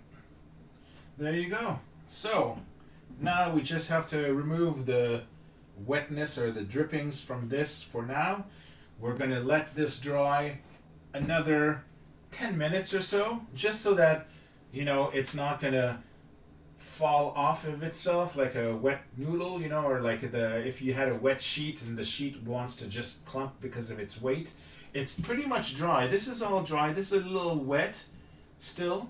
So I'm just gonna, the time that I clean up will be enough that we'll be able to move on to a really fun part, which is the plastering of the house.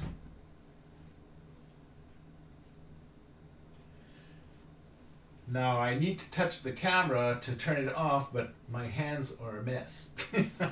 Maybe should I use my nose? Okay.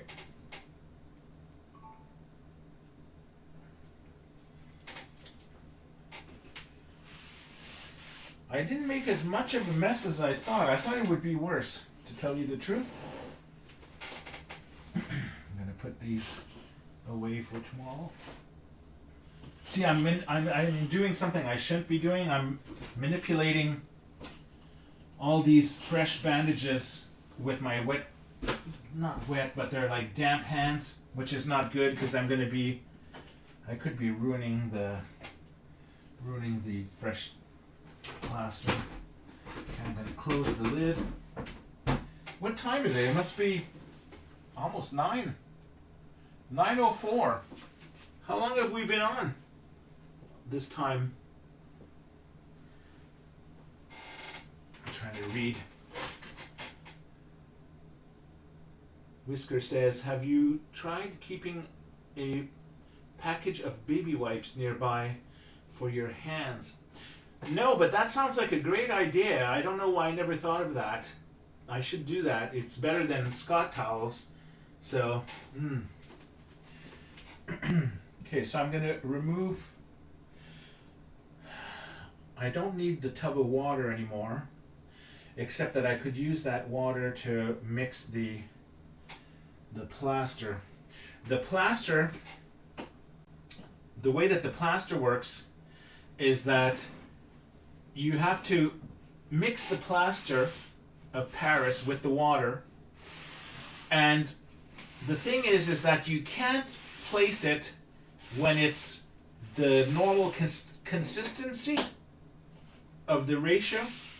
You have to let it set a little bit, and then when it becomes kind of like peanut butter, that's when you can start applying it with your paintbrush, and it'll give you the stucco effect, or the effect that we used at Celebration. Now, it's not the way that everyone does it, or that there's no like perfect way that says that that's the only way you can do it, but that's the way that I did it for my builds. And so, since we're doing the Celebration 2 I was going to say Celebration 2 Celebration. Since we're doing the Celebration 2 what's the word I'm looking for? Maybe it's Celebration, I don't know, it's just weird to say it twice, but if you hear a weird sound, it's because I'm wiping the table off with the plaster.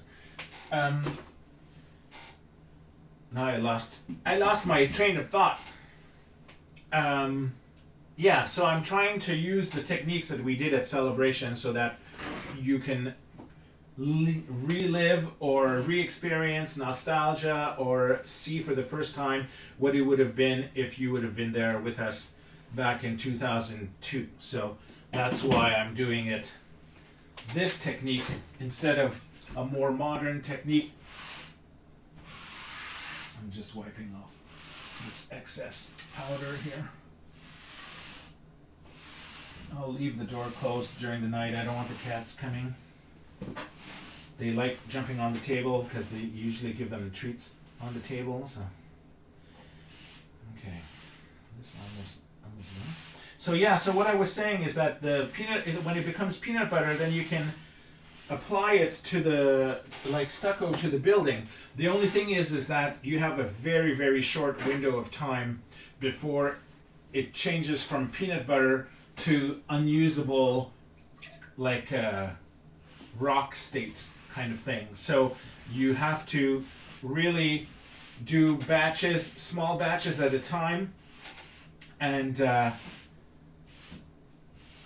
but the effect is really, really cool.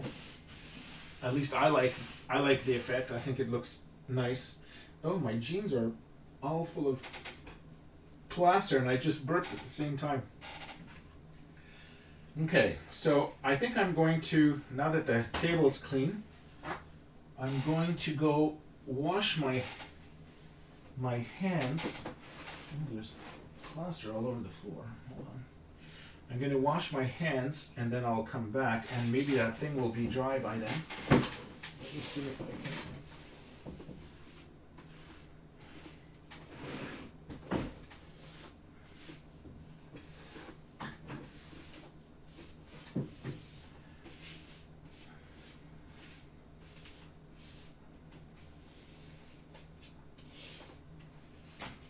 Mixture of plaster and foam core bits or styrofoam from when we cut the balls. Okay, I'm going to take my glasses off. Because the other technique is that we're using paintbrush, so I don't really need to dirty my hands with all of that. So. Okay, I am going to place this so it looks nice for the camera. And I shall go wash my hands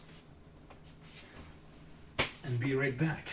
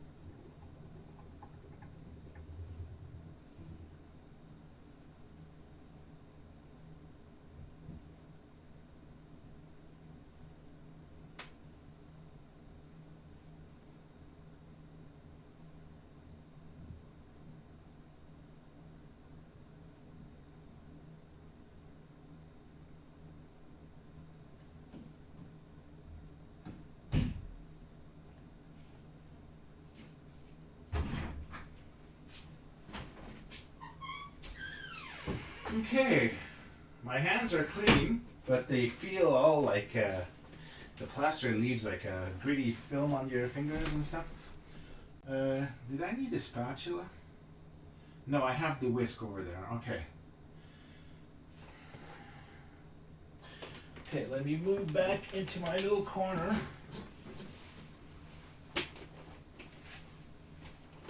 Ew. 9:12. I'm getting hungry. Okay, the camera goes there. Chair moves here. My plaster. Actually, the table is still wet.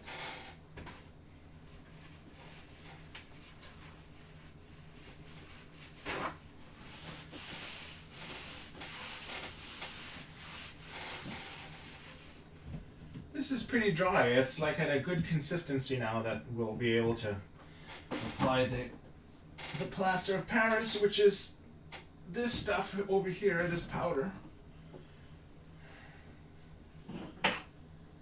And oh, here it was wet. And the scissors are all full of plaster. I can tell you I'm not looking forward to doing tomorrow's video, live video. I think by scheduling 2 live videos, one after the other, I might have bitten off more than I can chew. Maybe I'll do the live video on Thursday, but Thursday was supposed to be that crew thing there, or the live watching the Zoom party.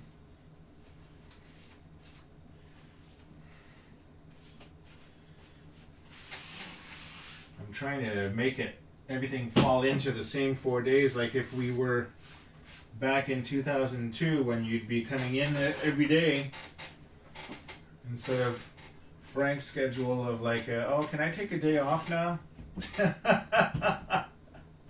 That's the part at the convention. It's like, oh my God, to have to wake up there in the mornings really sucks because when all the people leave, we have to stay and clean up and get everything ready for the next day. So like we never get to see anything or get to eat until 8, 9 o'clock. Then we have to go get some drinks. And then we're not in bed. And then we're not in bed until midnight, 1 o'clock. And then we have to be up at 7. It's a rough life.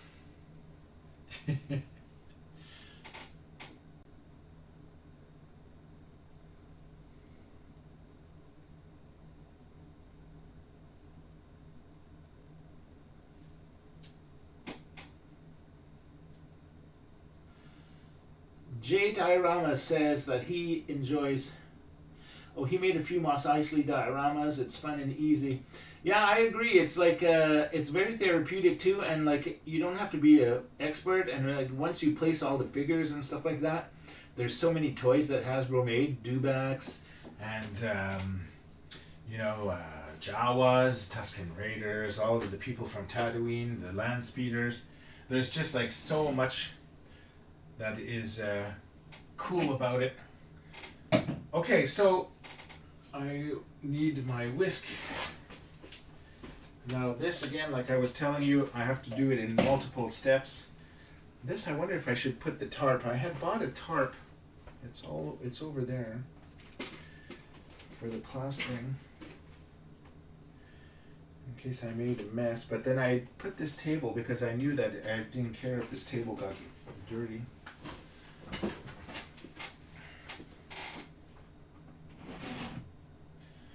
Okay, let's activate this Sony camera. Let's continue the tutorial. And then zoom out.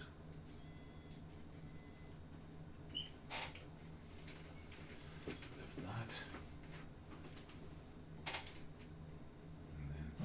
And then I forgot the ratio. I think it was 1 water to 2 plasters.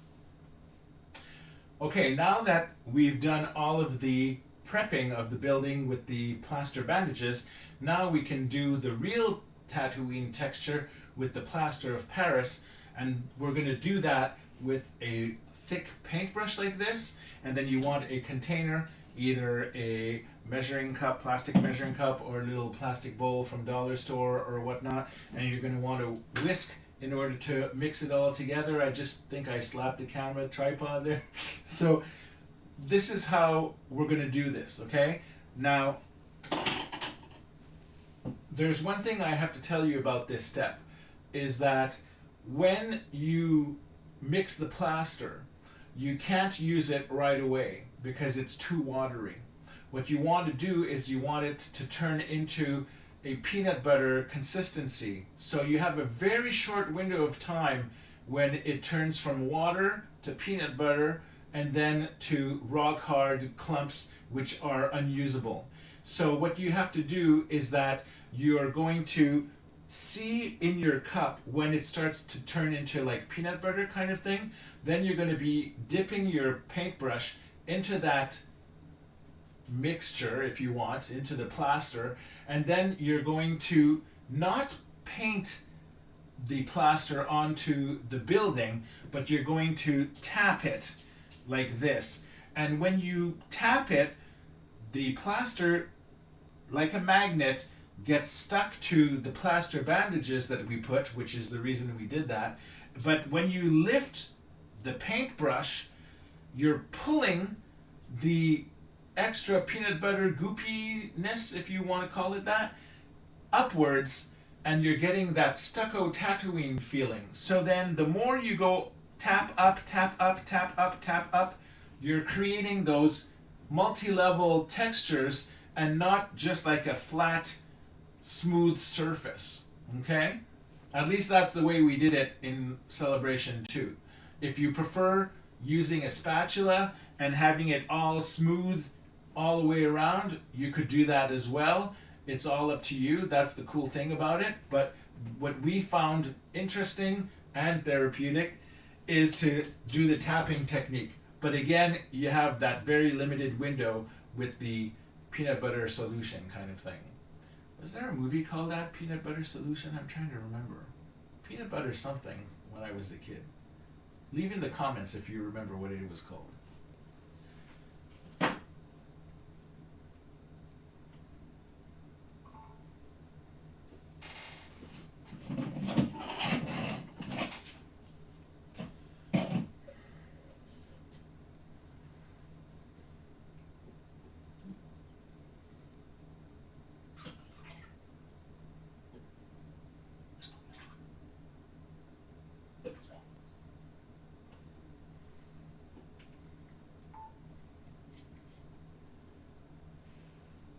So I'm going to start with 1 cup of water.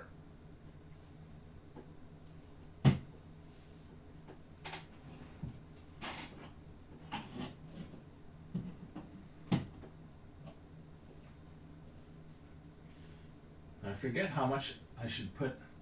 I'm going to try 1:1 ratio, but I don't remember if that's what you usually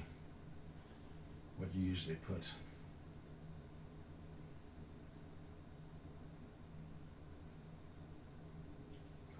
I'll edit out for the portion that works. Okay.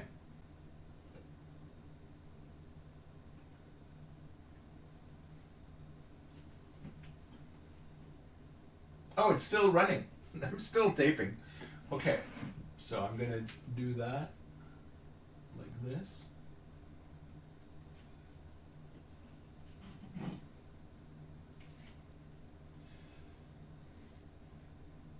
So I have a cup of water and a cup of the plaster, and I'm going to pour the plaster inside the water.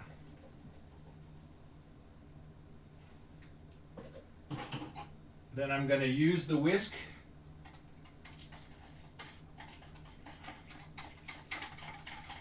to mix it all.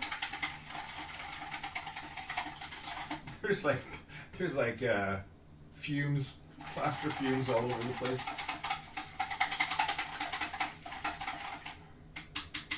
Okay, put this here. I should put a Scott towel, or I should have bought some aluminum foil or something. Oh, my battery died again. Just in time. Thank God I didn't start placing the thing. Okay, let's see if the battery's. Oh my God! And this is in the middle of cooking there. That's not good. Hopefully the peanut butter solution is not gonna start by the time I change my battery. Oh, Oh, and my 2 batteries are charged, which is good. So I can have enough power to remove this. That goes here. That goes there. Charge. How long have we been going now for, guys? We are going on almost like 6 hours or so. Must be 9:30. Okay. We're almost done. I don't know if how long, I forget how long I have to let it dry before I paint it. Okay. Put this.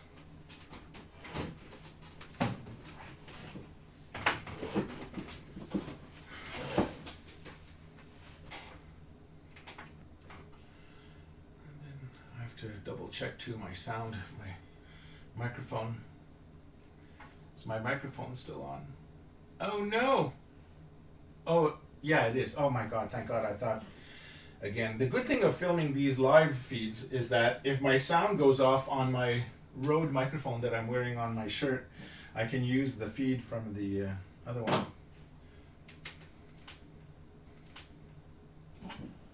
So take your whisk and put it on a Scott towel, or keep it away from the actual tub of plaster because you don't want to contaminate that. Now you'll see, where's my thing?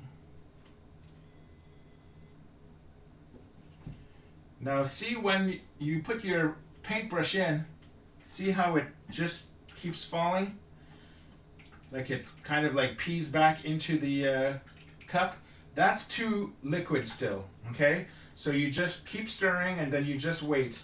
When you're gonna see that it doesn't do that anymore and it becomes mixture in between the like Dairy Queen soft serve and peanut butter, that's when you start applying it, okay? Because if I start placing that now, let me move this here.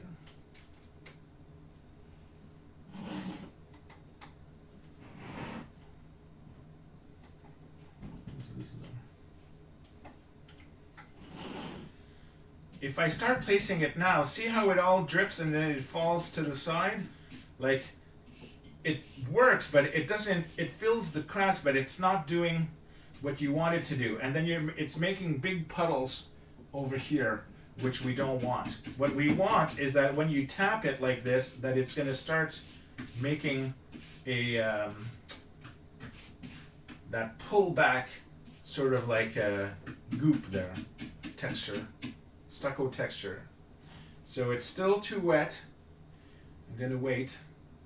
See, if I do it here, like it makes it, it fills in the bubbles that were not filled, but it's not the proper consistency. And if you put too much of this wetness, then you're gonna start making the cardboard or your foam core wet, and then it's gonna start collapsing onto itself. So that's not good.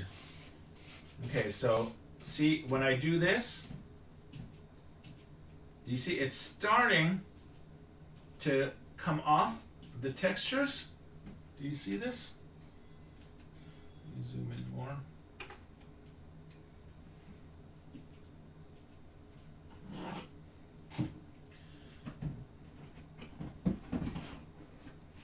Like that. Do you see that? That it's starting to do a pull, but this is still not quite ready yet. But what you're going to be wanting to do is get this texture. Oops. What you're going to be wanting to do is get this texture over here. So it's still too early. I don't know if that's going to show up on camera properly.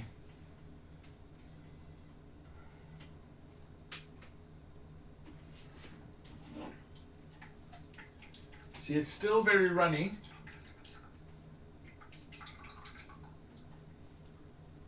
And then if I put it on, see, it's still dripping down, which I don't want. So I have to wait a little while longer. But that's why you don't mix a lot of this batch, because once this starts becoming that peanut butter, like I said, this will die really quickly where you can't reuse it. So if you were to make like 4 cups, you would only be able to use maybe 1, and you'd be wasting a lot of plaster of Paris. And plaster of Paris is not that cheap. $8, I think, for a little box, the size of like a, not a raisin box, a bit bigger than that. But I'll try finding the box and showing it to you later. Okay, just paint this on a little bit, fill the gaps. Okay, it's starting to be a little bit better for the painting to fill out the things, but if I do this, it's still too watery. It's not pulling it with the paintbrush. Okay?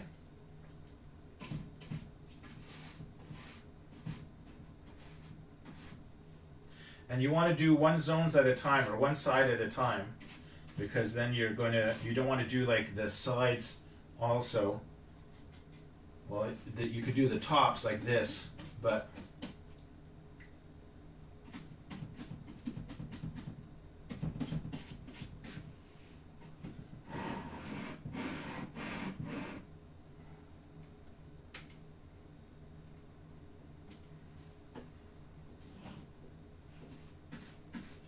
see, it's still dripping. Not good yet.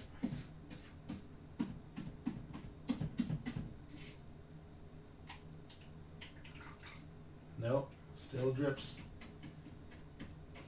Do you see? You don't want these drippy things. I'm repeating myself, but I'm trying to find when it's going to reach the good consistency there. Not yet.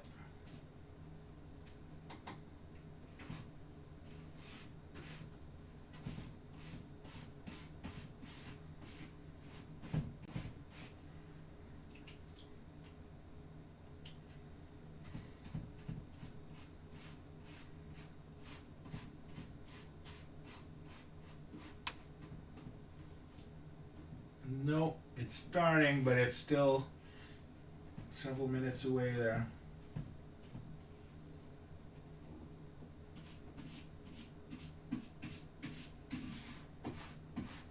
And remember, imperfections are our friend when it comes to Tatooine construction.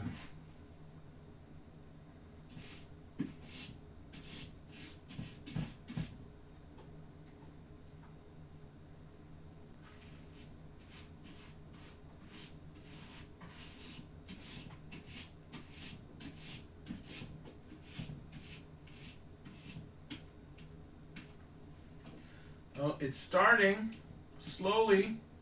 Are you seeing this texture?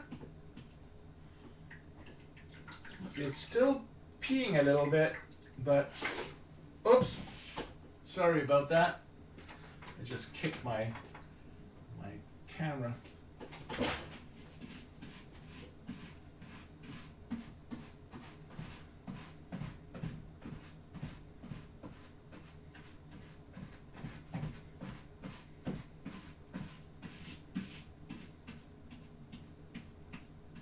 No, not yet. No, no.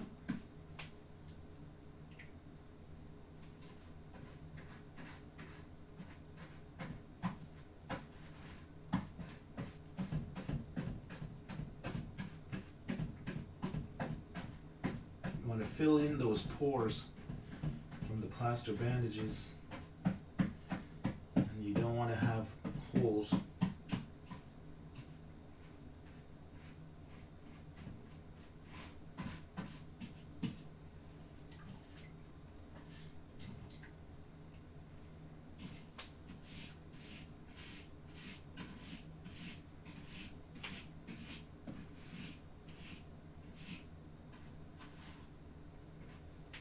Done all I can in terms of painting it or filling in the pores, but now see, look, it's starting slowly. Do you see the texture? Can you see that? Do you see how it makes these kind of like veins, like if it was lettuce or something? Or that's what we want. See, look on the dome. See how you're starting to get those sort of like texture? See, this is still drippy, but you can apply it. And you want those multi-layered texture things happening. You want it to look like the weather beat it up.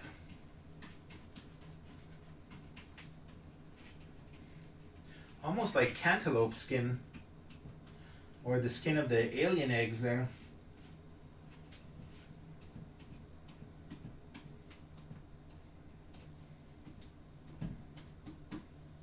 You can do it this way also, but I find that the sides of the paintbrush work best. Do you see that? Can you see that from the camera?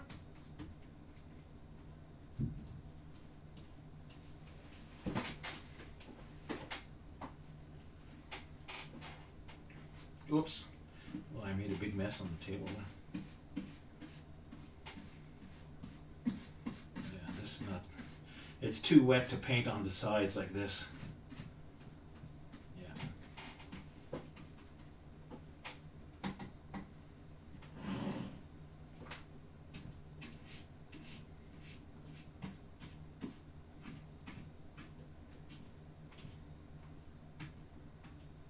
Oh, here it's starting. A little bit.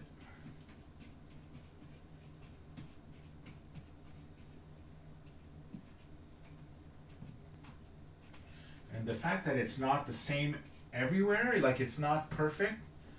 Oh, here we go. This is starting. It almost does look like a cabbage leaf. Veins on a cabbage leaf. There.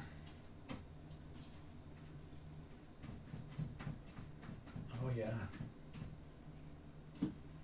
Nice. And then here, oh, this is starting too.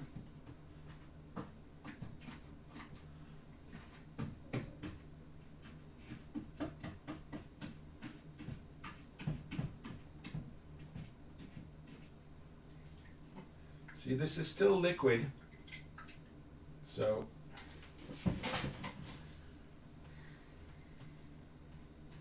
can add some more after you tap it dry. I think it's the liquid. What's happening is the liquid part is becoming peanut buttery after. That's why this is all perfect, but there's still air bubbles, so you could still tap it like this after.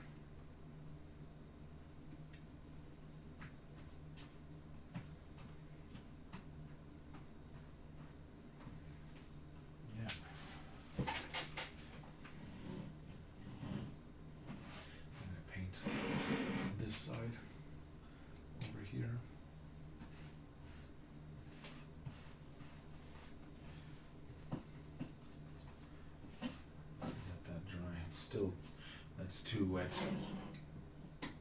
but you can fill these bubbles.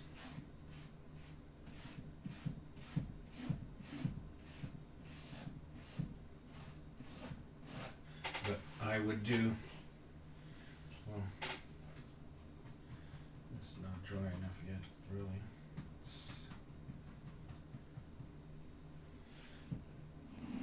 If I place it this way, hold it with one hand.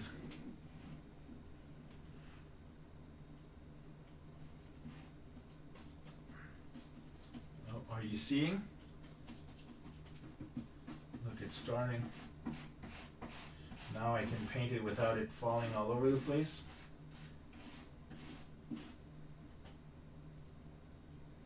Yeah, it's not peeing as much.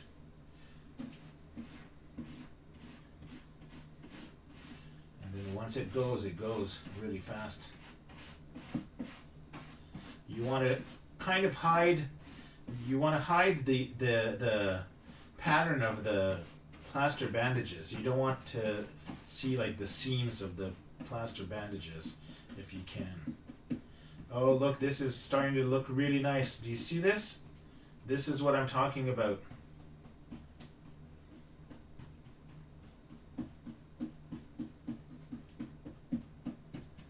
Yes.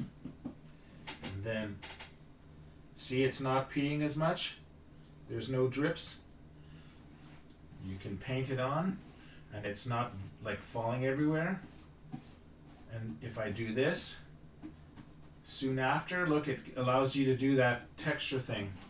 So now we're getting into the crunch time of having to work quickly.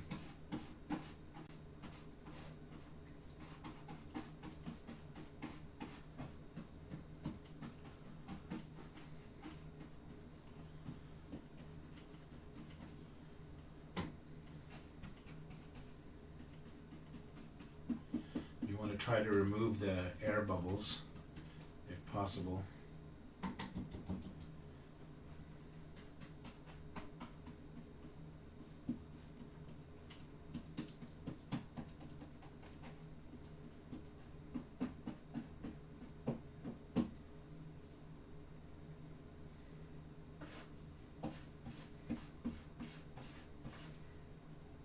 See, now there's no drips at all. Now it's getting thick. So we're still not peanut butter, but we're thick enough that you can right away do this texture thing and get away with it without it falling all over the place. I should have had a thing to raise it. See how now it's starting to, see it's not dripping at all? It's starting to be like a thick paste. Now we can go in and do this.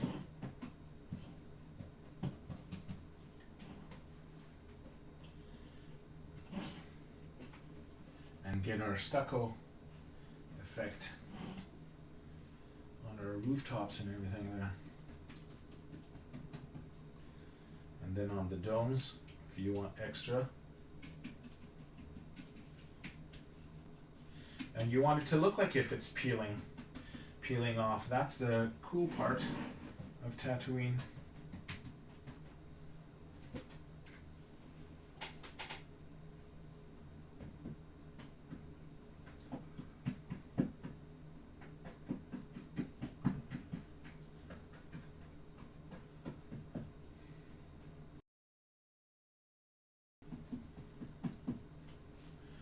Now we're getting, see, now it's getting to really nice and thick there. If I would go put it here, it's gonna fall, but it's not gonna, it's gonna fall like thick, and I can tap it like that.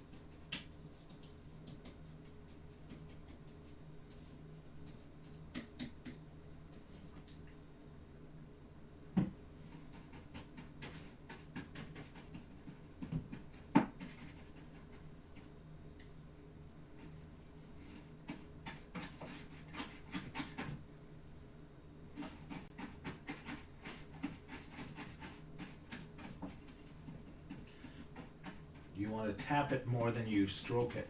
You can stroke it to stick it into the air pockets there, but then after that you want to just tap it like this.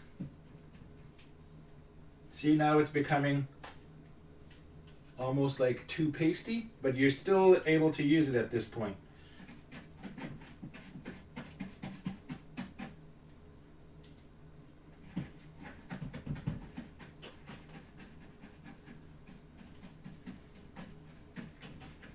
Looks like I was gonna say Milky Way, but what's it called?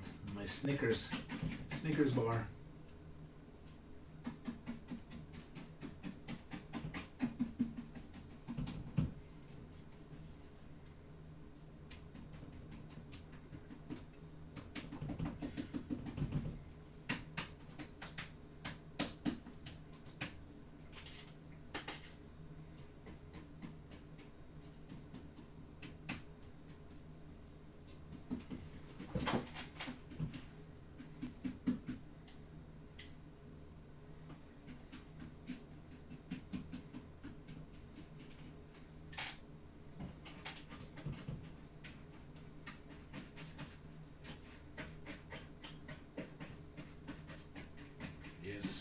looking good.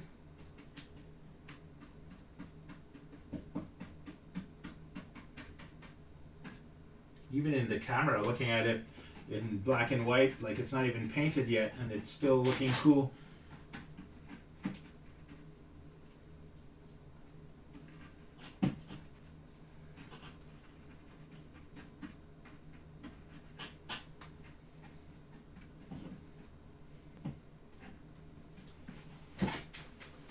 Okay, I'm gonna spin this. I might have a bit of time left to do one side,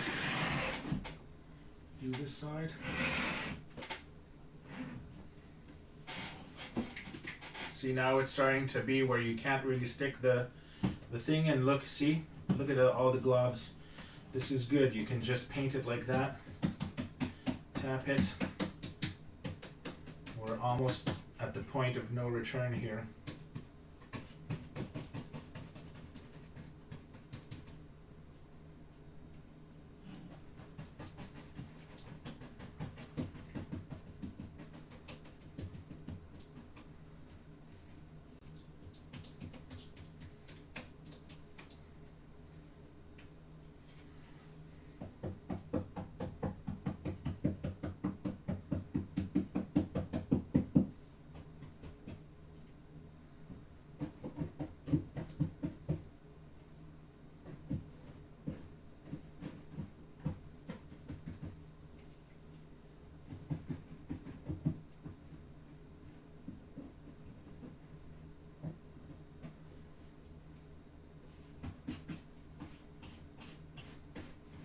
So you could paint it smooth like this too, but I find that it doesn't look as nice. Plus you see the paint strokes. That's why I prefer when we did this. And then also because this is good for kids too, like if they're not perfect painters, they can do this, so it's very kid friendly, friendly for all ages. And you can just pass it more and more if you want it to have like different look and textures. If you're not happy with the texture, you think there's too much of the stucco effect, you can always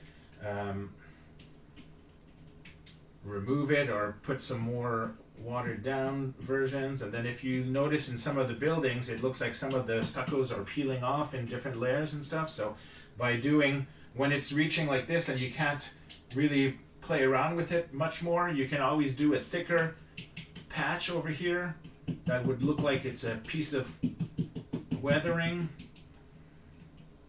I hope, oh my god, all this time the camera was off. Okay, I don't know how much of this technique you've been watching, but this is now got into a point where it's like you can't even stick the paintbrush anymore, so it's very almost to the point of extinction. So you can just go on and add more texture to it. Just push the paintbrush on the side like that, just slap it, slap the roof, do it all the way around inside the windows, the little dome here. The only place I haven't done is this wall over here. I don't know if I'll be able to manage. I can do some of this, but yeah, see, like I can't even grab anymore really with my paintbrush. I'm gonna have to do another smaller batch because I'm almost done. I have to learn to look at, see if the camera is red. There's a little red button and that says that it's recording, and all I'm assuming that it's recording, but it was not. Okay. And then on the sides here you could put more weathering, more thick like this. You want to hide the plaster bandages, that's what you want to do. Okay, well I am at a point now where, see, I can't get anything anymore. It's past the peanut butter and it's like a point where, see, you can't really paste it on anymore. You can do this, but even that,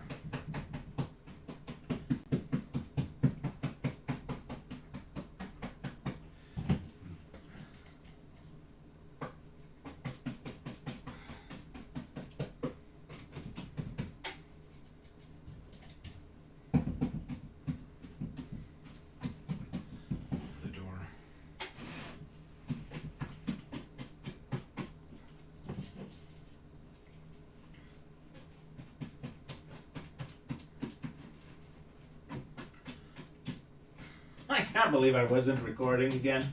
Usually it's my microphone. Is my microphone on? Yeah, at least the sound's on.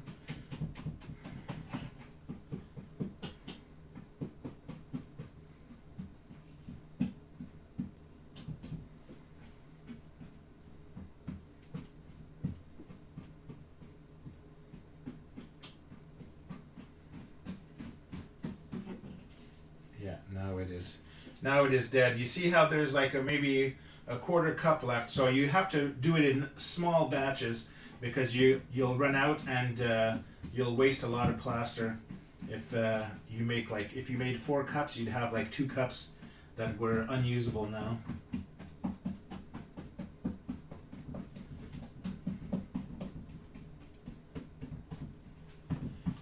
Flatten some of those.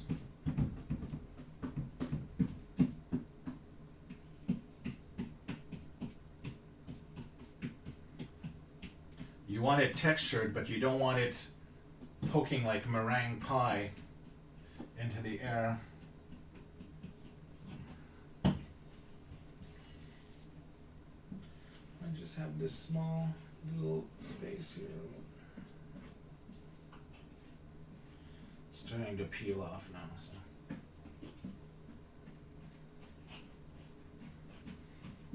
Actually, I might have finished it all. I don't think I'll need to do another batch. I'm kind of happy with it.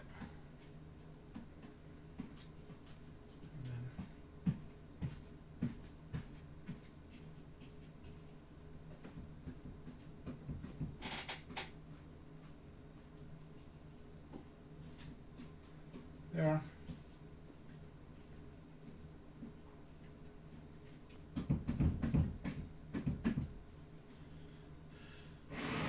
See, it's still tacky wet, but you have to let it dry. We can't paint it yet. And then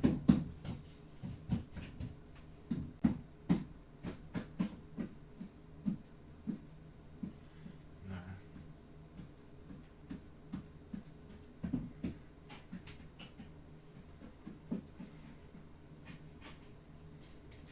Yeah, and this is dead now. Officially. It's officially dead. But we got a good use out of it. I don't like this part. I think I put too much while it was hard and it didn't do the texture that I usually like.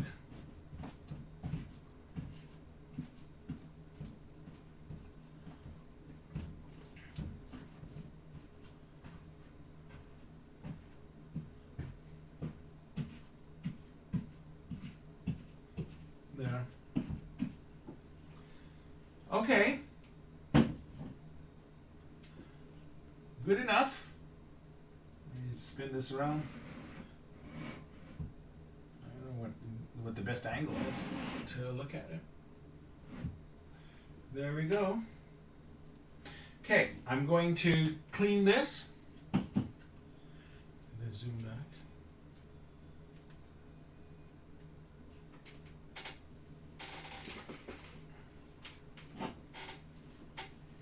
If you let this dry even more, you could like crack it like rock and then you can just throw it into the garbage. If you try to clean it now with water, you're just going to get like a big muddy mess or whatever. So leave this overnight. Your paintbrush, you can run underwater until it becomes normal again. Or if it's a cheap dollar paintbrush, you can just buy another one.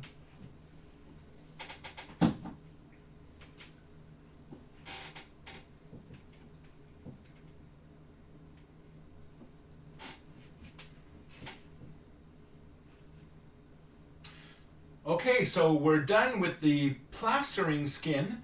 Now the only thing left to do is painting it, which is a lot of fun because we use extra water diluted into the latex paint. Now the painting is a lot of fun because we're using a lot of diluted latex paint, meaning that it's not like painting a wall on your bedroom or painting this as a model. We're going to use a sponge, and what you're doing is that you're using a very light color, and the diluted water of or the diluted paint is going to seep into the plaster and create a color. Then when you take your sponge and then you re-squeeze it, or you make it like if the sponge is crying onto the diorama, wherever it touches the first paint, that section will become darker. So now you have two levels of color. And then you keep doing this until it gives you a really weathered effect of multi-tints of the brownish sort of like Tatooine colors, and it'll make your building look really old. And then if you want, you can go into specific details of like weathering, putting some like dirt and stuff like that in the creases, as if there was like sand or wind that had made it like really run down through the years.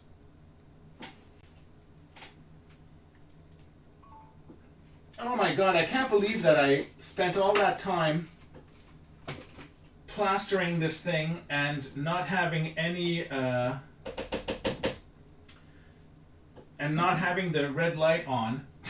I don't know how much was filmed and how much was not filmed. I did that with the other video too. I have to remember, like, Frank, wake up. Don't do that. It's not good. Okay, I'm gonna go clean my paintbrush. This I'm gonna let harden till tomorrow. And then, so I might as well clean this and this.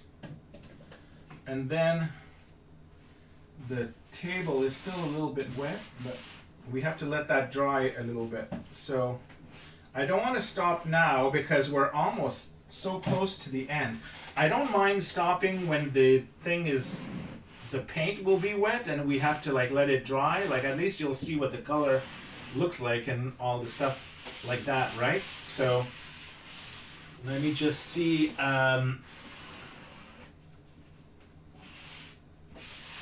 Let me clean the paintbrush. I'll come back. And I see that there's a few people watching now, so maybe you can ask me questions, or we can do something for the next sort of like 10 minutes until this like really dries to the touch, and then we can go ahead with the painting. So I'm just gonna give me a minute. I have to get a screwdriver for the paint top as well. And then where did I put those stir sticks? The stir sticks.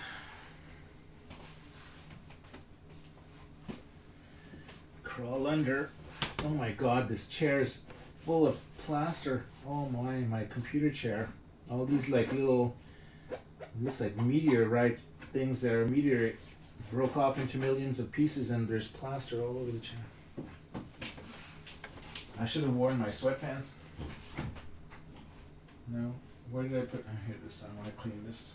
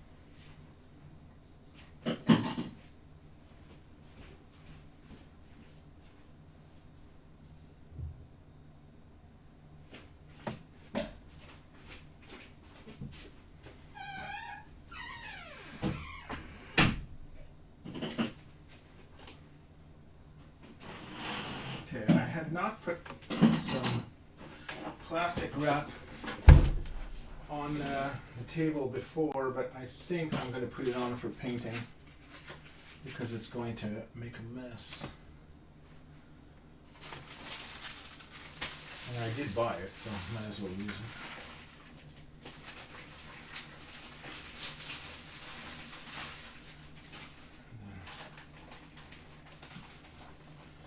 How much do I need? It's just this much.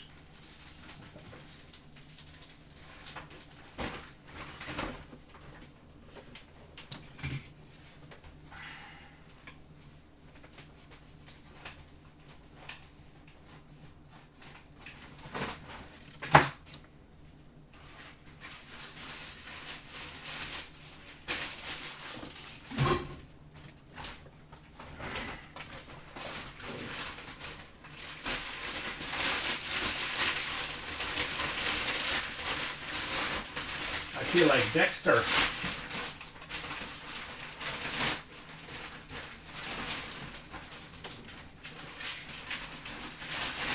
Oops. Sorry about that, guys. I just like slapped the camera real bad. Well, this is very wet. This is no way ready to be painted.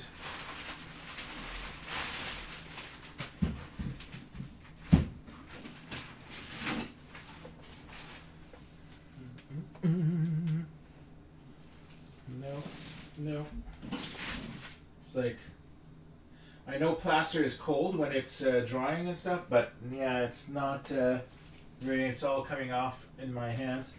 I notice that here there's a bit of a mess there, or I see some of the thing. Maybe I could cheat. Yeah. Okay.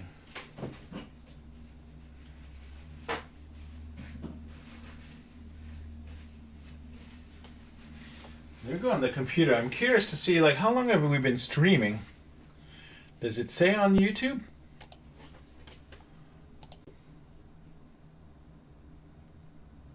"5 hours and 24 seconds.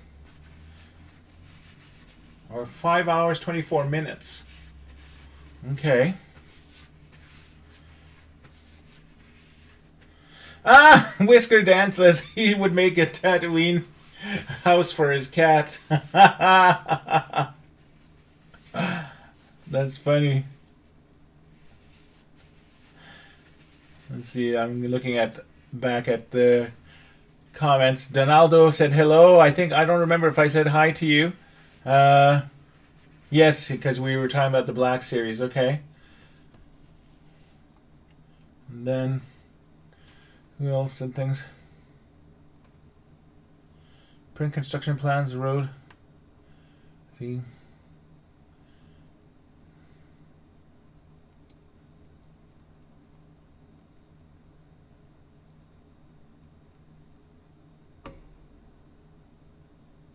Carlos asks what measurements the spheres were in the diorama. It doesn't really matter because the design is up to you, and you know, the way that you want to make it. So it really is, if you want to use a big sphere or a small sphere, and it depends on the ones that you find in your local store as well. Let me scroll back over here. If I go and look over here, I don't even know if it says the dimensions on it. This says, no, it just says made in China, craft. I could measure the size of the ball though. If I take, where's my ruler that I had?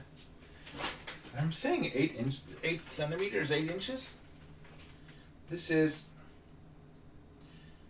5.5. The big one, this big one is 5.5 or 14 centimeters. The big one. The small one is 9, and then these little ones are 4 centimeters. But again, it's like you can just use the size that you want, really. Let me turn this camera off before the battery goes dead. Okay. Any other questions? 9:14. What time is it now? The last question was at 9:14. It's 10:07. So I can't. I see there's 6 people watching at this time. This is nowhere near dry enough to paint at the moment. So what do you guys want me to do? Do you want to stick around and you ask me questions and I answer them, or should we? It's a shame to just end the video now before, before it's finished. Like, it's just the painting that's left. Damn. But I know if I paint it now, if I rush it, I know that it's going to not work well. It's not going to give the desired effect.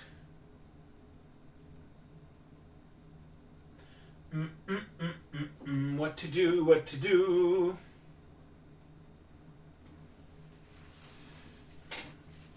My hands still have a layer of oh, I thought I cleaned my shirt. My shirt was full of plaster, and then I cleaned it, and now I'm seeing all this plaster again. This looks really cool. I can't wait to revisit Mos Eisley and Tatooine and different things like that. Now, if I make a large house tomorrow, oh my god, I'm so tired already. I can't even believe I said, like, it's the same feeling when we do the celebrations. It's like, it just so constant running around during the day and everything, and we get so tired at night, eat late. I haven't even eaten dinner yet. It's 10 o'clock and my soup is waiting upstairs, and it's like we have to wake up so early in order to go and still prep the booth and all this stuff like that, and we're so drained, and like, I'm not even at the show right now and I'm drained.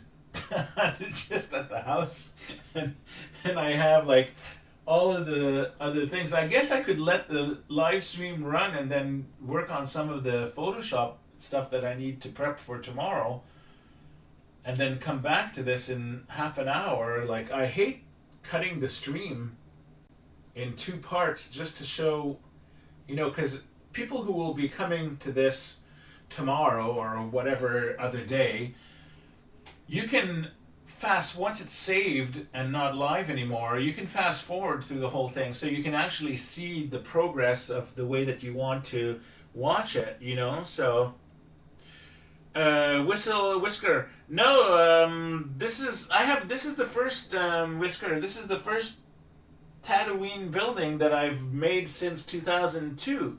Actually, I did prototypes in 2012. We did the Return to Tatooine diorama, and so I had done some of that, but no, I don't have anything done. So the thing that's cool is that this, once painted, I will be putting on my shelf, and I'll be able to display my own figures with it, and it's going to become a nice piece of the background for future videos and stuff like that. But there's so many builds and stuff like that. I should eat. Yeah, well, that's a good idea.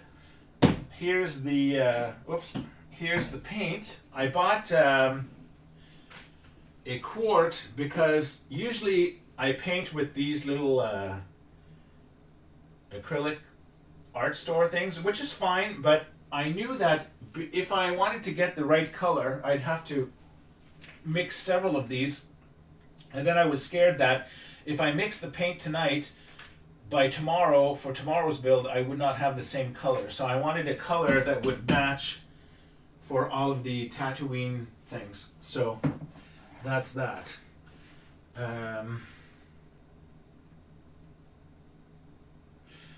Whisker says I could paint tomorrow when I paint the other one and paint both at the same time.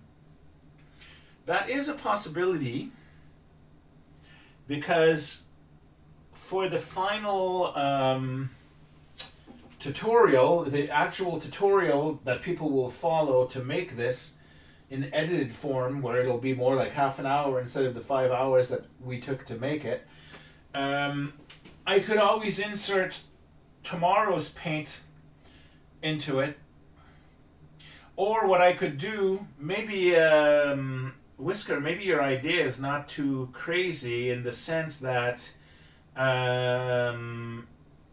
yeah. Here, let me put the camera at my face so I could at least talk to you guys in face to face instead of just staring at the thing here. If I do that, and then I sit. Aha! Do you guys see me now? Is it better? Yeah. Okay. So, yeah, no, I get it's blurry with that. Yeah, so Whisker said I should eat, which is a good idea because I haven't eaten yet, and it's, what time did we say it was? 10:15 now. 10:14. So that would be good, and I still have lots of things to prepare for tomorrow. And so if I'm brave enough to do another one of these 6-hour buildings for the large building, if I do it tomorrow, Whiskers, and everyone else who's listening, the idea of painting both at the same time is kind of smart in the sense that if this was tomorrow and I had this one next to me, which would be completely dry from 24 hours, when I get to this step for the other one, tomorrow's building, I'd have to wait for the next one to dry. So instead of doing that, I could paint this one tomorrow, and then you'd be able to see the painting technique at the end of the construction of the second one. And then when this is dry, another day later, I could film it for the tutorial and not necessarily have it live like that. Does that make sense? I think it does. Whisker, I think you really did a good plan there. So I want to thank everyone who came and visited and all the comments and all of that. I really do appreciate it. I still can't believe, like I said in the beginning, that it's been 20 years since, to this day, since we were at Celebration for the first time. I don't want to get into too many stories because I want to kind of keep that for Thursday's Zoom watch party where we watch all together the documentary of the lost footage and then talk about it after and then tell you about all of the things I remember or answer your questions or whatnot. So I want to keep all these sort of like things that I have in the back of my head for that. Yeah, so yeah, I think I'm going to take your advice, and I'm looking at myself in the delay, and I'm talking a lot with my hands. I should like keep them under my pants or something. I remember when I was young, someone kept telling me that, like, you talk a lot with your hands and stuff, and I go like, really? And I used to pull my shirt all the time, which used to bug my friend Natalie. Her mother like just hated all this. She would like look at me like wanting to like slap me saying, stop doing that, stop doing that. Okay, well, I'm going to recharge the camera then and all that, and I'm going to stop the live feed, and I'm going to go eat, and then I'm going to try to go to bed early, and tomorrow I'm going to prep the graphics and all the stuff like that for the day 2 footage for the dioramaworkshop.com. Day 1 is there already. If you go look at it, there's over 80 photos from what happened 20 years ago today. And so then tomorrow will be what happened 20 years ago tomorrow, which will be today of tomorrow. Here I am, I'm feeling my hands move again as I'm going in circles.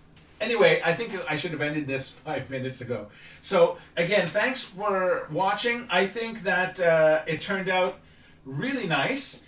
Once it's dry, it'll be really cool to be able to paint it and stuff like that. So we'll do the large house tomorrow, which was the 10 or the 12 by 24, and then different things like that. I might look at a reference from the movie set and try to match something that looks kind of like that with 2 domes or something. There's already more domes than I expected on this one, but anyhow. I'm getting self-conscious about it now. It's crazy. Okay, well, thanks again. I'm logging out now, and I'll see you guys tomorrow, okay? Thank you. Thanks, Whiskers.